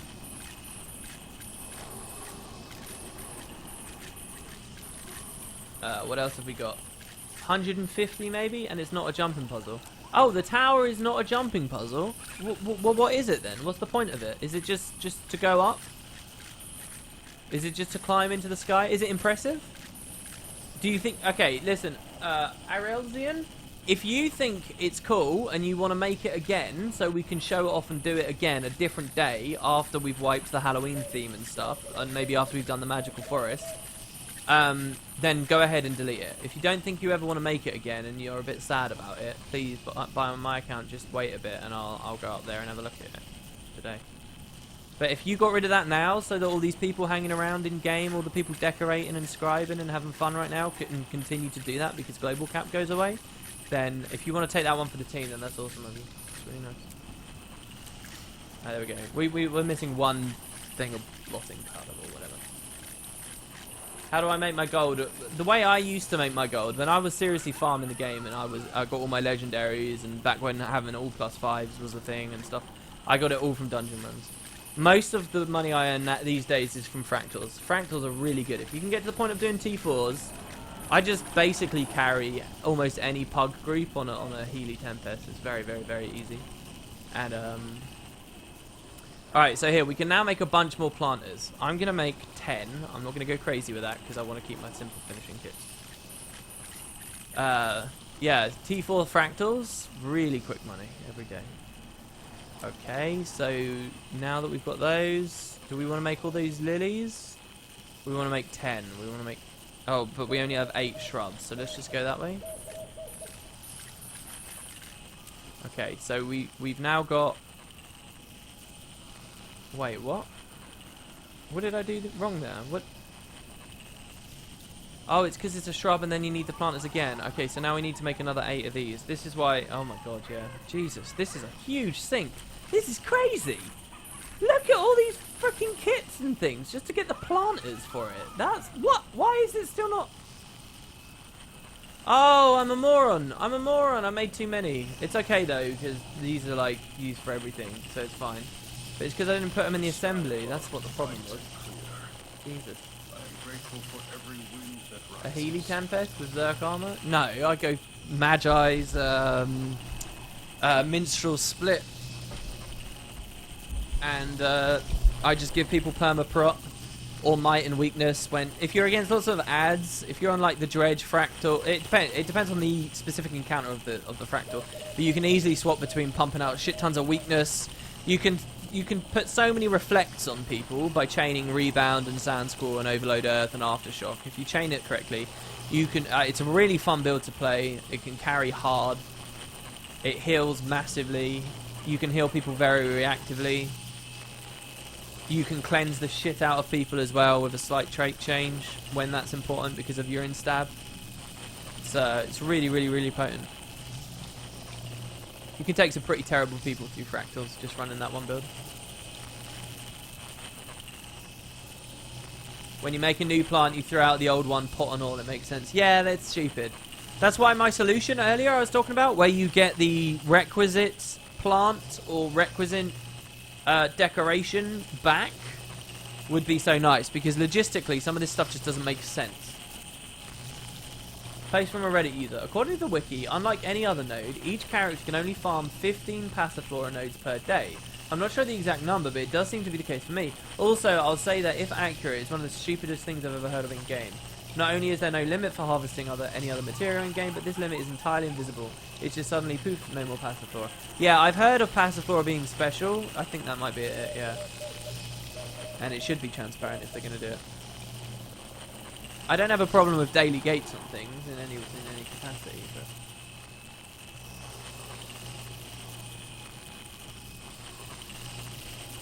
Lilies are used for trailblazers, so lots of people interact with it and they're not fans of the drop rate. Yeah.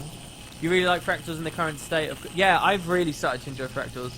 I'll tell you what, I really enjoy Snowblind, I really enjoy Volcanic, I really enjoy Molten Duo, I really enjoy the newest version of Aetherblade, I quite enjoy Chaos, I quite enjoy Swamp. Swamp's amazing now, it really is. It's a very, very cool fractal.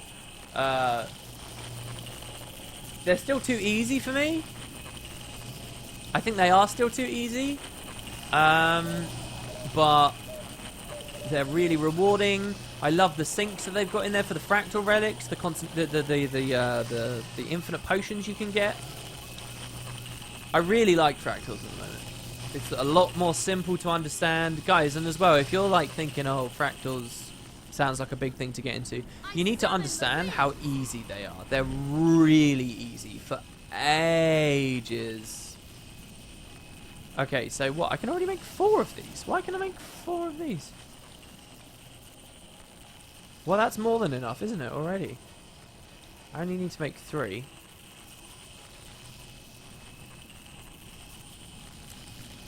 Oh, I think my maths might have been really bad.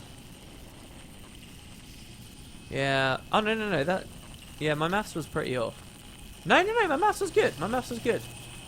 Yeah, because that would take 3 to go to the triple bloom. Let's get rid of all of these. The UI on this thing's pretty fiddly. The UI on this sometimes destroys your frame rate as well. Don't know why. It'll just kill it. Just out of nowhere. Just dead. So there, we'll get the triple bloom in after that. I really feel like we need a different global cap based on big decorations versus small ones. Like it, oh, and local cap. It's like, it's really weird to think, okay, this little plant here or a giant ass cauldron, right? Like, it's weird that they compete on the same level.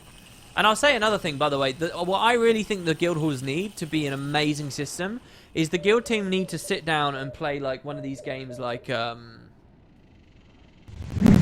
am I blanking on it? What's that DS game? Come on, guys.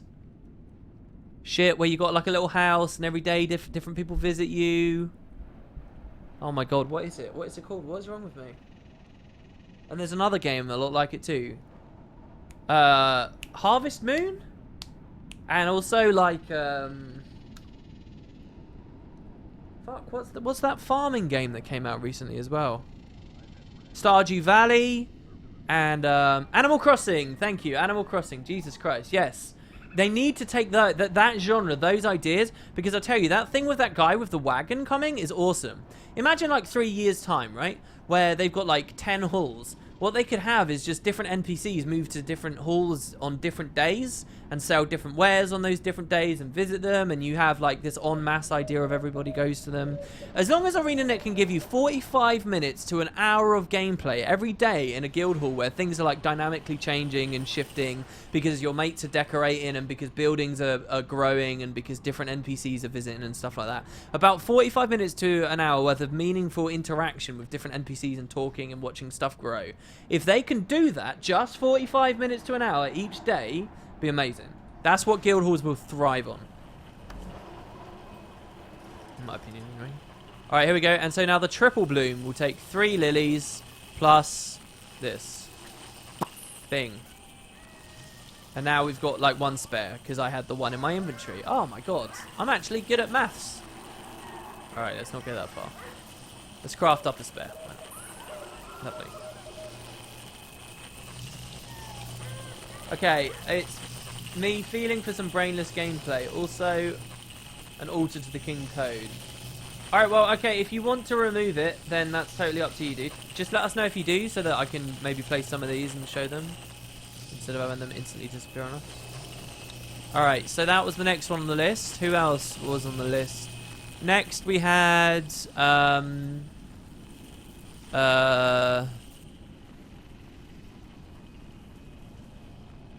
Did we make the Night Thistle already, guys? Did we make that? No, we didn't, did we? We made 3 buds. And then we wanted to make a potted Night Thistle out of it, right? And the sprouting one comes from the potted one. So we make 2 of those now. And we put those in. And then we make 1 of those out of it in the end there. Once that's been made. And then that's the Night Thistle done. So that was what I Love Cheesy wanted. Chesil. Oh, and then finally someone did one I wanted. So we got Sky Rift says the Thorny Mushroom. He voted for the Thorny Mushroom, which we'll go for next. How's our cash doing? So we still got about 400 gold left. We're not ending until we've spent that gold, guys. Not ending. My only issue with fractals is they took out the simple infusion, which do help people scale up easily. Mayo, that's a bit silly, dude. Maybe under the old system, but you really don't need those, in my opinion, anymore. The time that it takes agony to be anything, you've got plenty of infusion, I think. And they're so cheap on the trading post anyway. The simple, we've not lost anything from the loss of the simple infusion, I don't think. You can drag and drop the icons in the assembly to push them forward when you don't have to take them all out. Oh, really? So I can do that? Oh, that's awesome! Dude, that's really cool. Thank you. Very useful to know. Restless now possesses 250 crystalline ingots, all the tiers. Awesome, awesome, awesome. Will we get to see the blue moa fern and triple flower? Yes, I will show you everything we're making. It's a bit boring that we're only making flowers right now, but these big ass mushrooms I'm interested in. How does the infusion on amulet work now? There is no infusion on amulet. Forget everything you know about any of that. There is no infusion on amulet. Infusion is not a word that you should ever think about when you think of amulet anymore. Delete, delete, delete, delete, delete, delete. Okay, have you deleted it? Alright, so here's how amulets work, right? Amulets have an upgrade slot. Like how runes have... how armor has runes, weapons have sigils. Amulets have enhancements. And an enhancement will be either 20% magic find, experience gain, or gold gain. And maybe they'll add more enhancements in the future. That's it. Amulets have nothing to do with infusions. They have their own slot. It's called an enhancement, and that's what the enhancements do. Simple. Hopefully that makes sense. Oh, okay. So now I'm missing this because I need 50 pristine toxics. Okay. This is what we were talking about. 17 silver each. This isn't so bad. I already have 13 in my bank, so I want 37 from here. So it's only 6 gold. Well, the plants seem a bit fiddly, honestly. This idea of having like 100 of every type of plant, I mean, it's very exciting to me. I would love the end game, having 100 of every plant. That would be so cool. But going it alone and at only 500 gold a week, we might not make it. I don't even know whether we will steadily get 500 gold a week from the guild. I don't know whether people are going to continue donating at that amount. Speaking of which, apparently I just missed something. How can I see what that was? My software's not working, and I think it's a real shame.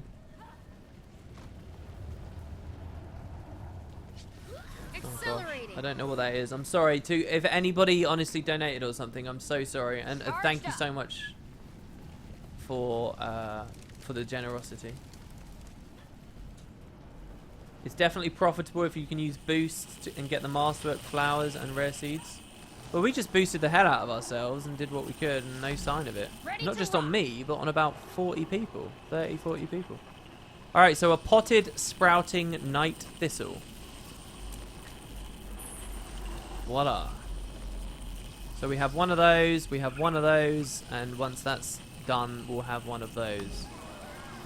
Okay, so with all that done, the blue orchid's made, the thistle's made, the mower fern is made.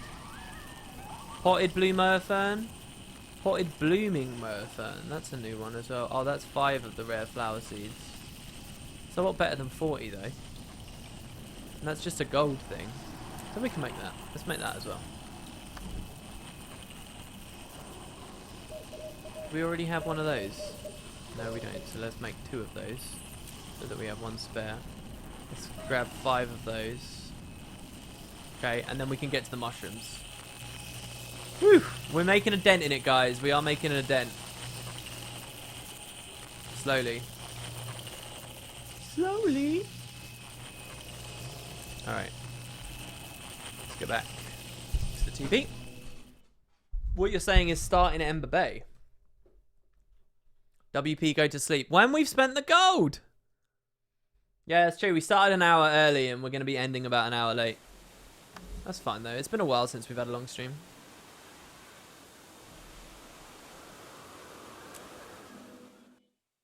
You don't believe South Sun's Passiflora nodes are operating correctly?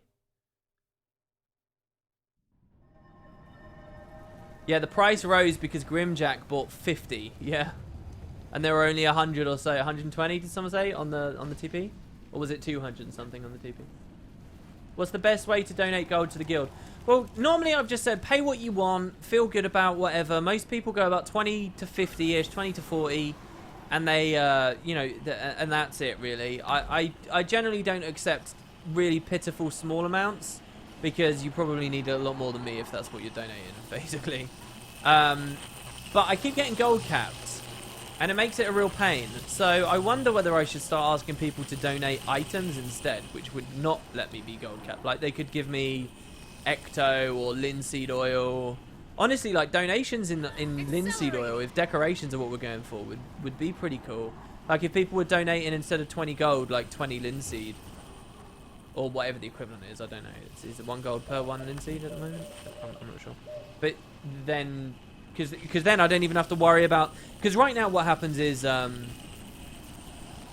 take the money and then inefficiently buy on the TP, and then... But if I just got the item straight away or something, I don't know what I'm trying to say. Okay, so we're waiting for that gold fern to go through. What else went through that we were making? Is that the gold fern? No, that's the sprouting night thistle. Since ArenaNet said that they are continuing production on legendary weapons, are there any that you're looking forward to, and what would you like them to look like? I personally want to see a rifle legendary be a railgun instead of the sniper predator. That's a very cool idea.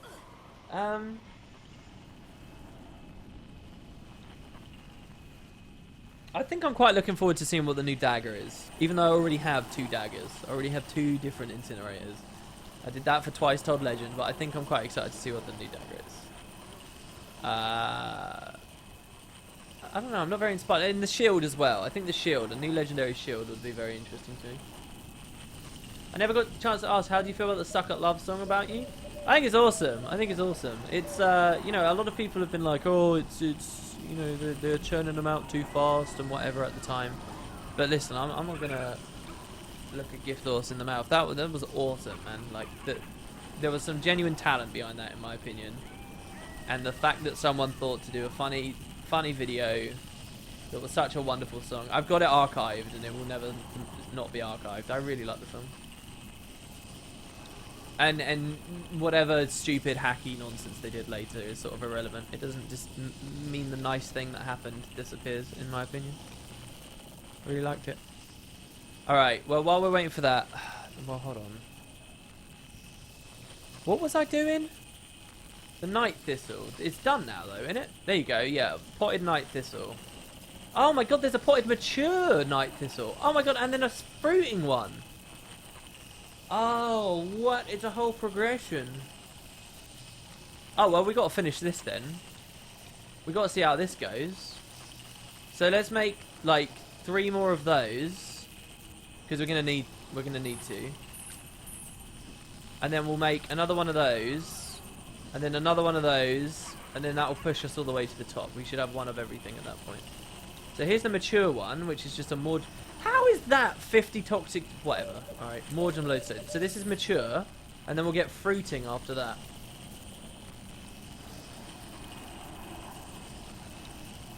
Oh look, it wants a sprouting one again as well. That's cheeky. But is night thistle like a real world? Any botanists out there? Make these. Move these in. I didn't realise that the night thistles were such a progression. We'll try and drop them all down. If global cap's gone away, we'll put them all down. Oh, hold on.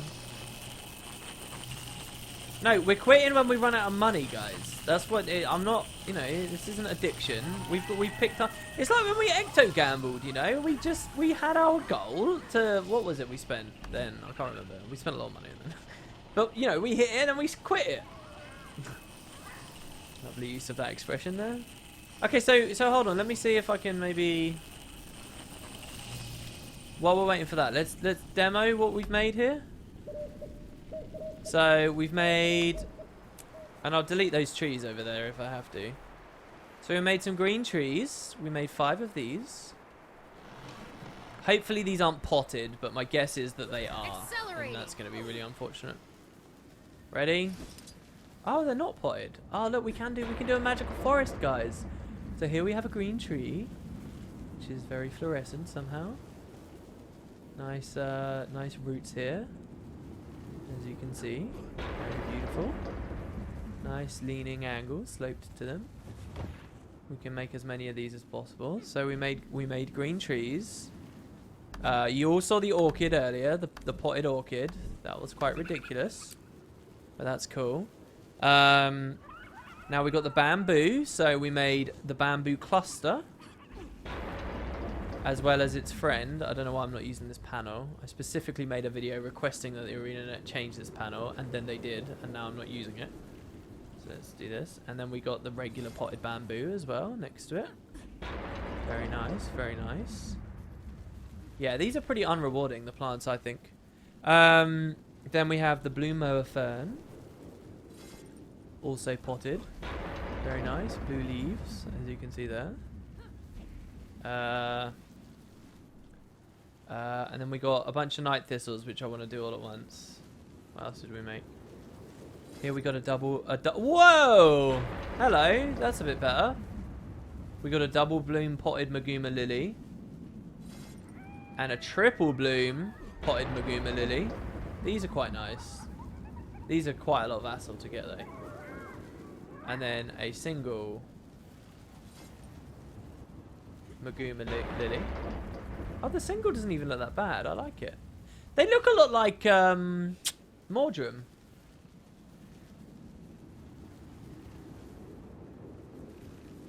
Alright, there you go.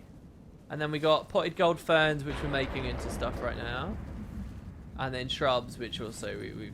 Oh, the shrubs don't look too bad. The thing is they're in pots. There you go. That's a selection of what we made so far. The plant section's filling up a bit better. What I really want to get to with plants is the lattices. Where you do stuff that climbs up the lattices a lot. Oh, we got a giveaway going on in chat, guys.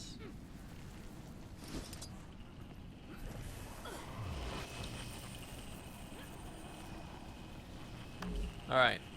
So thistle.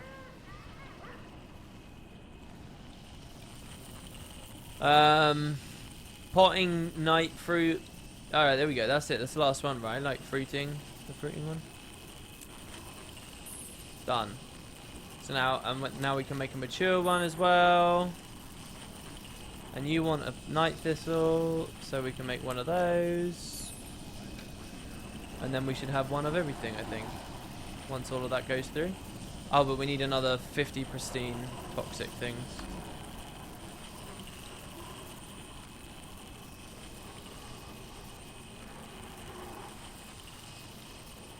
50 of those. It's another 8G. Getting a little bit lower here now, guys. Don't know why the TP's crashing on me. Okay, so let's drop all of that in. Might have to make more planters. This is going to be annoying if we have to make more planters. Would have been nice if I knew before the stream that so much was going to be planters and thus basic kits, and I could have made like a stack of basic kits.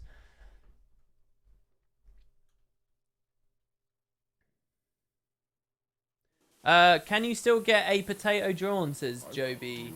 Did you become an Ultra Spud before and then ask me to make one? If so, I still have it on the list and it will be made, yeah.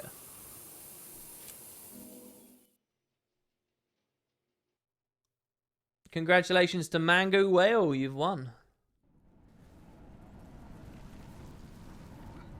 God, this stream's proper done my throat in.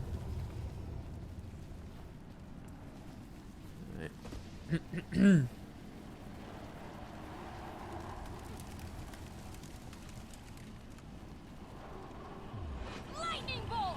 Yeah. You think I feel like Alan Titchmarsh? Wow. Sure, yeah. What? Hold on. Why am I so low on these? Oh, I guess it's just because they still haven't freaking synthesized or whatever.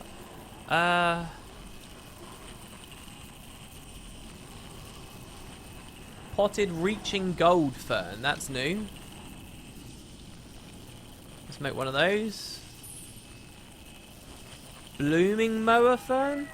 Did we make one of those already?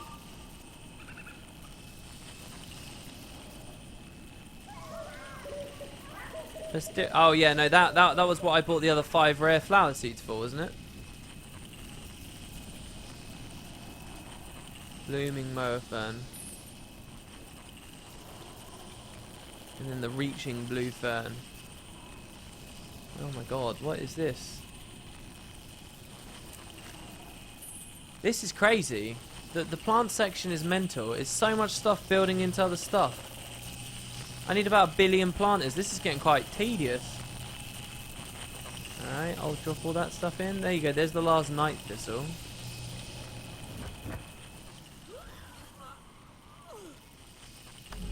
Okay. Thistle. So we want to make one of these. Oh, we already have one of those. So we don't need to make one of those. We need to make one of those. And then one of those. And then the bud, we already have one. There you go, that's good then. So once those all go through, we'll have one of every type of thistle. And we can demonstrate all of those. Alright, moving on. Let's go to the mushrooms. The mushrooms are actually cool. The mushrooms, I know where I'm standing with them. Jesus. And here I thought linseed oil was used for cooking. No. It's used for planting stuff. Between 2 mower ferns. Have a good night, Classic Conundrum. Tulip says, this is getting quite tedious. That's my general impression of Guildhall crafting. It's not all like this. It's just, I don't know, the original stuff they released. The Halloween stuff doesn't feel like this to craft. It just doesn't. Anyway, so someone wanted a thorny mushroom. I think these are pretty cool. So the thorny mushrooms are from the squat thorny mushrooms, of which I've already crafted a few, but we put them around the hall. So we'll make some new ones. So they come from just regular mushrooms, and regular mushrooms are really easy to make. We've got 64, as you can see, so we've got plenty of those. So that's fine in stock. So you just combine it with evergreen lodestones and then the giant spores. The only thing about this is that they're expensive. Because, number one, you've got evergreen lodestones to look at. So we'll buy... We're actually going to buy 20 of those because I really want to stock up on mushrooms. And a lot are going to spread out this. And then you've got the giant mushroom spores, which are 12 gold each. So if you were to do 20 of those... oh, man. Yeah, if you want to do 20 of those, it's going to cost you loads. So we'll go 120 gold there on that. This is why these... these are expensive, but actually worth it, I think. Well, in comparison to all of the other stuff. And again, I think the problem with a lot of these rare things is they're just like accidental drops out of the people who would be gathering that stuff anyway. And it's so rare. It's not fun for me. Like, if the idea is that now I have got incentive to run around in the Maguma jungle harvesting Sorghil mushrooms constantly, I just don't really feel that incentive. Not on a personal level. It's just not good enough. So what, is the idea I take my whole guild into the Maguma jungle to harvest thorny mushrooms? I don't know about that. You donated earlier. Can I get a potato that looks exactly like you? Oh, I'm sorry that I missed that. Yeah, alright. Well, send me a whisper of it so I don't forget. And I'll put it on the list of the new spuds. And I'll try to do one that looks exactly like me. I think someone already made that request, by the way. Alright, so now... So you got the regular mushrooms. 3 of them combined becomes a squat thorny. And then all these others are made out of... There's 2 more varieties. You've got thorny mushroom up there. So you got mushroom goes to squat thorny, goes to thorny, goes to crooked thorny. You see? We don't have... I've never seen a thorny or a crooked thorny. So I'm excited about these. So let's make these, 10 of these. As per the giant mushroom spores. So that's the 100 gold we just spent there. And now we need... And so we're going to get 5 out of this. So we could go 5 of these again, which is another 62G. And then out of that, we're going to get, I guess, another 5. Because that's also just 1. So we'll end at the top tier, Crooked Thorny. Okay, top tier. And then, hold on, and then I'll buy 5 more, or 10 more. With 10 more, oh, we don't have the gold. Oh, well, that's it then. If we do this, 5 more. I guess we end on mushrooms then, guys. I guess we end on mushrooms. This stuff at best look good. Oh no, the assembly turned off.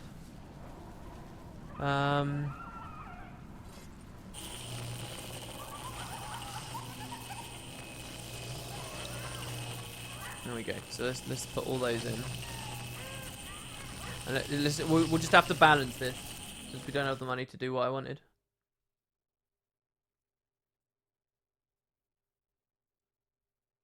Shit, man. So I guess that means that we're almost over then. That's basically the stream's gonna close. Because we ran out. There you go. That's the credit card farm done. Down to 10 measly little G's. Unless someone's donated something in the thing that we can cannibalize in the course of the stream. Charged up. No. Which is fair enough. It was just something to check. Is that a Gordon Freeman potato? No, he's just relaxing on one of his favorite video games. That's all. Fired up. He does enjoy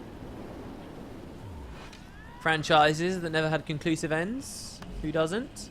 Okay, so squat thorny is what we're making. So 2 squat thorny now becomes 1 thorny.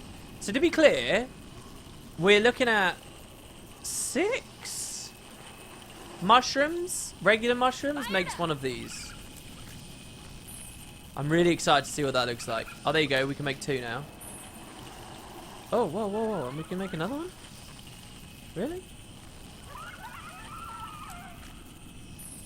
Why isn't it crafting? Oh, guys, I think we've lagged out. Yeah, we've lagged out. Oh, my God, no, we're just lagging bad.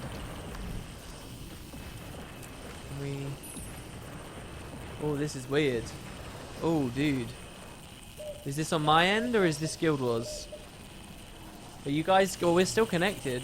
We've still got great connection to Twitch. So I guess it's just the game? It doesn't like it. The mushrooms. It doesn't like it. Oh, but the mushroom valleys we can make. We can make it look like goddamn Morrowind, guys. We got this. Yeah, and each regular mushroom, by the way, itself is 50 Sorghil. Plus a Mordrum. Could make some more of those as well, I guess. Can we craft, please? Oh, there we go. There we go. Sent to assembly. Nice. Pop.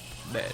Alright, so once we've made these, that'll be it. If anybody's got any questions before we wrap the stream up, if anyone wants to say anything, it'd be very cool. I'm here, I'm listening. We shall see.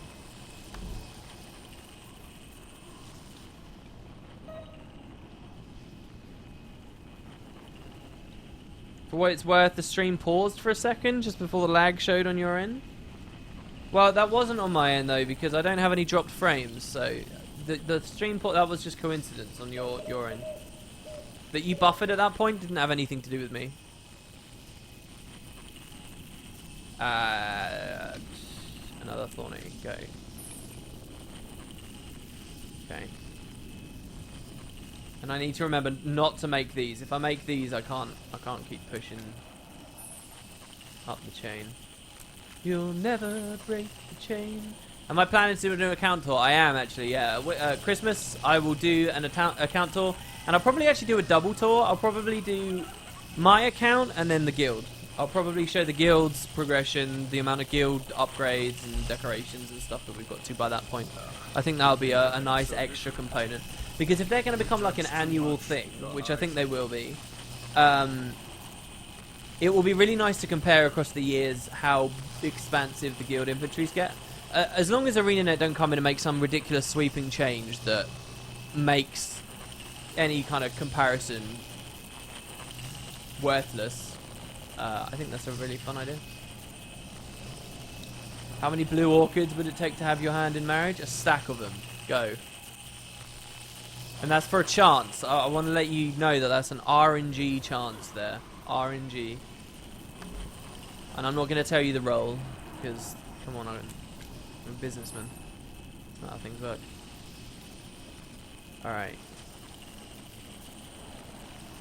By the way, I think there is another type of mushroom. Yeah, this one here, the squat thorny mushroom. But we already have one of those.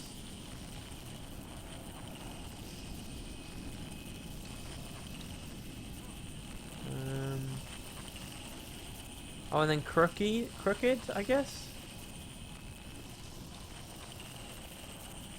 I don't know what's going on here. I don't know how deep we're going with this. I'm losing a sense of what the progression is supposed to be. So what are we currently making? We're making thorny mushrooms, right? So these are all the mushrooms that exist, okay? So you've got a basic mushroom, turns into a crooked mushroom, turns into, oh, ore. Ah, I see. So this is a choice. This is a branch. So let's get the crooked mushroom, I guess. At least one of those. And we'll see what that... Does anything... Does crooked mushroom...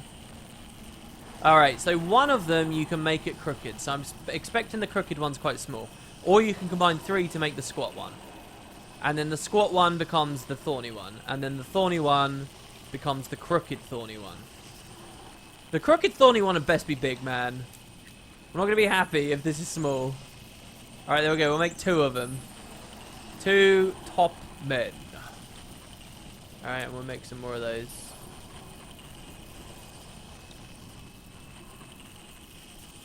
We'll make like 3 of those. And then there we go.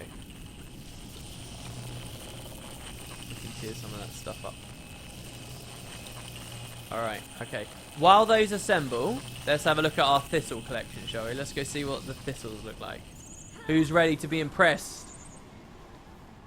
Of course I get confused on streams. Well, this is weird. They're all branching around. Oh, well, if someone has asked for one that looks like you, then do one that looks like Matt Casual and sit them next to one another when you record the next video. The visual wood potatoes. Alright, well, I will have a look at the list, and I'm pretty sure someone's asked that already. If they haven't, I'll do it for you, but I'm pretty sure they have. And if not, I'll make one for Matt. Do you think the guild halls are too large for the decoration cap? And do you think they should make smaller guild halls? Absolutely and absolutely. They're sort of different things, really, to me. One, it's too small. Even when they've doubled it, well, we've already demonstrated it's too small. We hit global cap here with 2 jumping puzzles and like the central area done with a little bit of the arena. And little things have been dotted around elsewhere. So someone put that tree there, for example. There's been little bits here and there. But, you know, there's so much to this hall. Like sincerely, look at how huge this hall is. There's so much here. People can't just go and pick a spot and make their stuff. Global cap probably needs to double, like twice more to even start scratching the surface. So yeah. But then secondly, your other thing, do you think they should make smaller halls? I think they should make smaller halls, yes, because of global cap. But secondly, just because, look, sometimes having a smaller hall is a good idea. Because sometimes a smaller hall is nice for a smaller guild. Because having stuff a bit more compact is nice. With current global cap levels and stuff, no one would ever build decorations like way off over in that tower or whatever. The odds of somebody actually finding it are just so low, unless you've got a real group of friends. Let's have a look at this. This is kind of cool for a magical forest, but...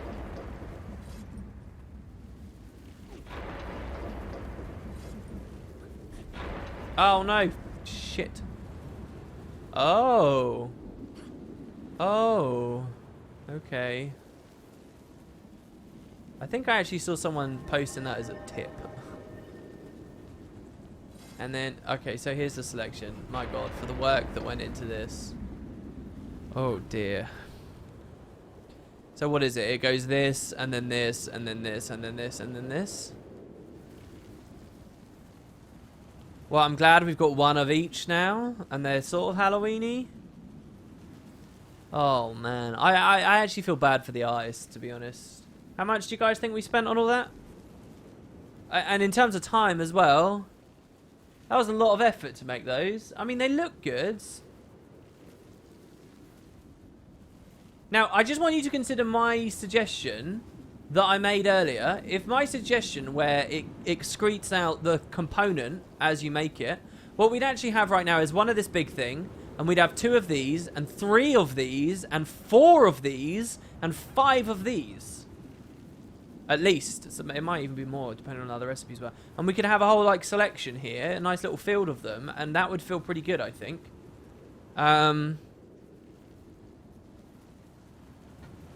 But yeah, there you go. That's the thistle. The thistle range. Ready to rock. Let's air. You can see why people love the Ascalonian trees, can't you? Like, I could quite easily make 200 of those, and we could do a proper forest. It would look great. Serve the power of fire. I think these need to be at the start of each of your streams to make them worth it. What do you mean? What, like I stand next to the decorations so that people can see them, so that I feel like I get my money back? Or we feel like we get our money back. Is that what you mean? Alright, so all of that's done. So now so those are the mushrooms. So we've got 3 thornies. We've got 2 crooked thornies. Well, let's go up to 5 crooked thornies. Let's get 5 of the top tier. And then let's make one of those to replace the one that just went. And then that should be one of everything again, I think.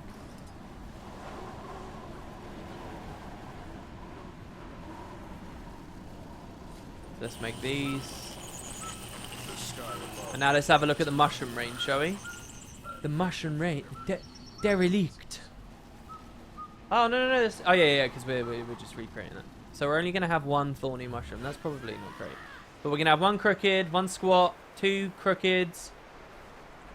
Or we'll have a couple more than that. Alright, so number 1, the Slothazor mushrooms. They kind of exist outside of the rest of this. These are the little green ones you've already seen people doing with the Halloween stuff. These eventually we will craft into a gold statue of Slothazor, but not for a while. So that's that. And now let's go up the range. So you've got Mushroom. He's the lowest. He gets turned into a thorny mushroom, which is that. No, I'm wrong. He gets turned into a squat thorny mushroom, which is that. Or a crooked mushroom, which is that. And then this guy here, the squat thorny, he gets turned into a crooked. Wow, and going crooked makes him bigger. That's awesome. And then finally, at the end of the chain, they become just a straight up thorny. What? Straight up thorny's not big enough, though. See, look, that costs a lot of money. To go from this to this costs a lot. Why, though? It's just a variation. That's not right. The way they have this building into this is kind of stupid. That isn't right. That's unfortunate as all hell. Nobody's going to bother going for this here. The crooked one, if anything, looks slightly better. Maybe crooked's the one at the end of the progression, actually. Look at that. Imagine making a forest of mushrooms. But the mushrooms are cool, right?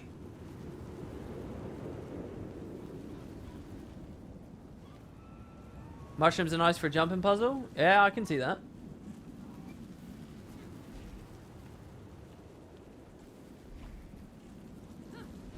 All right, and that's it. So let's have a look at our plants section.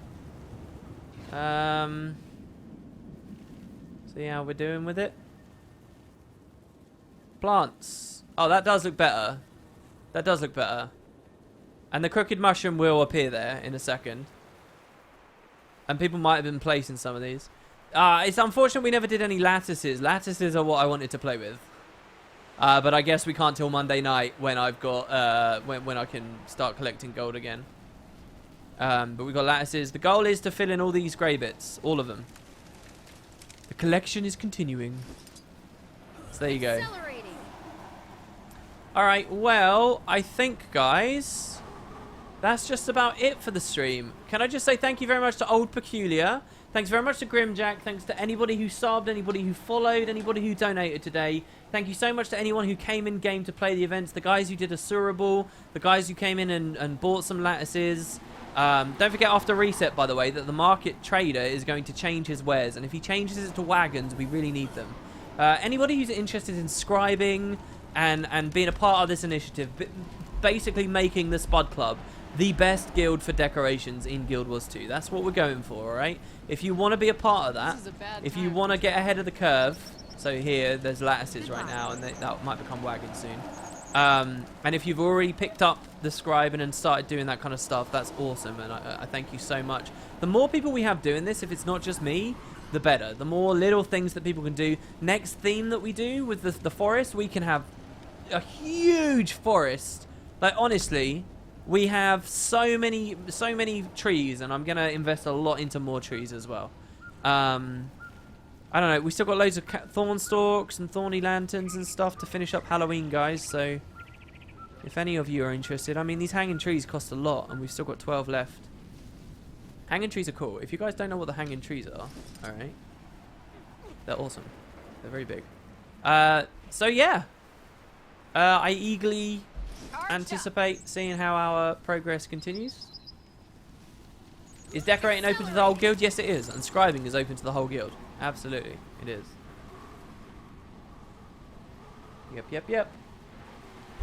And I'll probably leave that there. So thanks very much for watching, guys. Hope you enjoyed the stream. I'll be back tomorrow. We'll check some more stuff out. Maybe we'll finish this little jumping puzzle. We're back for some more Asuraball, as far as I understand it as well. So that should be pretty awesome. And until then, take it easy, everyone. Have a nice, safe, happy evening. And I will see you all very soon. Good luck on that final little giveaway there as well. Have a good evening, everybody. Catch you next time.